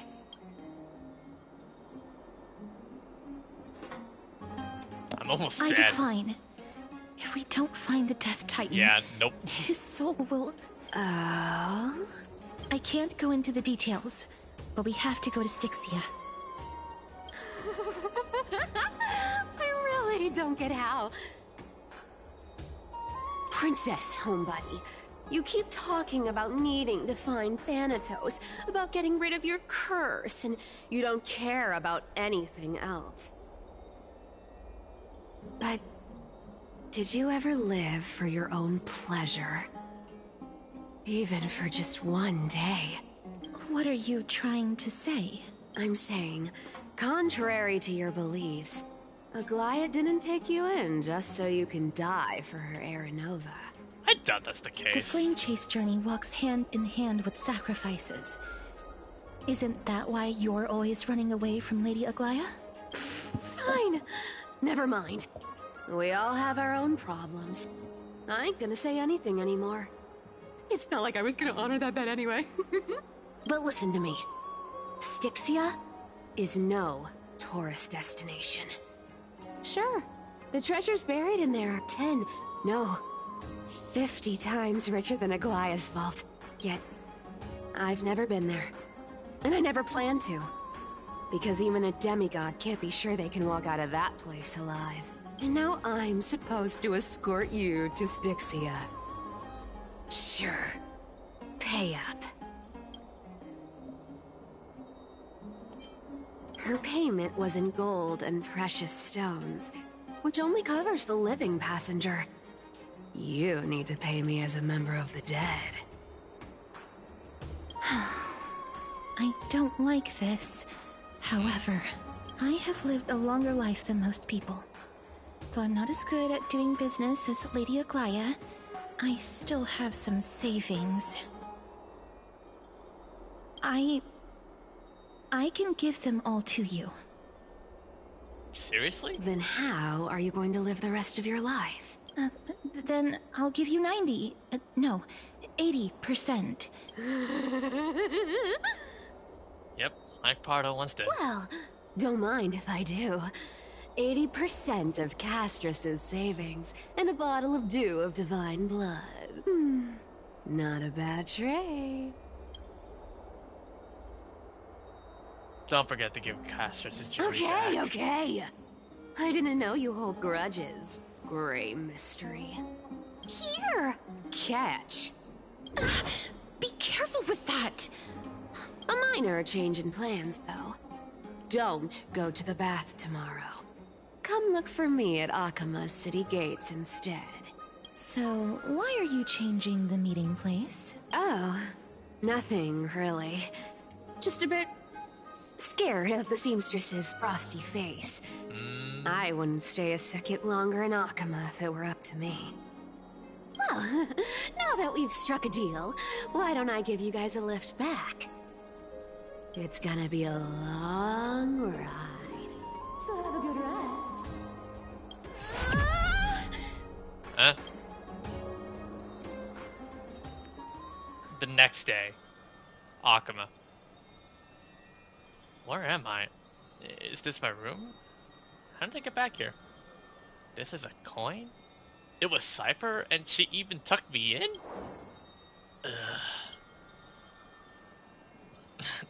Never mind. It's getting late. I better get going.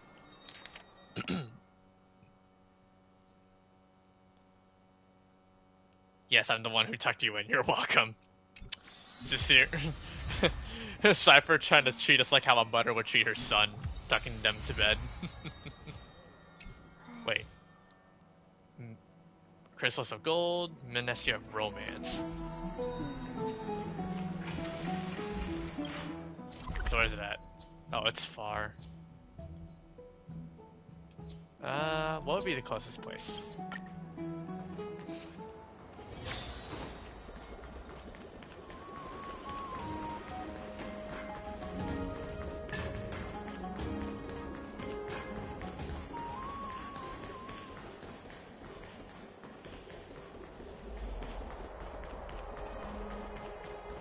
And here we are. Bright and sunny. Just the weather for farewells. You're here. Really? Just the three of us? Totally. The trio team is the best set up to reach the finals. No need, I already told her. She's fine with it. You sure know how to put me in a spot, Castorice. I need to travel with you, but I can't touch you. What a bother. Sorry. Aw, I was just teasing. Don't take it to heart. Did you know that the legends say you have to put an obol into the mouth of the dead or over their eyes if you want them to successfully cross the River of Souls and enter the Netherrealm? That's the fairy fare for entering the Netherrealm. However, I honestly won't ask you to pay this time. I'll pay. And then we'll just have to go through the motions.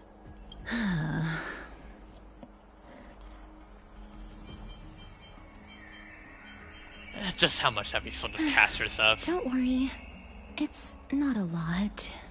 I could just imagine, like, the Trailblazer being such a massive wingman for her. Alright. Or wingwoman, depending on who you pick. It's time to get the gods' powers going. Time to bring her savings back. A trip to the Netherrealm. Here we come. Oh, one last thing before we go. I gotta give you this piece of advice.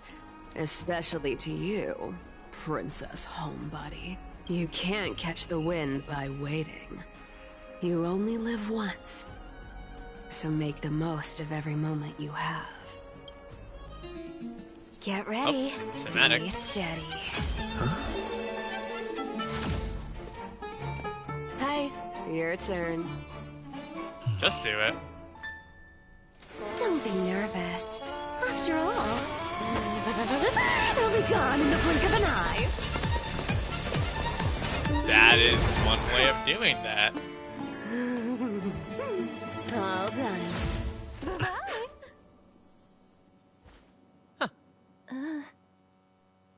Even I would be confused. So like, that's one of the most quickest, Are but you feeling all right? that's one of the quickest and oddliest of ways to. Where am I? Where am I? Are we still in Amphoreus? She's the demigod of trickery.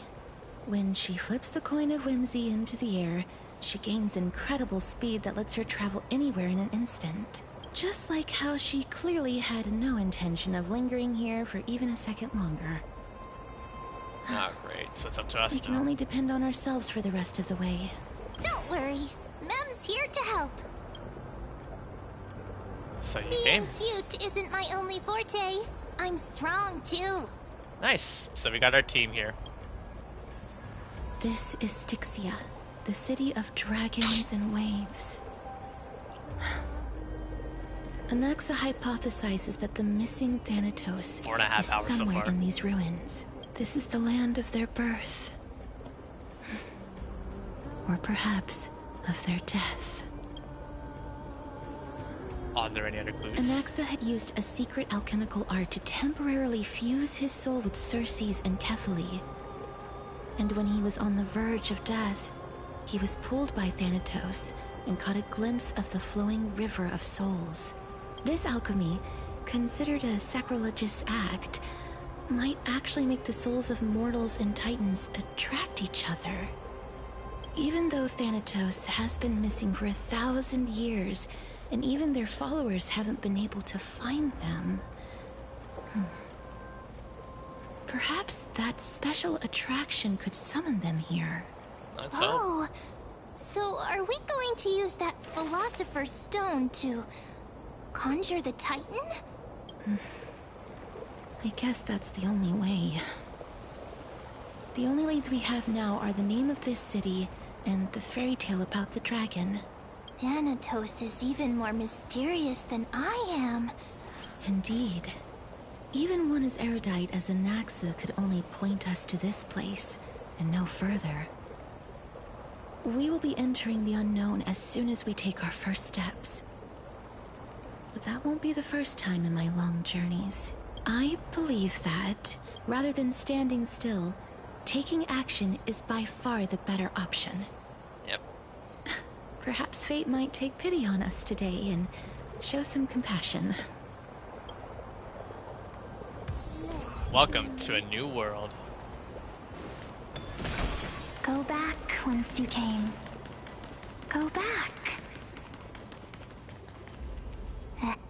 What a beautiful butterfly. Is it talking to us? This is a eulogistic butterfly. They are found in places where many have met their demise. Ooh. In Idonia, some think of them as manifestations of Thanatos' benevolence.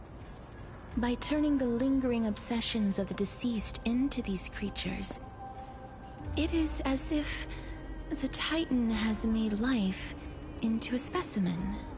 Others think of them as Thanatos' messengers that guide the departed to the Netherrealm. The second theory sounds more believable. After all, the things they're saying are rather, direct. Perhaps. But the fact that we're able to hear their whispers proves that we're fast approaching the realm of the dead. Well, here we go. A day of peaceful... These shadowy figures... Are they illusions reflected by the River of Souls? Let's listen to them. Mommy told us to go ahead first, but she's still not here yet. 1, 2, 3... I don't even know how many days have passed since then. Perhaps Mommy will be back. Once you finish counting the days on all 10 fingers. 1, 2, 3... It's been much longer than 10 days since we left Mommy. Strange. for reflections in the River of Souls, they seem oddly animated.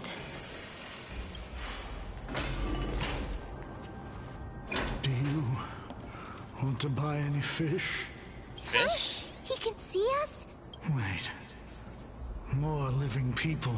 I'm not selling my fish to living people. You lot are too shameless. Huh? Buying fish without paying. If I ever see her again, I will. Could it be that you're all dead souls that never achieved rest? Yeah. The Nether Realm does not exist.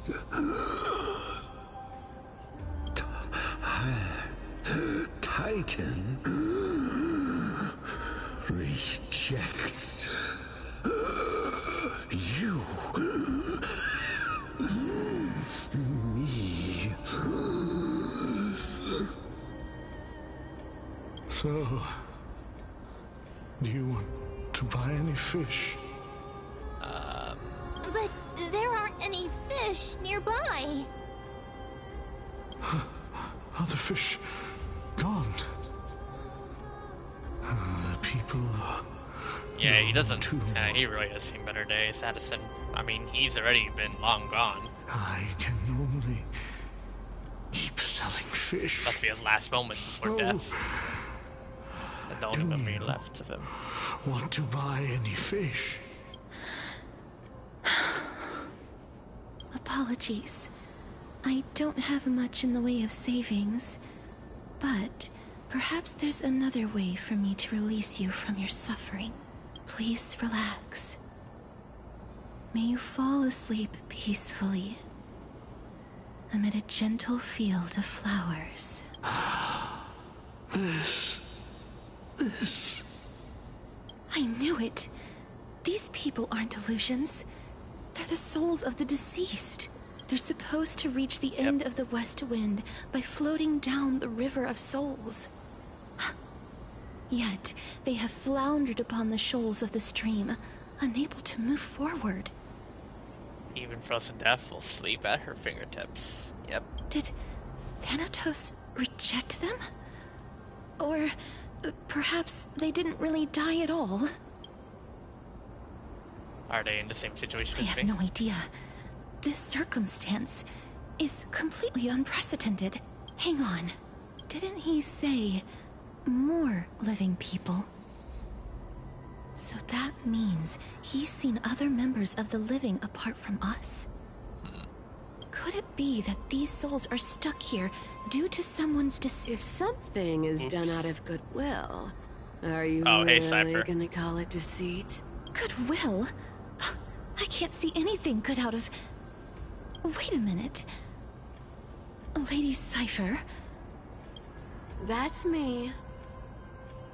What are you doing here? Could it be that you are the living being that those souls met? I couldn't take their behavior anymore. So I stole some things here and made up some lies there. Just trying to give them something to look forward to, you know? The easiest Cypher thing you could have done. It's because of vile living creatures like you that we're being misunderstood by all of them. What else am I supposed to do? You can see the mess this place is in. These poor souls are denied by the Nether Realm. So now they're stuck in a few brief moments of their life. Unable to move forward or back. Did you see those two blacksmiths on the way? They've been here for as long as the sun's been around, wailing over and over about casting a shield. Stixia is so freaky. Then why have you come back, Lady Cypher? Hey, I'm not here to aid your adventure. I hate water more than anything else in this world. Especially that stinky River of Souls. But, I just discovered some stuff before I left. And I reckon you should know about it. Spill. It's about that boy who defied death. I found traces of him here. Lord Mighty? Oh, right, that's his name. Well, now you know. As for whether that info is actually useful, that's for you lot to figure out. So long, Princess Homebody. So long, Grey Mystery. Well... Huh? She disappeared just like that? Lady Cypher has always been a free spirit. In any case, she has brought us some valuable information. If Lord Mighty is also somewhere along the river shoals right now, then he will certainly become our signpost. After all, he's different from those wandering souls. He will find his way, even in the realm of the dead.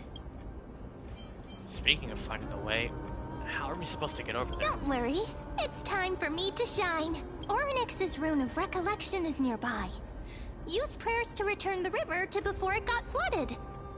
Did Mighty fall in battle, or is it something else? I'm not sure, but we'll have to see. Hey, over here! Oh, this place looks ruined. Chest.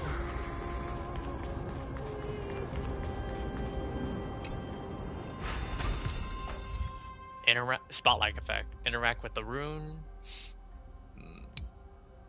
Yep.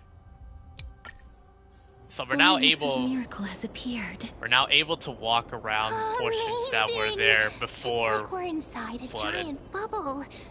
Even the river got parted.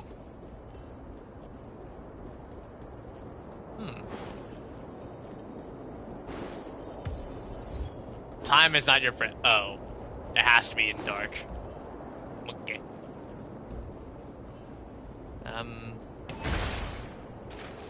Huh. So this path actually didn't exist back then? Can't climb the ladder. Ooh, space anchor.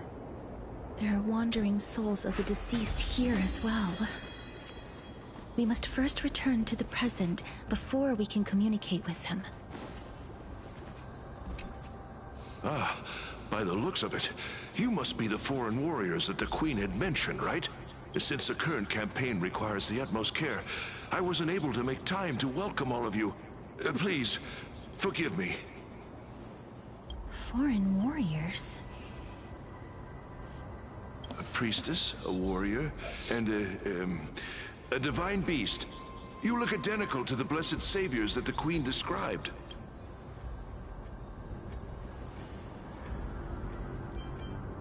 What? A campaign? Who are you campaigning against? Nobody knows. As of now, of the scouts that went ahead, only one has managed to return. He says that the land ahead is a forbidden land that should not be approached, as it is the doorway between the netherworld and the mortal realm. As for the rest of the scouts, they've completely lost their souls and are decaying by the day. While there is still dissension within the city, the scholars agree that this calamity was so unprecedented that it needed to be given a new designation. An unprecedented calamity. Could it be death? Oh boy. It seems that you have indeed heard about this. Well, death is just one of the possibilities. It's too early to come to a definitive conclusion.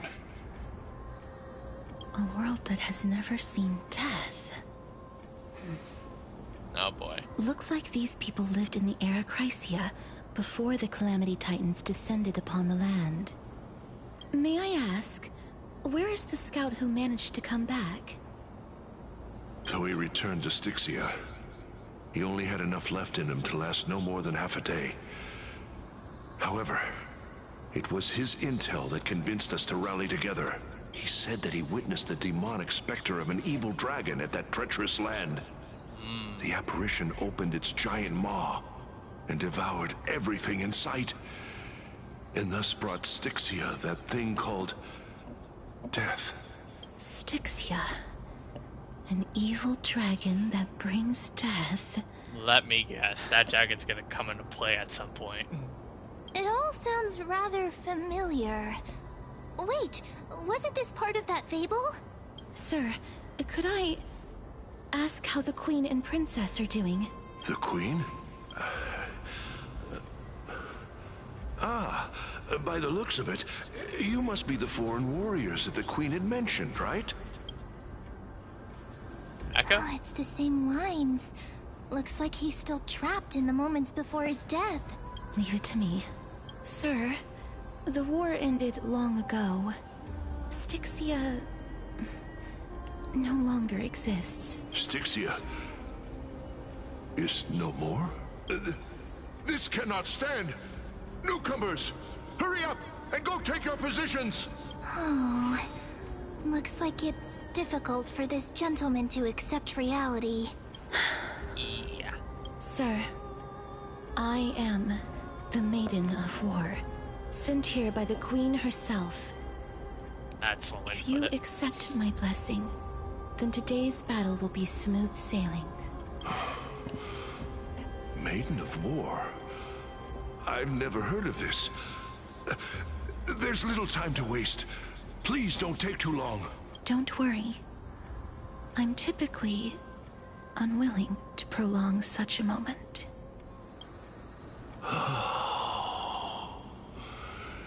Is it over? Have we won? Yes. Cass! Oh, are you alright? I'm fine. I just didn't expect that I would still have to embalm others, even in the realm of the dead. Is this a remnant of his soul? What's this? Check the soul's remains. Well then, why should I place my trust in you, Oh, holy no. maiden from afar?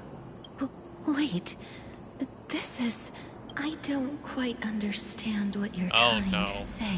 The past. Since the prophecy has already pronounced your name as Chrysos' heir of death, Aglaea ought to treat you as an esteemed guest. However, you seem to have no intentions of concealing your involvement with the Council of Elders, while most likely being aware of my issues against them. I cannot deny your claim. It was the Council that offered this room to me. And they had only one request. They want the curse of death to be completely subjugated to your will. I was agreeable to that request. But why? I am unable to rid myself of this innate curse. I see. However, from this day onward, I shall use it according to your will. I will never make any superfluous moves on my own. I see. So that is how they plan to control the Flame Chase journey. They have shifted the heavy responsibility of granting death over to me. If I ever become obsessed with executing people, they will then have ample reason to terminate the Chrysos heir's journey. So it's a setup. And yet, you seem to not mind. This is quite surprising to me. That's because the fate that we were born with is a burden far heavier than that of an individual's life. Yep. I've woven many unforeseen events into the tapestry of fate. This is but one instance. Tidy up your precious garments and come with me. Aglaea welcomes you, Castorice.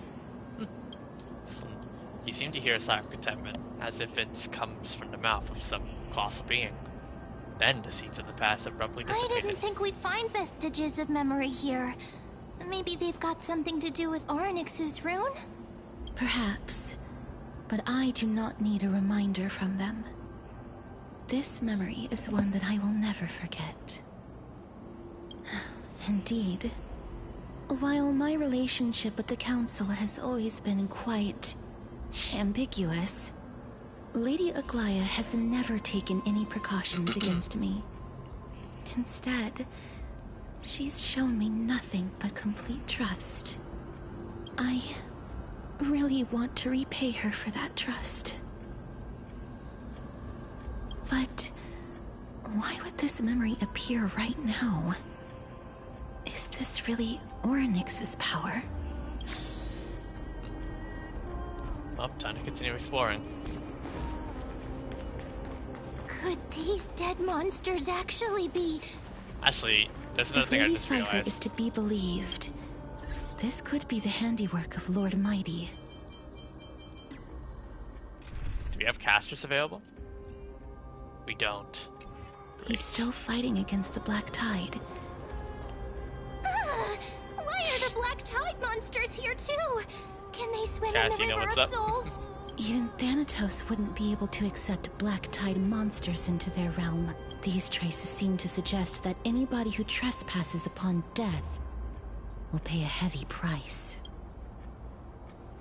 Will we suffer the same fate as well? Since the realm of the dead must remain peaceful, it's imperative that we rid the place of such discordant noise. Please stay back. Let me deal with these enemies. Here we go. I'm gonna hold up, protect. Thank you, friend. Time for resolution. Me. Oh. Thetans or devils, I'll crush them all! This will watch over you and guide you on your path. Born to doubt farewell. Countless, thus our fates become one. So fragile, like a wisp of silk. So it just automatically attacks when you kill its allies. The foretold The path ahead is blocked by the River of Souls again. In that case, let's go back to the past. This miracle sure is handy. This is yet another aspect of a Titan's divine power.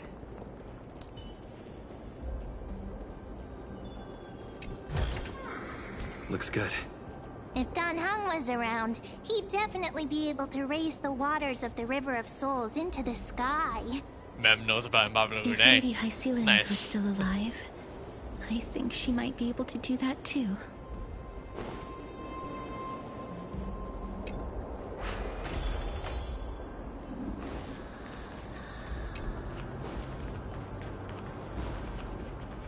Oh, we need this.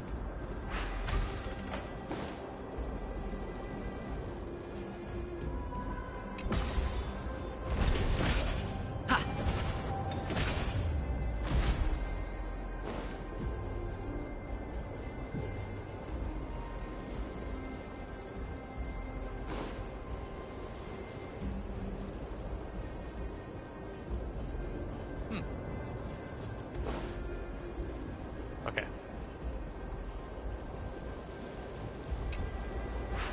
You seem to be able to discern both the past and the future. Yep. We're used to this. That being said, how far are we looking? Oh god. Yeah, we got a long way to go before we can make it all the way over here. Yeah, this place seems to be... We gotta make our way to that circle. Hopefully we'll head there.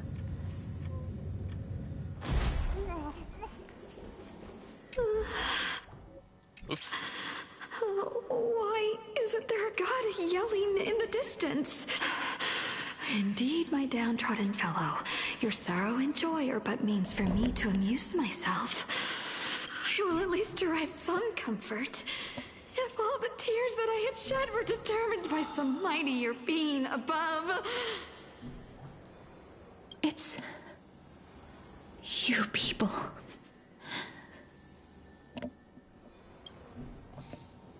Well done. Oh, this place. Must have been a beautiful courtyard in the past. It must have, yeah. Got another one of these sky makers.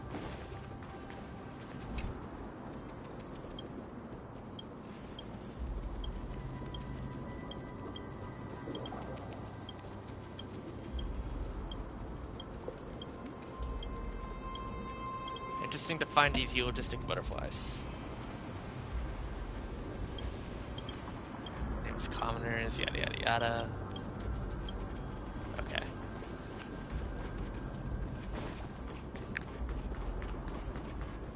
another one. Please excuse me.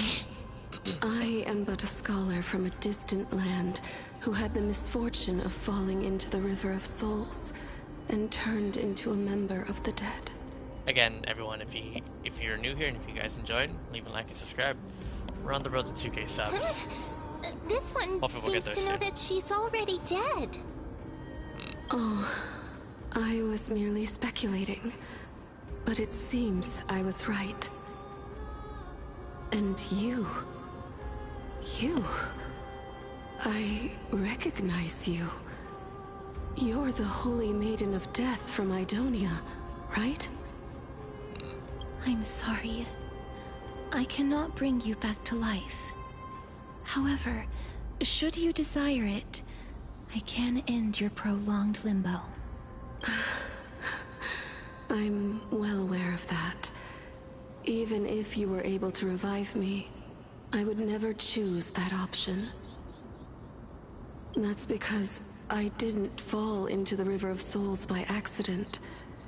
Instead, I leaped into it to seek my death. Why? If you could see the life I've led, then you would not reproach me so. My life was far too miserable. How? But I did not expect things to stay the same even in death. What a joke. In escaping my mortal life, I've entered a millennium of pain instead. Circe's above. What cowards humans are. For we fear both life and death simultaneously. I'm sorry. I'm also powerless to answer that question. That's all right, Holy Maiden. At least you are able to respond to me. Please, grant me death. Circe's above. Does this count as thinking till the moment I die?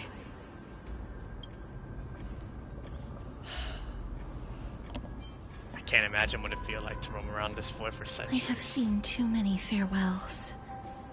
Her distress is quite commonplace. There are those who will end their lives over what seems to be the smallest of worries. For some people, this power that I possess is a blessing rather than a curse. But I never managed to convince myself of that. Cass, are you still trying to create a world without death? Yes, because when placed under time's vast scales, there is no worry in this world that cannot be solved. You should chat with Dunhung about this. This is a wish that I've held for almost a millennium. My mind might have changed once upon a time if people managed to strike up a friendship with me, but I've never been more firm in my conviction. Now that I've learned about your near-death state, it is my duty to wipe death from the face of this world. Well, let's keep going.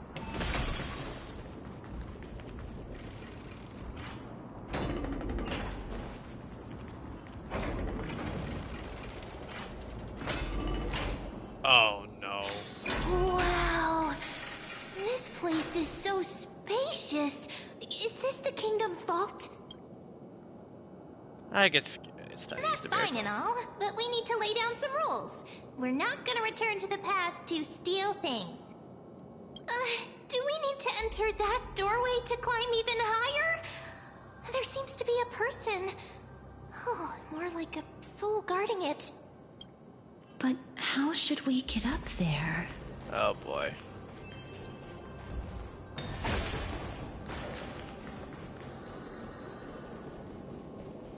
Well, we got a puzzle to complete. Let's do this. The path is blocked yet again. Oronyx's 8 always appears in times like this. How convenient. Look, there's even a platform lift over there.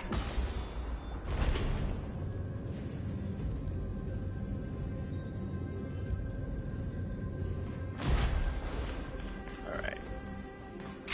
Switch. A chest of the past has been left behind, but none of its treasures remain inside. I'm crying.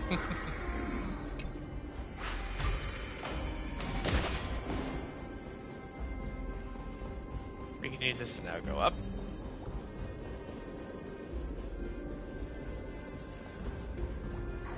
Wait, what if the miracle suddenly loses its effect? Ma'am, do you really want me to answer that? Oh, we can't talk to the vault officer when he's alive. He has to be in dead format. Stay back. Don't come any closer. Don't come near me. Huh? Why does he look so panicked? Did the Black Tide monsters frighten him? Or is he actually scared of his own extraordinary power?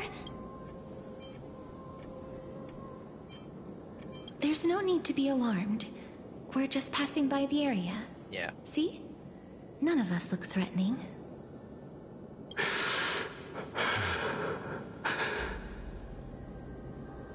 You have a point. Although... while this might once have been the royal vault, it's since been plundered empty. So please go away right this instant. You've misunderstood us. We simply heard your shouts as we were passing by, then decided to come over to find out what happened. My goodness. Did I really yell out loud? Yeah, you did. How rude of me. I'm sorry to have bothered you. I merely saw a warrior. While that spirit didn't harm me, his blows really packed a hefty punch. A warrior? Could it be... Wait a minute. Lord Mighty? You seem to be quite different from him. Are you actually alive? How can you walk around here while alive? It's a long story. We're here to seek an audience with Thanatos. Thanatos? Who's that? Is it possible that he's also living in the era before death descended? Death? Could it be that you are here to defeat the evil dragon Pollux? Pollux? Oh. Is that the embodiment of No. Death? According to the warriors under the Centurion's command, that evil dragon has been dead for quite a while. The curse that condemns people to death didn't originate from it. But they saw a girl within the dragon's embrace, and she is the true Reaper. Some foreshadowing. Pray tell, where is that girl right now? I've heard that the Queen spared no effort in bringing her back to the castle. Her Majesty intends to control all of Amphoreus with this unprecedented power. As for whether this rumor is true, well, no one knows. You have my thanks for the invaluable insight that you've given us. Please, treat this touch as a token of my gratitude. You... Are you... Thank you. And this there is she his. goes. Then you Another granted memory. him death? Oh, that isn't no. like you. You would have refused even if I commanded you to do so. I don't know. I did it out of sympathy, believing that I wouldn't be racked with agony, but I am still in a state of turmoil. Sympathy? Sympathy for that youth who triumphed in every battle? That young man was favored by Talantin, who taught him a move that will defeat any mortal enemy with a single blow and emerge victorious every time. He could rely on that move to always achieve victory during Era Chrysia. However, now that death has descended upon the mortal realm, that divine swordplay also means he can send others to death at will. You feel that he's similar to you? Yes. Since he can never be inferior to others in martial combat, death would be the inevitable outcome every time he strikes. That's why he approached me and pleaded. Pleaded for me to put an end to all of this. You are perhaps feeling lost from making your peace with death in so abrupt a manner. I have not made peace with death. I've seen the people of Idonia stand tall and proud in the face of death. Even before the fated finale arrived, they were already content with the lives that they'd lived. They had such proud expressions. Expressions that made me believe death would be an insult to these mortals. If the concept is truly a power that a god had carelessly cast down upon the world, perhaps death's authority was never meant to exist in this world.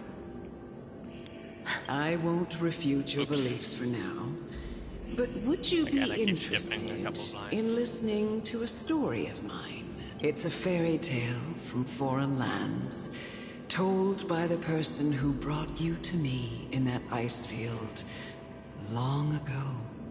A tale told by the Queen of Stixia. What? Wait a minute. That means the girl born in the dragon's embrace, the personification of death these souls talked about. Lore bomb. That's you, Cass? I've already had an inkling for a while now. But I honestly have no memories of Stixia. My memories only begin after Aminet brought me to Idonia. Well, let's keep exploring. Don't look back. Keep moving forward. Always. Shut up. Just shut up. Even if that girl is evil, there's no reason for you to absolve that monster. It was the both of them, who trapped us in this crevice between life and death. Don't be scared. They haven't noticed us at all. Let's hope. Oh. Oh, this is...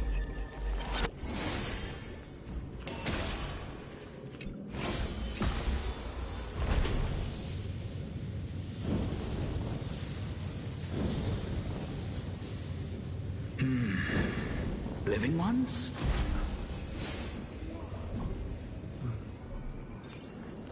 An alchemist.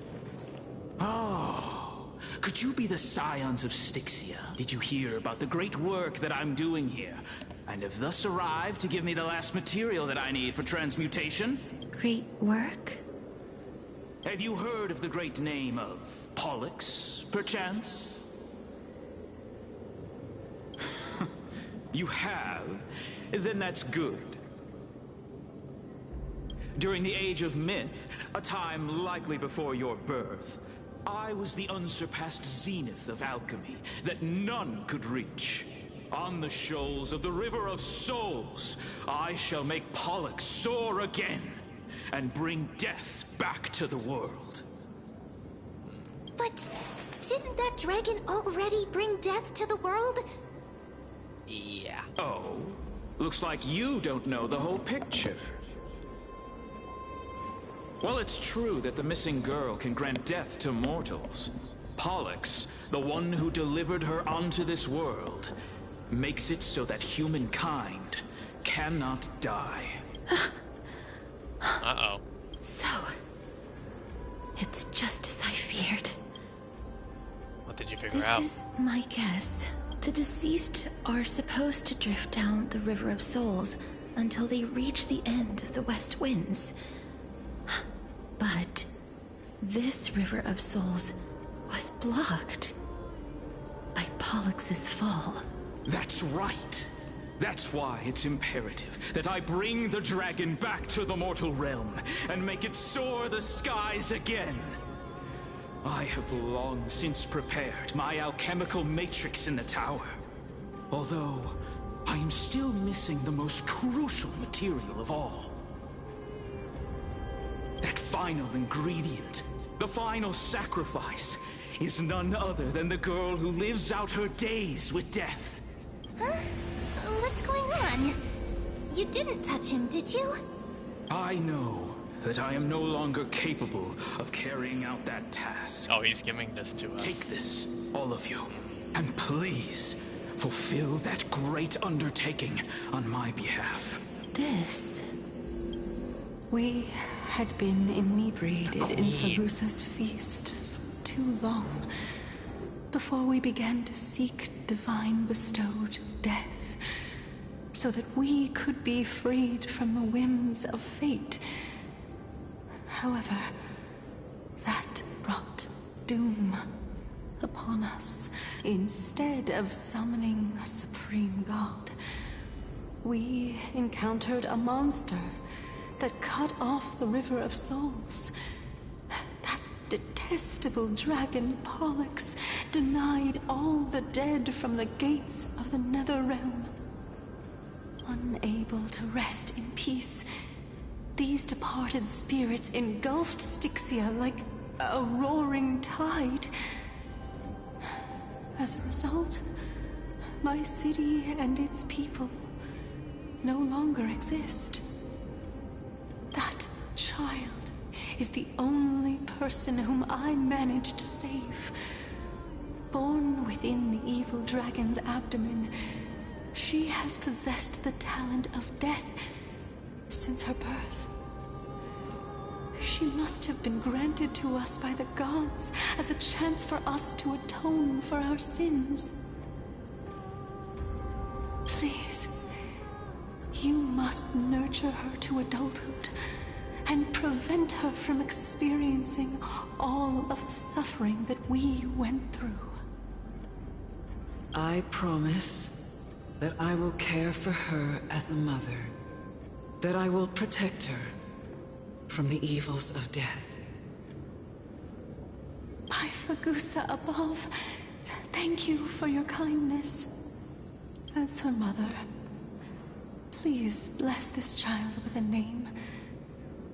Before I am swept away by the River of Souls, please, let me know how I should address her in my next life. Oh.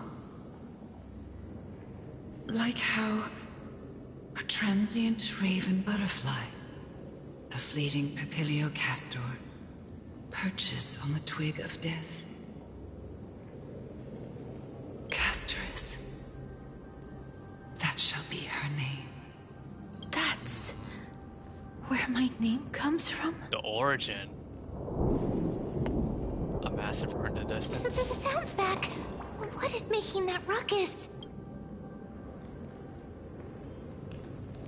Ah, living ones, don't waste your time bickering. The Netherrealm's wrath is falling upon you. Black Tide creations. When did they, Mister? Please fight them with caution. Be careful not to suffer the same fate as those Black Tide creatures. Got it. Everyone, hide behind me. Thank you, friend. Time for resolution. Ha! Me! Me!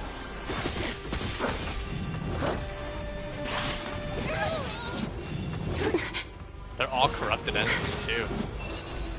Torment and doubt farewell. This will watch over you and guide you on your path. Countless thus our fates become one. All lives will be revealed.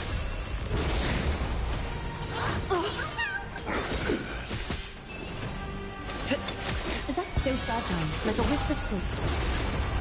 There's so many of them! And how are we holding up? A little on. All lives will be revealed. Yeah, no going.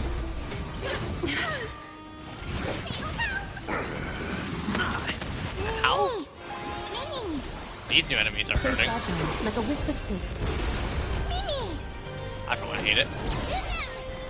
Get them! Fiends or devils! I'll crush them all! Heard the call. Serenity is before me. All lives will be revealed. War? Our souls. Oh no. For the feast of strife. Oh. 5 days. Damn, okay. 1.8 million from that.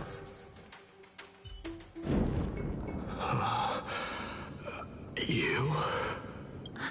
Lord Mighty? You're adventuring in the reversals too. Lord Mighty. You've been through some tough battles once again. I didn't know he would come back. That black tide is endless. My death is only temporary. I will find my path of return and go back to the world of the living and continue my protection. Lord Mighty, I have always wanted to. Why does death reject you? I'm the one resisting it. I must resist the temptation to go with the flow. I'll go against the current and kill my way out of this cursed nether realm. That is my destiny. He seems to be It stuttering. seems like he's completely focused on resisting the temptation of the dead's whispers. He's working hard every minute to deny death. Yep. It seems his battlefield is not limited to the world of the living. Lord Mighty, are you willing to travel with us? We're headed for the Matrix inside that tower to summon Thanatos from their prolonged concealment. Thanatos challenge. Death. That's right. If we can work together and defeat them, you won't have to be troubled by the curse of immortality any longer. Let's go together, Castorice. Let the person who has brushed against death countless times guide your way. Cass, are you sure you want to do this? Yeah, something really is up. The I agree. alchemist said he wanted you to be a sacrifice. I'm not afraid. There's no reason for us to turn back anymore. Hell yeah. Rather than standing still, taking action is by far the better 5 hours option. already. Perhaps fate might take pity on us today and show some compassion. Let's move.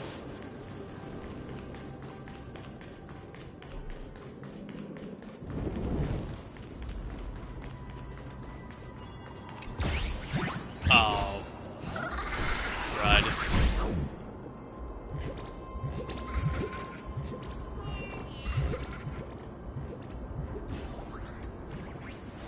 Oh.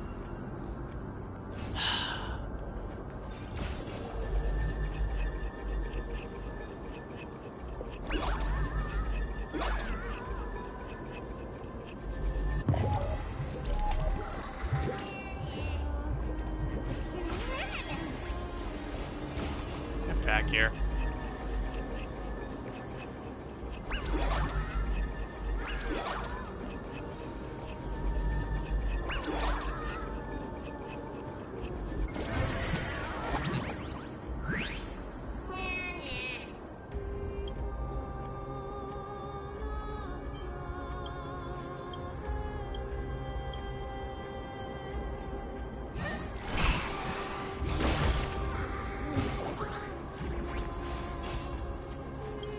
Alright. Going up.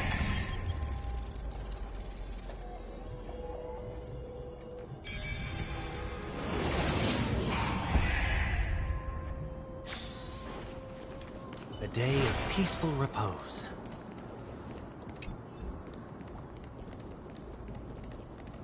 Here we are. Before, you are rusted and broken chains, the remnants of a path that once led to the tower. This is going to be difficult. Didn't Cast from Criminals also have this? I'm familiar with this kind of mechanism, but I've never repaired broken chains. If I was more powerful, I would be able to carry one person with each limb and fly the 4 of us to the other side. The Rune of Recollection is here, but I can't find a miracle orb anywhere. So weird. Oh, could it be in that collapsed tower in the distance? Looks like it's your turn to shine. It's still up to me to step up in a crisis. Wait here. I'll go check things out. Okay. Mem. Just shout for me when you need my help! Got it! Just leave it to me!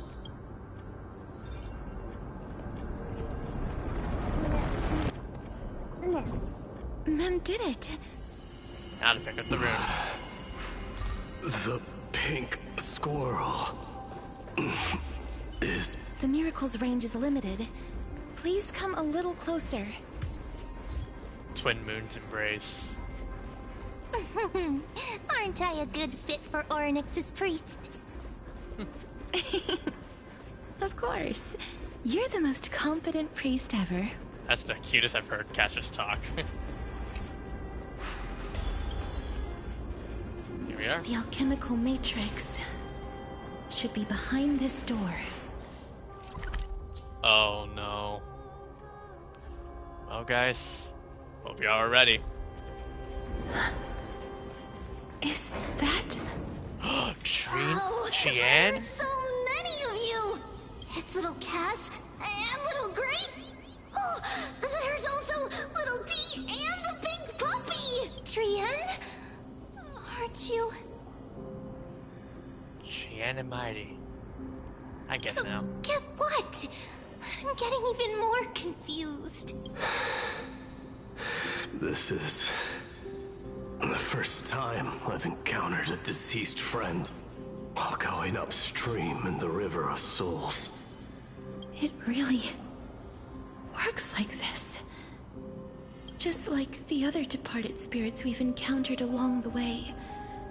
I'm also unable to sense the aura of the living on Lady Trien. Yup, you're right.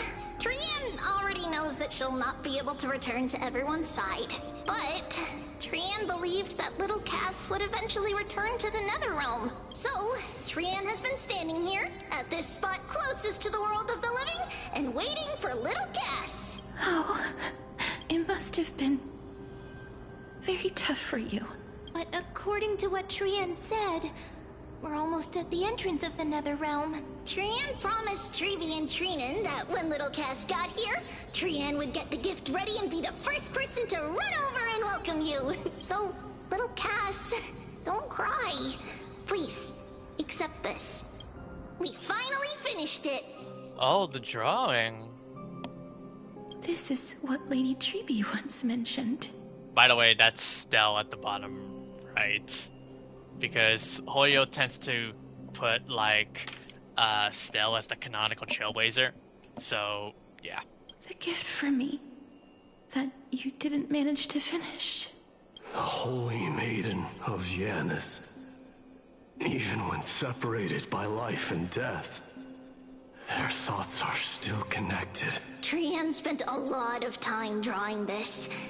Trien hopes that little Cass likes it. Seriously? It's seriously a wonderful drawing. Lady Trien. This is our flame chase journey. Little Cass, we don't know what your journey was like before. Trevi has always said that it must have been a very harsh and frightening journey. But little Cass no longer has anything to fear now, because everyone is here with you in this flame chase journey! That's right. Only now, when I see Lady Trien's gift, do I realize that I've already obtained so many things I would never have dared to dream of since I embarked on the flame chase journey. It's the first time I've gained so many companions. The first time I picked up the hobbies of crafting and photography. The first time I had dinner with someone else. The first time I went to the market to buy the Chimera doll I'd liked for a very long time and hugged it to sleep. The first time I wore a dress personally made by Lady Aglaea.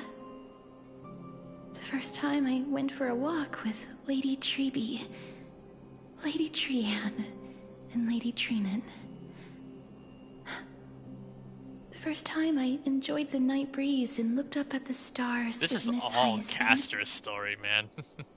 The first time I took care of Dromesis with the Trailblazer.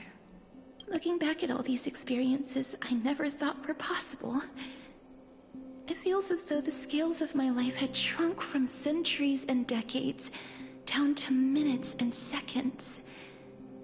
And all of them are so precious. I took countless photos in the past, but they're all black and white landscapes. I don't have a single one with friends. If I had known, I would have taken more pictures.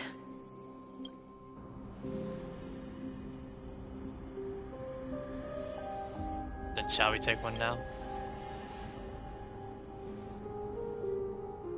Trianne says yes! Trianne likes little Cass and would love to take a picture with little Cass. Sadly, being departed souls, our images cannot be captured in the world of the living. Alright. We would only see ghosts. I thought so too. If only. What? Are we seriously going to leave any room for regret?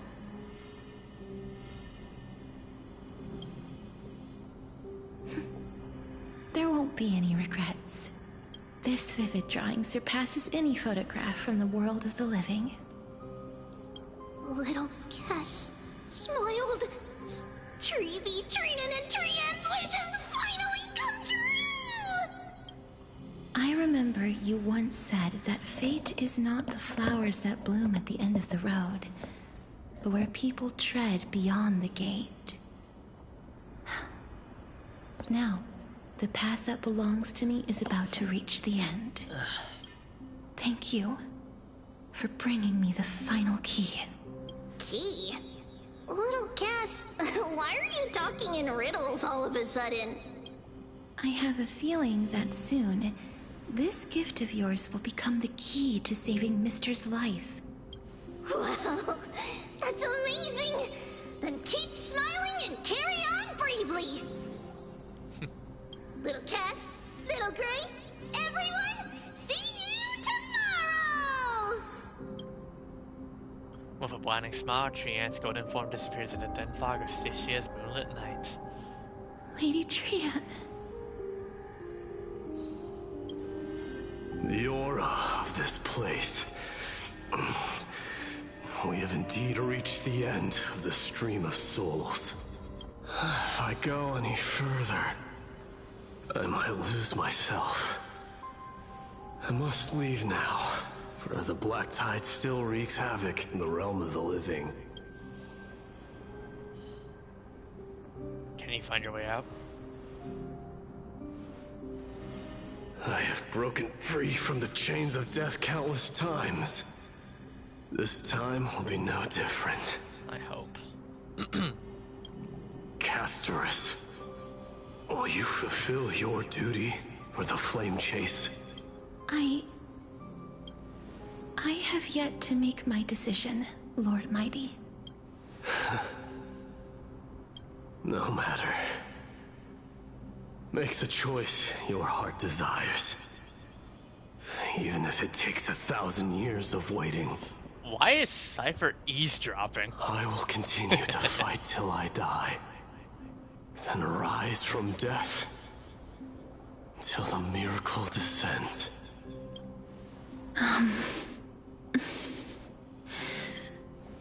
There is one more thing you should know, Lord Mighty. What is it? Professor Anaxa may have deduced the principles behind the Era Nova. You and I may be reincarnated as strife and death in the next cycle, becoming calamities wreaking havoc upon the world. I see.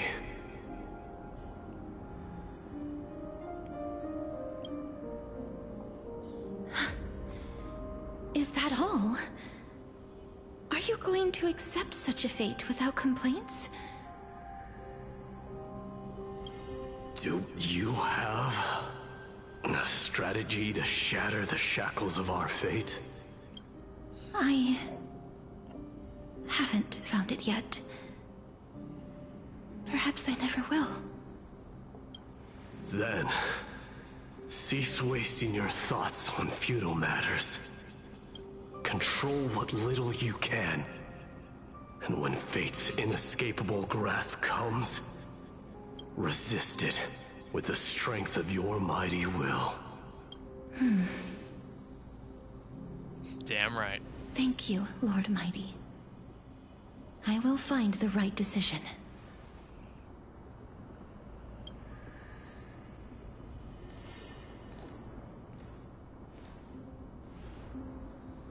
In the name of strife, may you meet a fitting end. This must be the alchemical matrix the spirit mentioned. Let's see. We need to insert Aquila's sky, Georios' earth, Kephales's fire, Fagusa's ocean, and Nestia's love. 5 pieces. It seems our sweet Princess Homebody has made up her mind. In that case, seamstress, I suppose I no longer need to deliver your message. My time is rather precious after all. Whether you wish to break free from death or not, please, follow your heart. I believe we're all By ready. the promise you once made, I ask that you fulfill your duty one final time. Castorice, please, live as a human, and die as one. According to that alchemist, the final piece is supposed to be me. However, he is not privy to the past, and therefore cannot see the full picture. Excuse me. The past? I saw the twins of death in Kephales's memory, and now I am certain that I was one of them. The trial of the Hand of Shadow demanded taking the life of your family. I died during that trial, falling before the gate to the new world. And my sister, whom I never met, became the Titan Thanatos of this cycle. She was consumed with regret over my death, so she used the Titan's authority to reforge my soul. Yet, it also means she has never revealed herself to anyone, hidden away from the entire world. That's because the Titan she became already fell at the start of everything. They died for me, and now lie in slumber in the River of Souls. You mean... Pollux? Yep. That's right. The River of Souls is no material river. It cannot be blocked by ordinary means. Only a divine corpse can prevent the dead from reaching the next world. And that's why we have to awaken Pollux from death before we can retrieve the core flame of death. We have to reforge its body with the power of alchemy. But Cass, if that alchemist speaks the truth, does that mean you're also part of the dragon body? According to those departed spirits, I was indeed born as the dragon's twin. Yep. But before we talk about that, have you heard the sighs? I did when I was collecting the souls. I heard them too. So what are those? I think it's probably the sign of Pollux's wish being fulfilled. They must have realized how heavy a price they'd need to pay when they used their divine authority to resurrect a dead woman. That's why they exerted every ounce of their strength to send me to Stixia. A city that called for death. A land where none is hostile to death. They never saw their wish fulfilled and fell so prematurely, all because they wanted to give me a new life. Pollux must really want to know how their sister has been after giving their all to save her. Yeah. That wish is the reason Pollux's soul still lingers in the mortal realm even after their fall. Quietly watching and documenting every detail of their sister's life. Ah! So instead of picking up objects on the way here... We were instead showing things to a strand of yearning that lingers here. Now, we must weave these yearnings together and restore them into Pollux's complete soul. But all of this is just a hypothesis, right? What if we go through with the ritual and it turns out totally different? That would suck. That's fine. As Professor Anaxa often reminds us, such is the nature of alchemy. The true outcome can only be known once the process is complete. This is why alchemy is also known as the miracle of creation. Now, the puzzle of Pollux's yearnings is nearly complete, with only one final piece remaining. I shall reveal what they have been yearning to know in the alchemical matrix. I will show them my whole life since I left Stixia. Lady Trianne has already drawn a picture of my entire life, and it is now in my hands.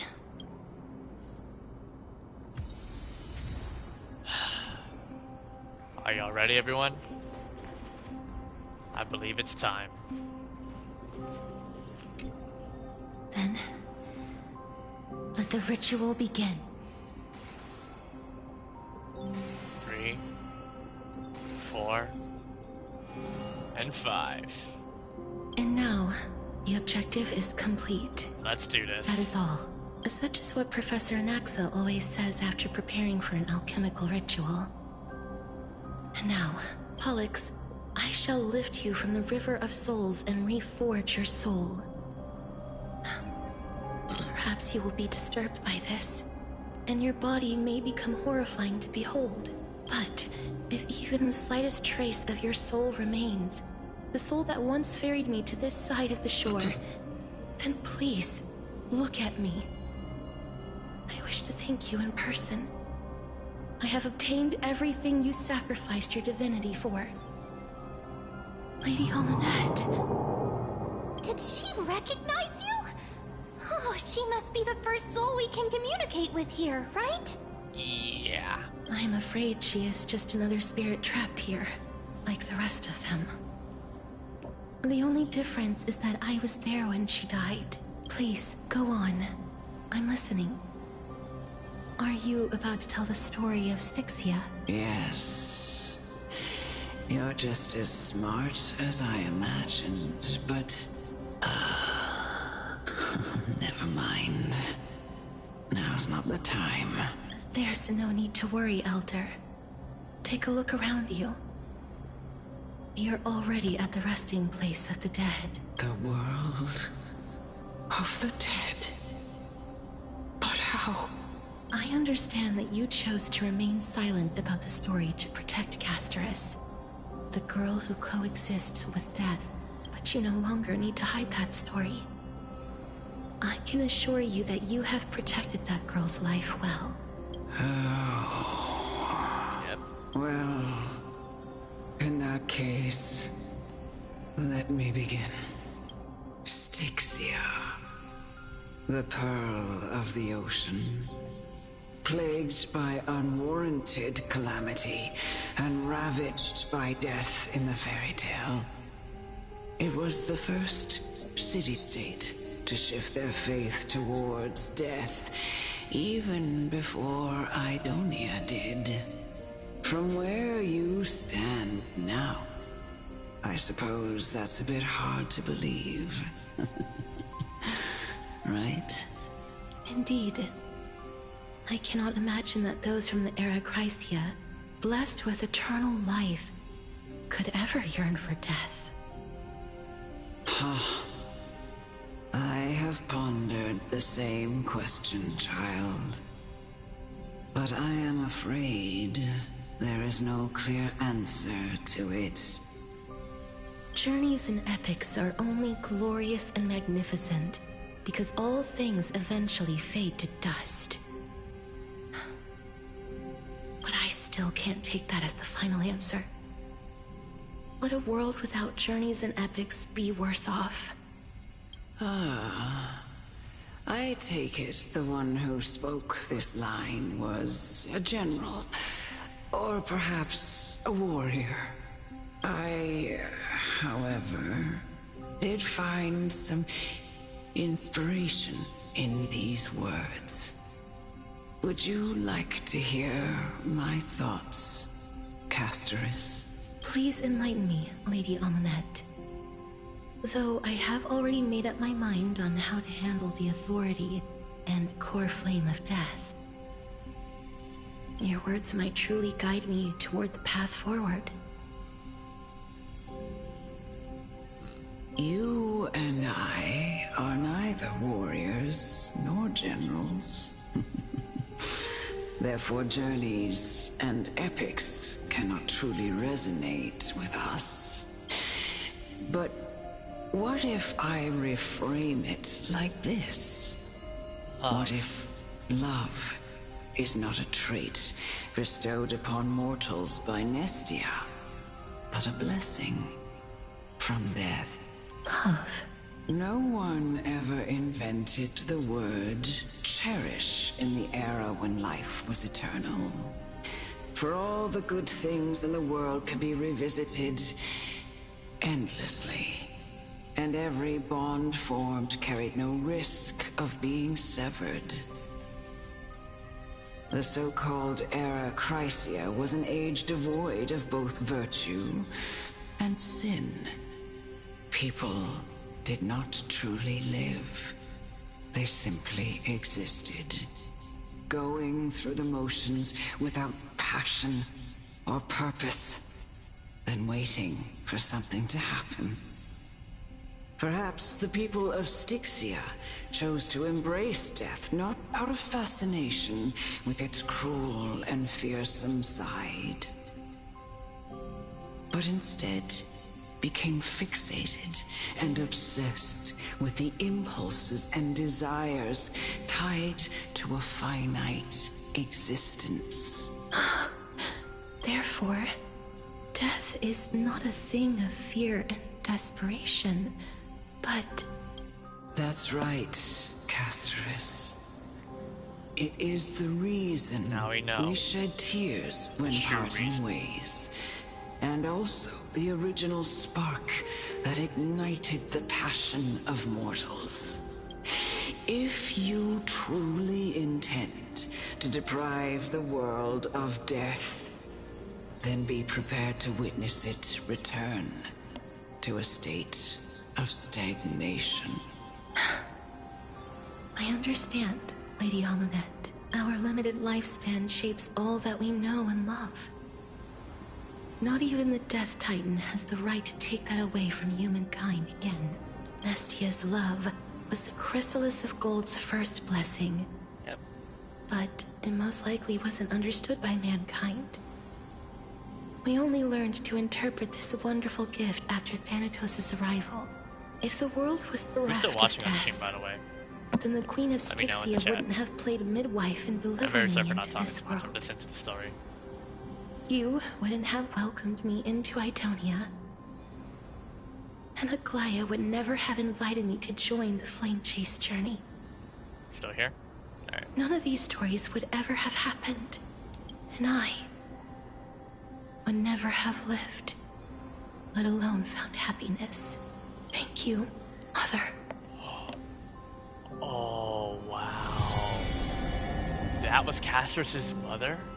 I will use all the this love time I've experienced in this long life to complete the final miracle.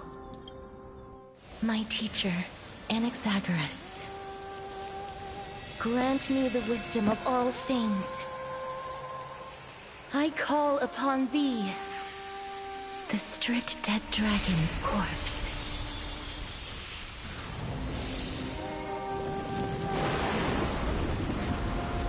Here we go. Rises from the earth, falls from the sky. As above, so below. This is the greatest power of all powers. Unstoppable in this world.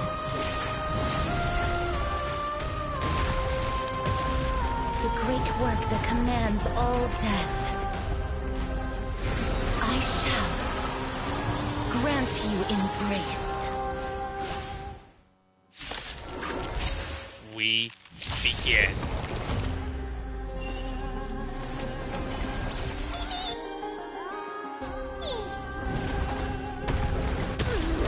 Pick on someone your own size. When allies' target's HP is reduced, accumulates Desperate Bubble. Remove damage mitigation and enter the enhanced state.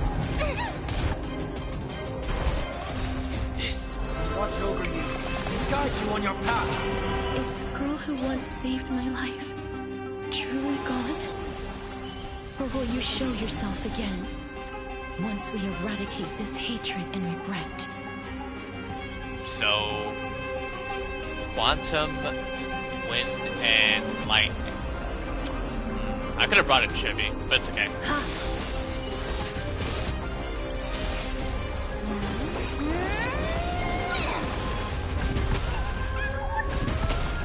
Ow. Stay! Wanted to doubt farewell. Really? Countless thus our fates become one. Hey, Arum. Uh-oh. Oh, he's enhanced. Oh. Okay, this is mandatory. Restore ally HP and dispel the damage reduction I know state. you're anxious. Yeah. Don't be afraid. We'll free her.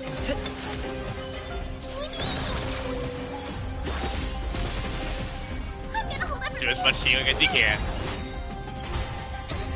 Fiends or devils. How many else did you get? I'll crush them all. Serenity is before me.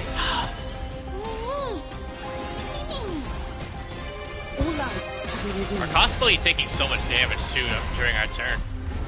Oh, phase 2. There's no more need to weep in grief. I will grant you peace. Ow. Yes, it's me. I'm back. Yep. Ow. So fragile, like a wisp of silk. Stay put. Ooh. Ow. Once again, just like before. They may be moving by instinct, but there is fury welling up within them. A little catchy dance. Is that the Countless thus our fates become one. I feel like Chibi would be better here, but it's okay.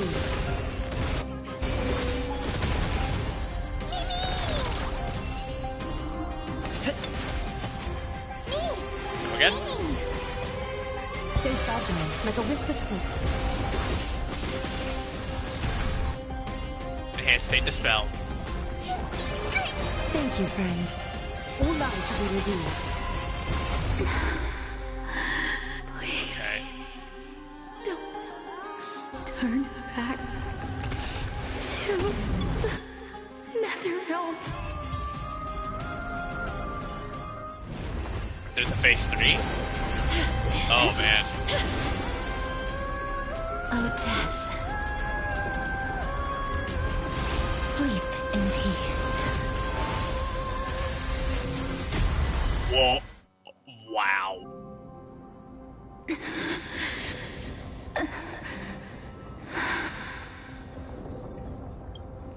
She's been I'm sorry I suffering for have so to long. wake you up from ancient death. And And I know you're anxious. Shh. Don't be afraid. I believe it's time we free her sister, right, Joe?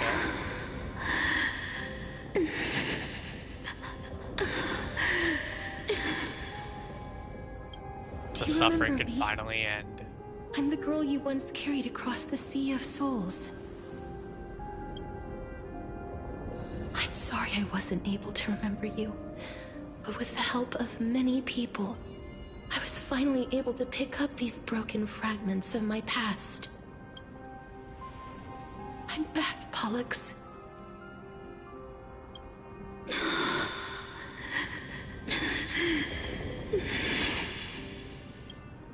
know this might not be what you wanted.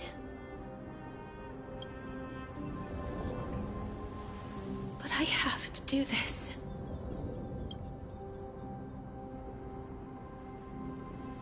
So please, carry me across the Sea of Souls again and return me to the Netherrealm, just like you did in the past. Please take me to where the core flame of death rests.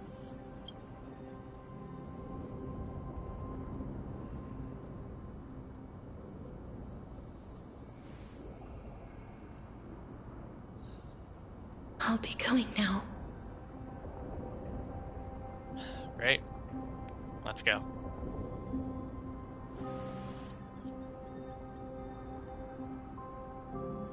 They may look scary, but as long as... Uh-oh.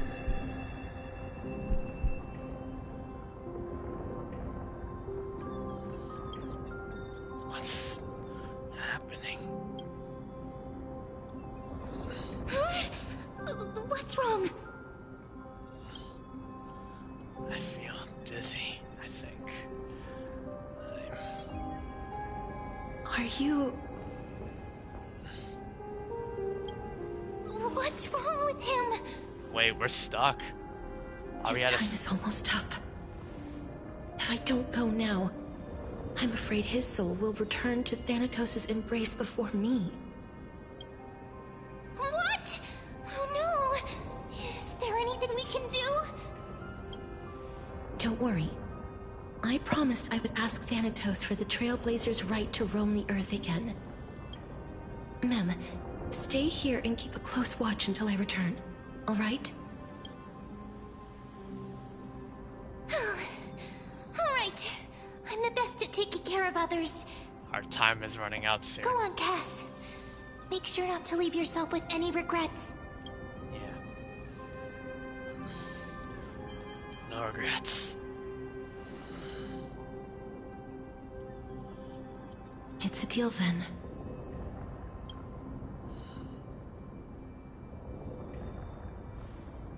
Go.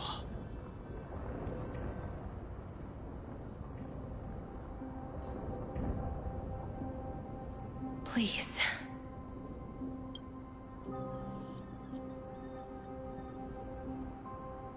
Wait for me. We will.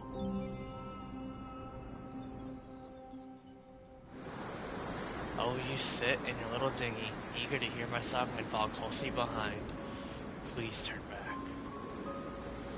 Yeah, I can't say all these lines fast enough. After all that, you still ended up back here.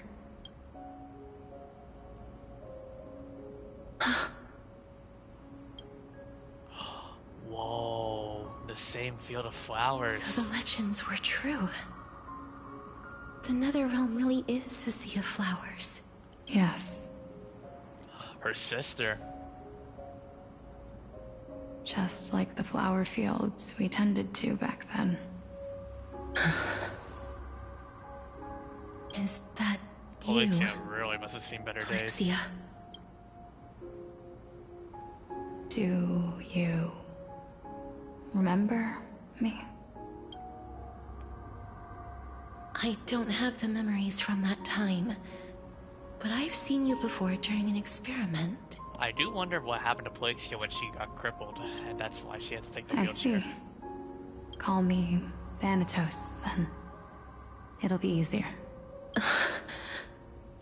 Okay. However, since you recognize the name, You must already know everything about Thanatos, right? Yep. Yes. I'm here to reforge the order of life and death in Amphoreus.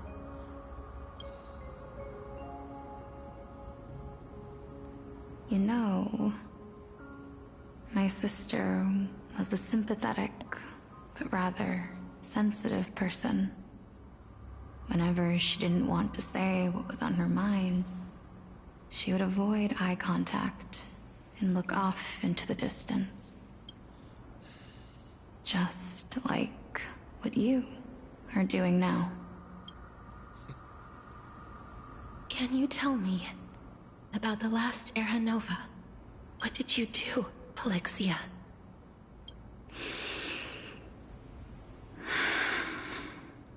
Where should I begin?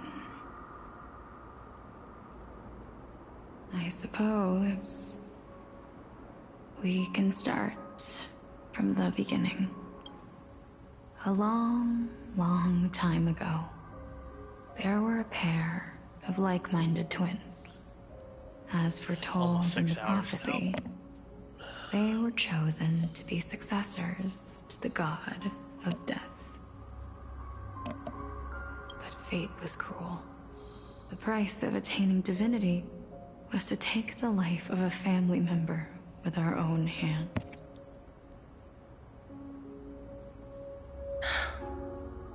That trial was indeed recorded in that memory.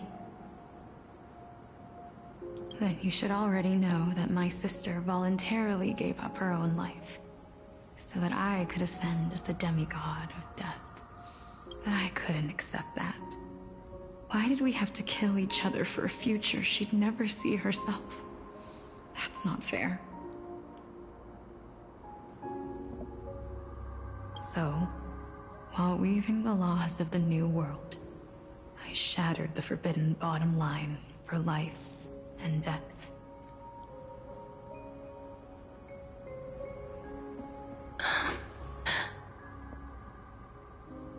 I reshaped my sister's soul. There's so and much took lore the to learn form about of the Castorice. great What do you guys dragon think? Pollux to carry her up the River of Souls and back into the mortal realm. But our fates were already decided and manifested in unexpected ways in response to my futile actions. Aging is an unbreakable law of nature laid upon humankind, created at the same time as death. When if the Reaper raises their left hand, the soul is granted death and allowed to enter the Netherrealm to await reincarnation. If they raise their right hand, the soul is rejected by the Netherrealm and returned to the mortal realm to continue walking the earth. That's why the Hand of Shadow can only lay down judgment and not embrace another being. Yes. Death was originally a pair of hands, but they were split in twain when we reached the mortal realm, never to touch each other ever again. The half of Thanatos that represents life, the undying human who grants death, that was the curse I forced upon you. Then, what about you? As the half of Thanatos representing death, I shoulder the fate of defying death. I died the moment I entered the world of the living. Oh, wow. From then on, my Titan also no longer existed in this world. The cycle of life and death stopped. Souls were denied their audience with death, and were left stranded within an ever-rising river of the dead. What irony. My selfish desire to save your life gave you and the world a fate far worse than death instead. Then, what was left of my reason was left behind in the Nether realm, where I've been taking care of these flowers day after day, until there is now a sea of them, all while mulling over the subject of life, death, parting, and enduring an endless loneliness. Fate is absurd indeed. Our lives were a mirrored image of one another, like a pair of hands. Even so, we arrived at the same destination. We walked different paths, yet experienced the same pain. I had hoped that maybe you would at least have a good life in this cycle. I'm sorry. I lived my life well. It didn't go to waste. As far as I'm concerned, you did nothing wrong. Even though I forced the authority of granting death to humanity upon you, a total stranger. Oh. Too many responsibilities were forced upon me in the course of this long journey. I was once lost, even upset. But I realized recently that if it weren't for your blessing, I wouldn't have understood the source of these emotions, nor would I have realized my purpose. I wouldn't have made it here to reunite with my missing half. And we wouldn't be discussing our past while sharing the same view of this landscape. I wouldn't have understood the meaning of our existence. The meaning of our existence. This sea of flowers blooms on dead land, because we sowed it with the seeds of our separation, and watered it with our tears of loneliness. Yes, the only thing death is allowed to create are flowers that bloom from blood and tears. That's why Thanatos cannot create living beings at will. Nor can the Hand of Shadow determine a person's remaining days, because the life and death of mortals should never be dictated by another's will. Words to live by. Are you saying there's no point in Thanatos' existence? No. No single being can bear the scales of life and death on their own. Not even a god. Life and death weigh equally heavy. We both know that now, don't we? You, too, must have had a difficult life. We've taken quite the ridiculous journey together, haven't we? I had a feeling, even back then, that we would meet again one day. Not to embrace one another after a long separation, but to come in search of retribution. This spot. Tell me the answer that's already been written. And let us draw this seemingly endless fate to a close. It's been far too long. I've waited here for centuries, watching day after day as desperate spirits are denied by this lonely wasteland. I always hoped I would see you among them. But I was also afraid of seeing you. I didn't know how I could possibly face you again. But more than anything, I was afraid that you might have forgotten all about me. I know. But don't you see, Polixia? I made it back anyway. You don't have to shoulder death's authority on your own anymore. It was always meant to be held in two hands anyway. So, let's give our core flame to him, and have him take it back to the mortal realm. Give humanity back their cycle of life and death. Our responsibility as Thanatos was never about picking out favorite souls. We were only meant to watch over life. Let's tend the field together. and create a warm sea of flowers for all the souls to come.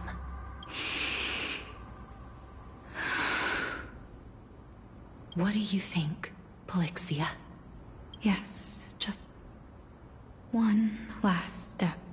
You shall wither, and through that, the dead will sprout again from the remains, and be reborn with the dead flame.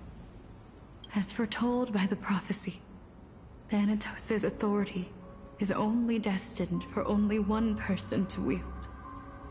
As the Chrysos heir of death, as their demigod, as a titan, our fated moment has arrived once again.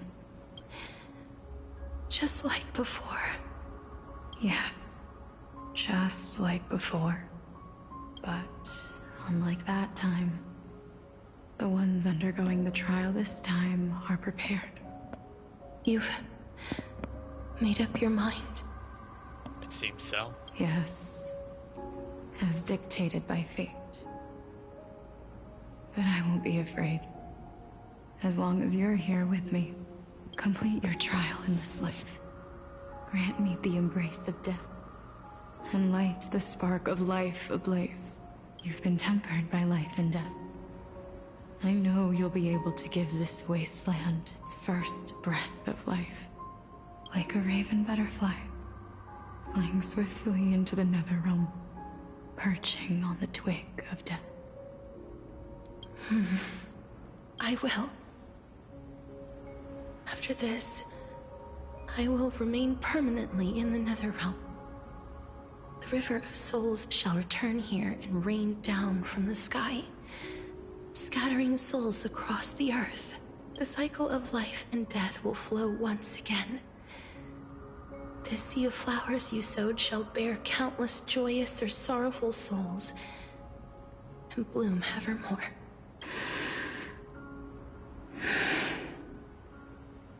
Thank you.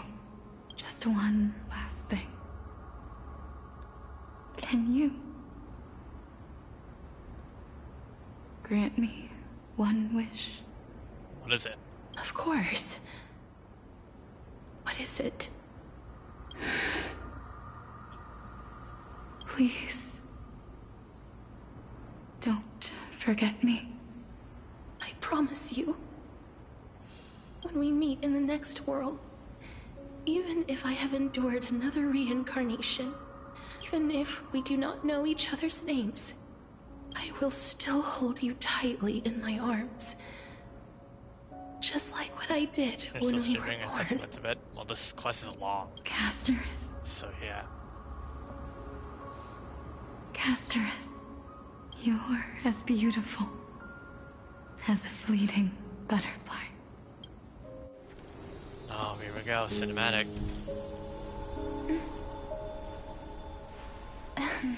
Oh. I will bring rest to death. And from now on, stagnant life will once again there were flow. tears. Oh. Well, now we know why the dragon's there.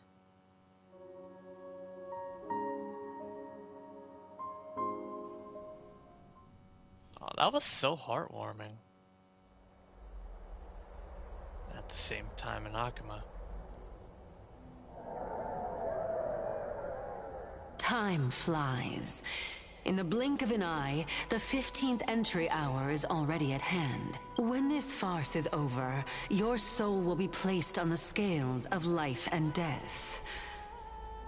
Are you ready? No need to ask so many times. Of course I am. Then why do you drag your feet? Is your fear of crowds holding you back again? I simply find them too noisy. Paying attention to conceited fools like them would be an utter waste of my time. Such harsh words. As I see it, you are no less arrogant than they are. I just hope we're almost done. I couldn't agree more. Oh. I did not expect to hear that from you. Are you not going to refute me? I know myself better than you think I do. At the very least, better than a stowaway like you. And they say men whose ends are nigh have but kind words. Well, that is exactly why I chose you.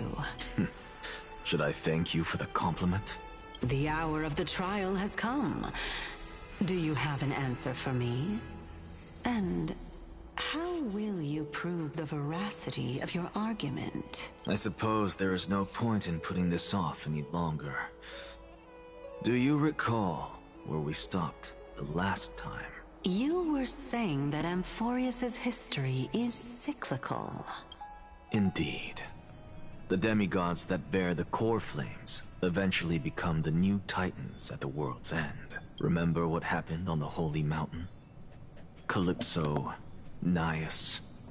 As their destined ends approached, one by one they left this world, leaving only the twins, who are fated to succeed death. Unfortunately, while their journey is consistent with ours, you and Calypso, as well as Nicodor and Naias, act as supporting evidence. I can only come up with a rough sketch for my theory of a cyclical history. For all the pains I took to reach this point, I had already lost hope of ever obtaining definitive proof. After all, the past is in the past. Proving that we are the legacies of heroes of the past is a hopeless endeavor.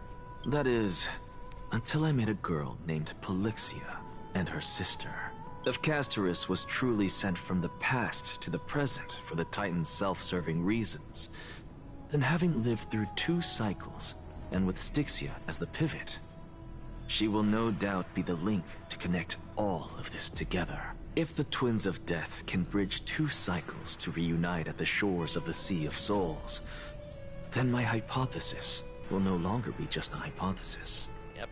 And you too will get the answer to your question. Well, that is all well and good, but how can you be so sure? If there is even the slightest error in your hypothesis, the girl will be shattered. It matters not. The most important quality a scholar must possess is foolhardiness. If you are overly cautious, then you'll never have the gumption to make the first step, and change will never come. Besides, I, Anaxagoras, am destined to overturn this farcical world. Come, let us go and teach those pathetic worms one final lesson. The last time. Jade, Bubble, and Cinder. Yep.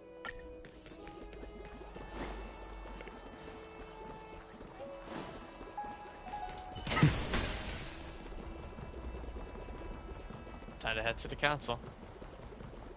Fine. So they are leaving the final debate to him. Let those Chrysos heirs who started this terrible war hear you. Let them hear the voices of the people!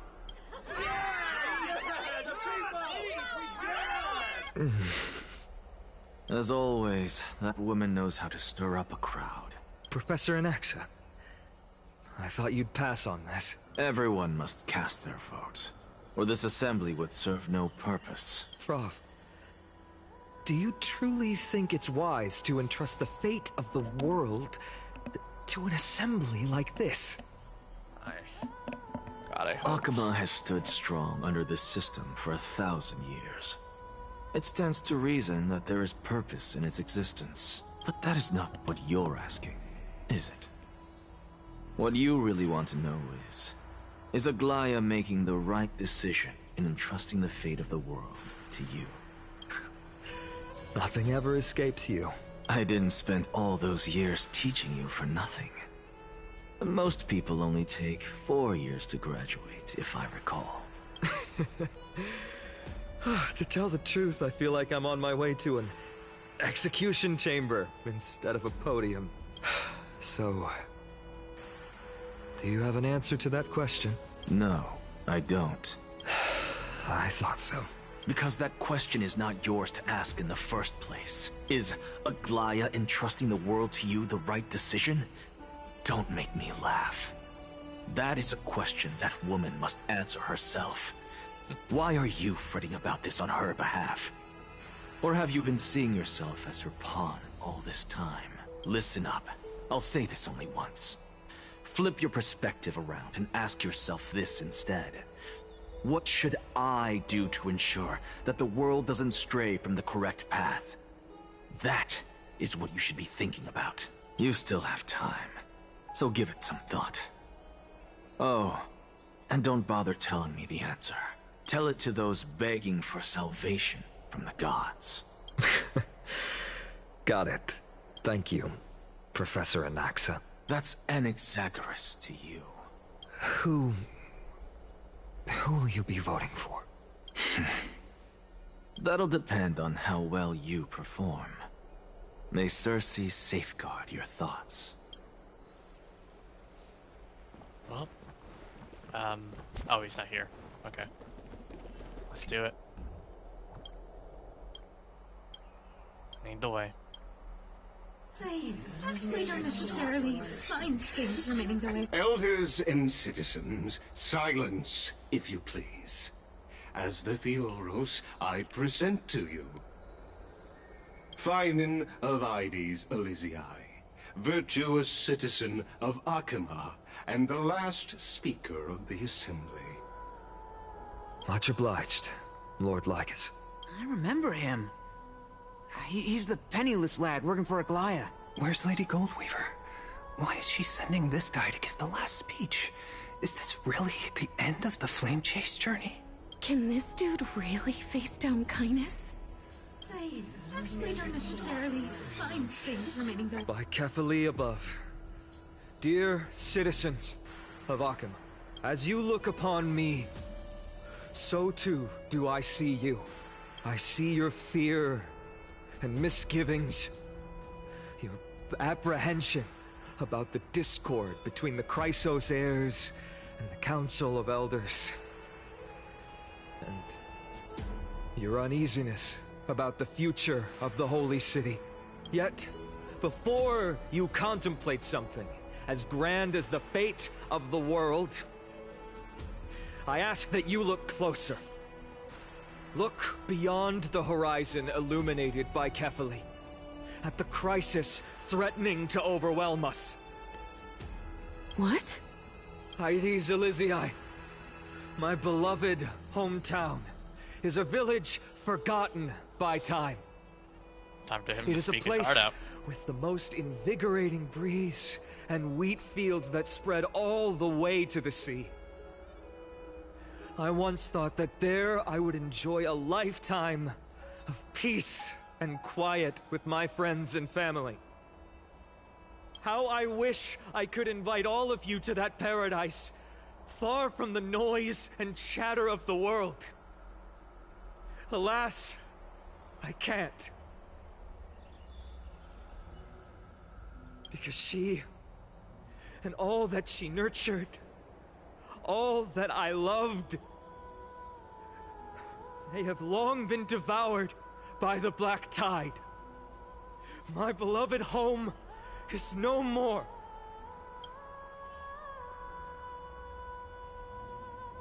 I will never forget the day the black tide struck. My father, Oronyx, fought with a broken sword to his last breath to protect his child. My mother, Aldada, she was ripped apart by monsters. Also, I might live to stand before you here and now. Galba, he was a hunter. But in the end, those arms that once drew a bow instead embraced Piso, his beloved son, as they both breathed their last. There's Aglaea. Pythias, the teacher, risked her life to save her students, but a burning beam fell on her, crushing her. And what of Livia, her daughter? Did she make it out alive? No, she didn't. Livia, Piso, and so many other children. My childhood friends. They were all swallowed by the black tide and turned into monsters. They kept saying the same thing over and over. Even up until the final moment, I finally steeled my heart and granted them eternal peace with my sword. Why, Finan? Aren't we the best of friends?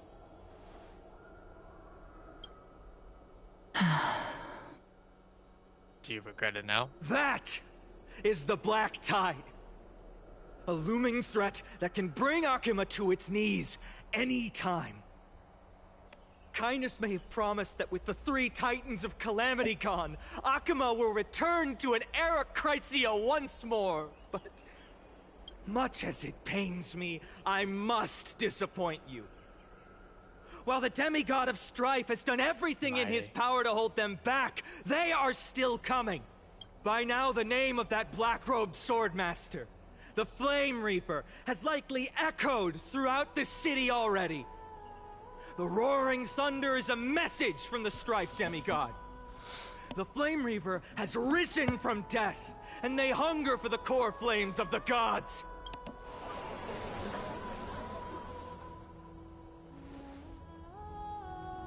Lies! If such a powerful enemy is indeed approaching, why is Akuma still a picture of peace? Exactly! The city of Akuma shows no signs of pandemonium or chaos. And why is that? I beg you, spare a moment to think about this. Are we able to stand here and hold this assembly in peace today because the danger has passed? No! This peace we enjoy is no gift of fate. We are able to stand here today only because the Chrysos heirs have stepped up and shielded Akuma from calamity. With her golden threads, Aglaea has preserved and continues to preserve these idyllic days that all of you hold dear. The Council of Elders claims that Aglaea will one day forsake the people because her divinity is eroding her body and soul. But ask yourselves this. Rather than offering her aid and support, why do they choose to watch and push Akuma away from the Flame Chase journey? The answer that no one can bring themselves to speak of. A truth stained in blood and buried in greed, fear, and vanity. Allow me to lay it bare before you. It is because the Council of Elders, which bears Akuma's history and honor, along with this citizens' assembly we once took so much pride in, are now infested with vermin.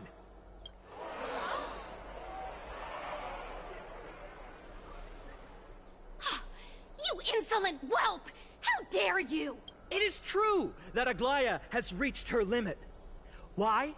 Because she has been working tirelessly to weave the defenses of our holy city against the encroaching evil. All while these vermin are making up baseless accusations about her and scheming in the shadows. Not once has she ever failed Akuma. Yet these vermin attempt to tear her apart, tarnishing her name with unfounded allegations. She may have been blessed by divinity, but hasn't her heart always stayed true to humanity? They attempt to mislead you and reduce this assembly to a crude standoff between gods and humans, but citizens of Akuma. My God. Once more, I implore you to open your eyes and look at those around you. Examine them closely. Beneath all that finery, do you see the good heart of a human or the poisonous glands of a pest? Make your judgment, then turn your gaze to the demigods whom so many of you regard as cold and merciless. Do you not see the light of humanity in them? And those who wear the mask of humanity yet utter only hurtful, slanderous words. Can you not see that their souls have been corrupted by power?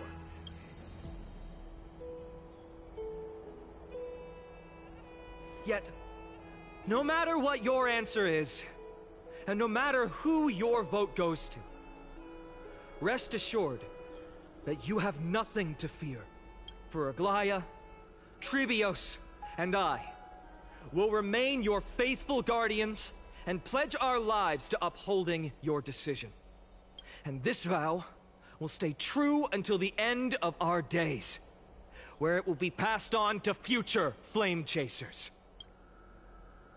A steadfast and unwavering promise that shall endure through the ages. Absolutely right. The crisis heirs have only our best interests in mind. I still don't understand it. You will never believe. In an uproar, representative leaders from different cities in Akuma throw pieces of pottery into the Zolium. At the present time, on the scales of Talentum, those who call for the continuation of the Flame Chase journey, and those who demand its suspension. Each faction holds an equal share of votes, resulting in a perfect balance. As expected. This is the moment when the Flame Chase journey is the closest to its end. And now, it's your turn to vote, Lord Anniversary. Is there anyone else who hasn't voted? No, you're the last. Cast your vote with care, for your decision will break this impasse. I have long since made a decision. Very well. May you bring much needed change to this farcical world. Head to the Zolium and place the last vote.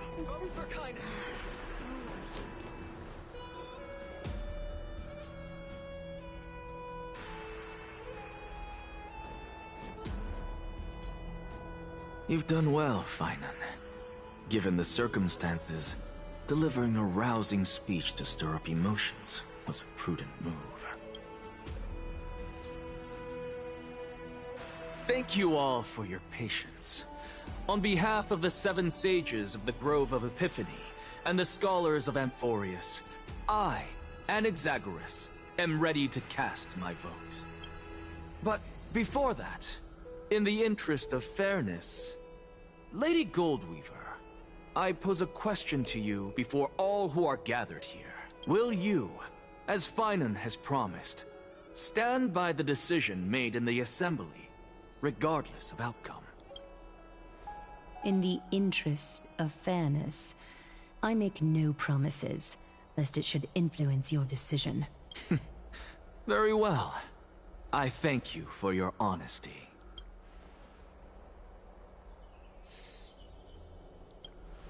This is make or break.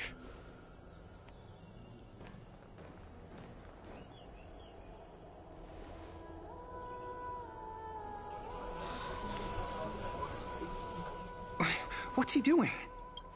The stakes are high. Let's be patient. Cut the act!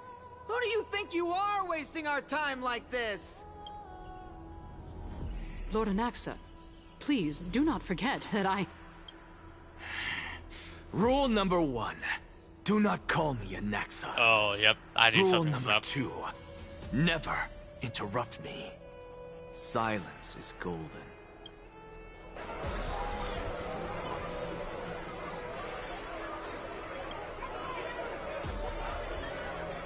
Just vote already. What are you waiting for? Your vote. Cast your vote. They're pushing his patience. Vote.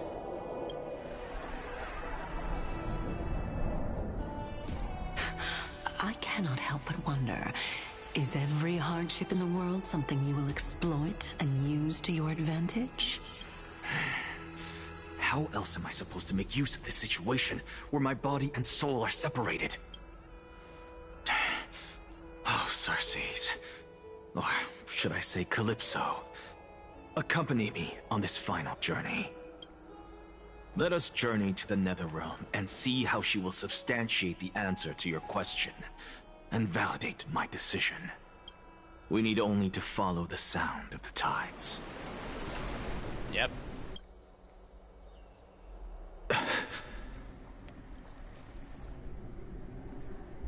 You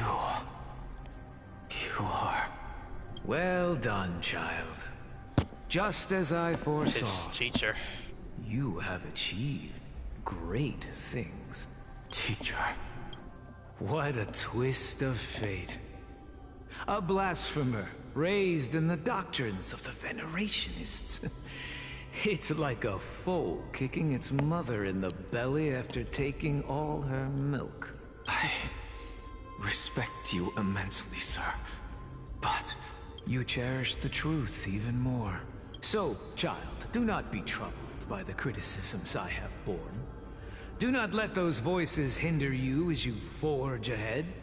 As the sage of the Venerationists, I am duty-bound to oppose you. But, as your friend and mentor, Anaxagoras, I say, go forth, for the truth is already in your hands. Oh yeah. I will keep that in mind. Go now, child. Your lonely pursuit is about to welcome a new chapter. And when you reach the end of this journey, may we meet again with the truth before us. You have my word, sir. May Circe's safeguard your thoughts. May Circe safeguard your thoughts. Yeah. You are right, Empedocles. My lonely pursuit is about to welcome a new chapter. I must be on my way now. May we meet again with the truth before us, Empedocles.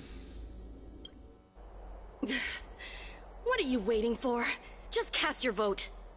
Silence! Silence, everyone! Behold, Circe, here at the center of the world, I shall write the final step of my proof. For this place is but one step away from the truth.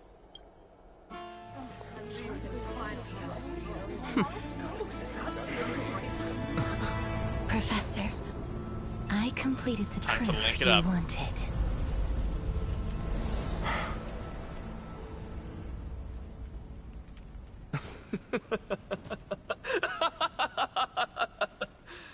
Thank you, Castorice. The answer is plain as day. My vote goes to the Flame Chase journey and nothing else! Elder Kindness, I have deciphered the truth of this world.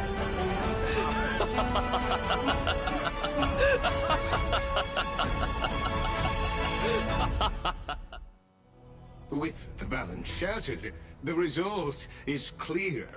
By carefully enter Lenten above, as the Theoros I have observed. No! Ligus, you can't! Anaxa, what have you done? Have you lost your mind? I hope you are prepared for the harsh punishment awaiting you. Mark my words, I will make sure that clever head of yours never forgets the price of betrayal.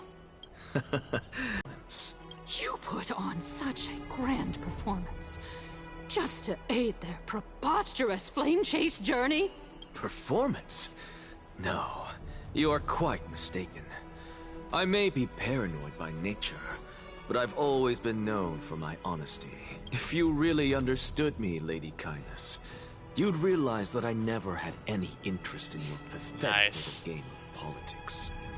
Factions, standpoints, they are jokes in my eyes. I have never once switched sides, because I, and I alone, am the truth. Lady Kindness, with all the citizens here as witnesses, we should honor the spirit of democracy and respect the decision of this assembly. I have observed that Akama has chosen her destiny. This citizens' assembly has resolved to continue the flame chase journey. This resolution shall be put up on the wall of heroes, such that all citizens are aware of the city's way forward. You! It seems not everyone is ready for the assembly to end. Very well. Let me entertain you for a little longer. By your leave, Lord Lycus. Interesting. Elders and citizens, your attention, please. Stay for a moment more, if you will. Anaxagoras of the Grove of Epiphany has an announcement for the Assembly. What is this performer up to now? Just moments ago, all of you made a decision on the fate of Amphoreus. As a supporter of the Flame Chase journey, it pleases me to see the choice you have made. But I regret to say that I still harbor doubts about this outcome. Thus, I hereby challenge this resolution. Tell me, who among you dare swear to Kefali's name that Era Nova will truly welcome the fairy tale ending that the Chrysos heirs have promised? A beautiful new world free of calamity and madness? Nonsense! What is he? No one? Must I pick somebody to answer? Very well. You, the one acting so wise and profound. In front of all present here, do you dare swear that it will happen for sure? No? Fine. Next. You, the one with ignorance written all over your face. Yes, you. Do you dare swear by it in front of the Titan? What are you trying to do? Useless. Your turn, then. With that smug look of yours, you must be confident that the Flame Chase journey is the best course to take, right? Hey! Mind your tongue! So, no one? I see. In that case, Finan, answer me this. Your speech was filled with such passion just now. How confident, then, are you in making this promise? Professor, what are you doing? Let him continue with his performance.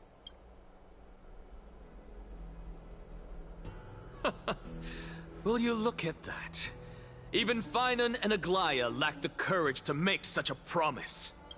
And what's even more absurd is that no one but I can promise you this new world. And yet, the Assembly passed the resolution anyway. It did, yeah. But you needn't worry, because I knew better than to trust you good-for-nothings. That is precisely why I am here today. To give you one final lecture. Now listen up and listen well. I, Anaxagoras of the Grove of Epiphany, hereby declare everything that the Flame Chase journey promises is true. Finan of Ides Elysiae, the prophesied demigod who shall succeed Kefali, will reforge each and every one of us in the new world with his complete, intact memories. What? The core flame-bearing titans were the Chrysos heirs of yesterday. And the Chrysos heirs who carry the core flames today will become the titans of tomorrow. All of our souls shall endure for eternity in the miracle of the World-Bearer. And all under Kefali's protection shall step into that new world.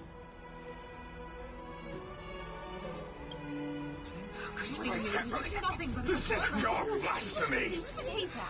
It's impossible! What?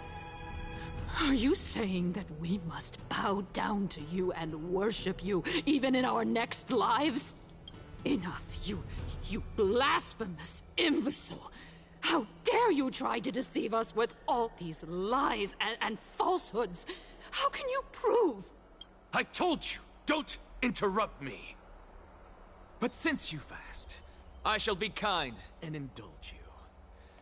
My statements are based on my experiments on the divine body of Kefali themselves. You heard me correctly, everyone.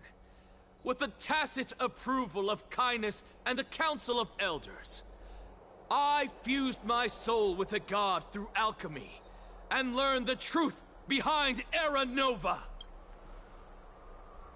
What is he talking about? Isn't that pure blasphemy? I, the vile, wretched blasphemer, deserve nothing less than death for my sins. And the Council of Elders, which granted me consent and aided in committing this atrocity, he's going should face down punishment with him. alongside me. By the gods, even kindness has betrayed Akuma. The Catholics. We're carefully involved.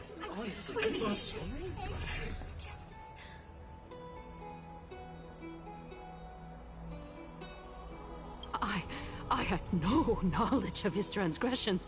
He did that on his own. The Council of Elders bears no responsibility for his actions. The perfect line to say it. Hook, line, and sinker. Lord Lygus, as the esteemed Theoros, are you going to simply stand by and allow the Council of Elders to be dragged through the mud? If the accusation is true, I will acknowledge it. If not, my conscience stands unburdened. Lady Kindness, the reputation of the Council of Elders was not built in a day, nor will it be shattered overnight. Repercussions await those who fool the people, and punishment must be meted out on those who abandon their vows. We should respect this beautiful city and her people. You... Lady Aglaea, the Gold Weaver, I humbly ask that you take on the responsibility of overseeing this judgment in the name of the fairness of Talantin and the justice of Kefali. Considering the circumstances, and in accordance with Akuma's codex as the only demigod among us, you shall rightfully wield this authority. The honor is mine to bear. How is this permitted? Elders and citizens, silence, if you please. Anaxagoras of the Grove of Epiphany has made his statement clear. As per Akuma's codex, I request all present citizens to stand with me in exercising the right of judgment. First, Elder Kindness of Akuma and Lygus the Theoros stand accused of neglecting their duties and abusing the law, leading to the egregious blasphemy against a god. In the names of Talantin and Kefali, Akuma is to form a committee before the 7th action hour to conduct an investigation and disclose the findings to the public for subsequent judgment. That's strike one. Yes! That's what we deserve! Curse you! Now, concerning Anaxagoras of the Grove of Epiphany, he has confessed to grave blasphemy against Kefali. In the names of Talantin and Kefali, the accused must be allowed to hear the people's voice prior to the execution, for a chance at a reduced sentence and possible pardon.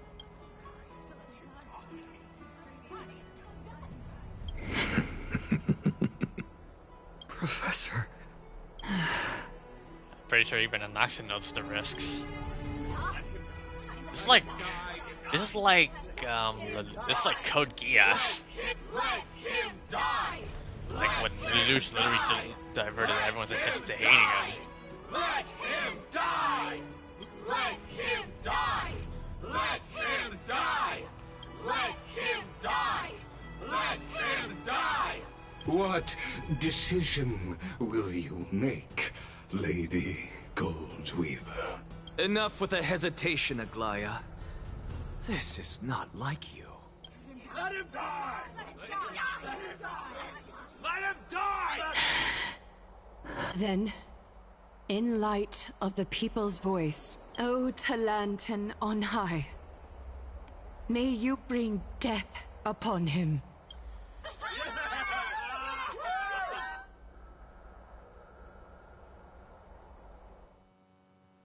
Trailblaze's point of view.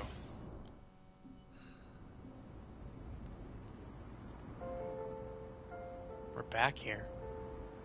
A sea of flowers? What is this place?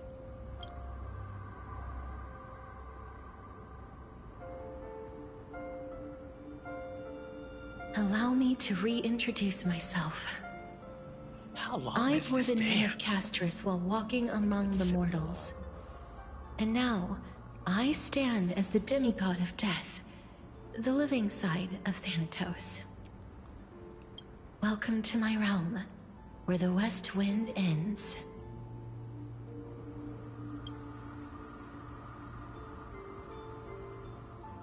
It's a beautiful place. Every departed soul who has arrived here has expressed the same. Did you know? Every flower here was planted by Thanatos himself. These flowers were originally both lifeless and immortal, but in the first rain brought by the River of Souls, they were given new life, flourishing as the bearers of countless souls. And it is my duty as the Master of Death to tend to their well-being and foster their growth in this serene haven. Similar to the structured cycle of life and death in the mortal world, these flowers too shall wither and fade, returning to the earth and then ascending to the sky with mist and tides. Eventually, they will descend to the mortal land as gentle rain. Every soul undergoes the perpetual cycle of reincarnation, albeit in varied forms, until the world meets its end.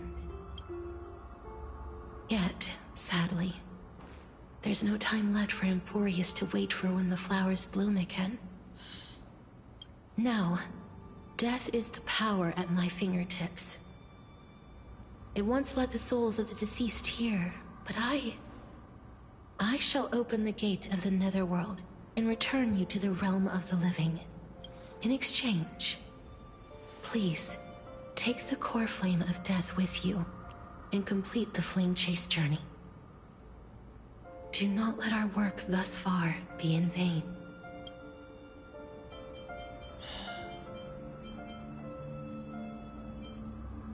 You're not going back?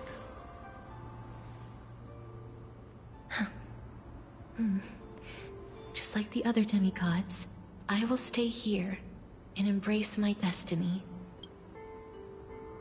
That being said, it is not easy to guide a lost soul back to the mortal realm.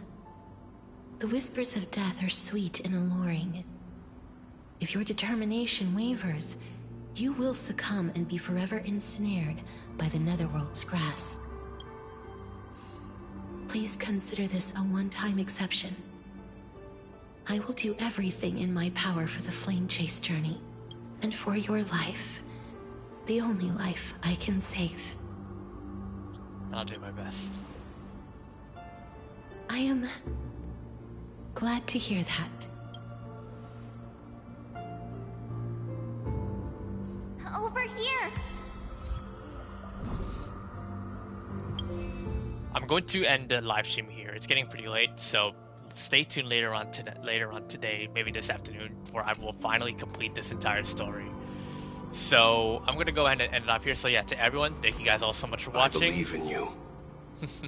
If you guys do enjoy the content and like what you see, leave a like and subscribe to the channel. That will be greatly appreciated. We're on the road to 2K subs, and I appreciate every single one of you guys sticking around to this video. So it definitely means a lot, and I truly appreciate all your support, everyone. As I said before, coming up next, stay tuned later on this afternoon. I will wrap up this entire story and maybe do some additional grinding with the brand new event. So make sure you guys stay tuned for that. Once again, 3.2 is finally live. The new characters Castorice is now out, and soon Anaxa in the second half banners. And yeah, this is indeed the second anniversary for Honkai Star Rail. Alright everyone, thank you guys all so much for watching, and I will see you all next time, everybody. Peace out, and take care. Keep at it.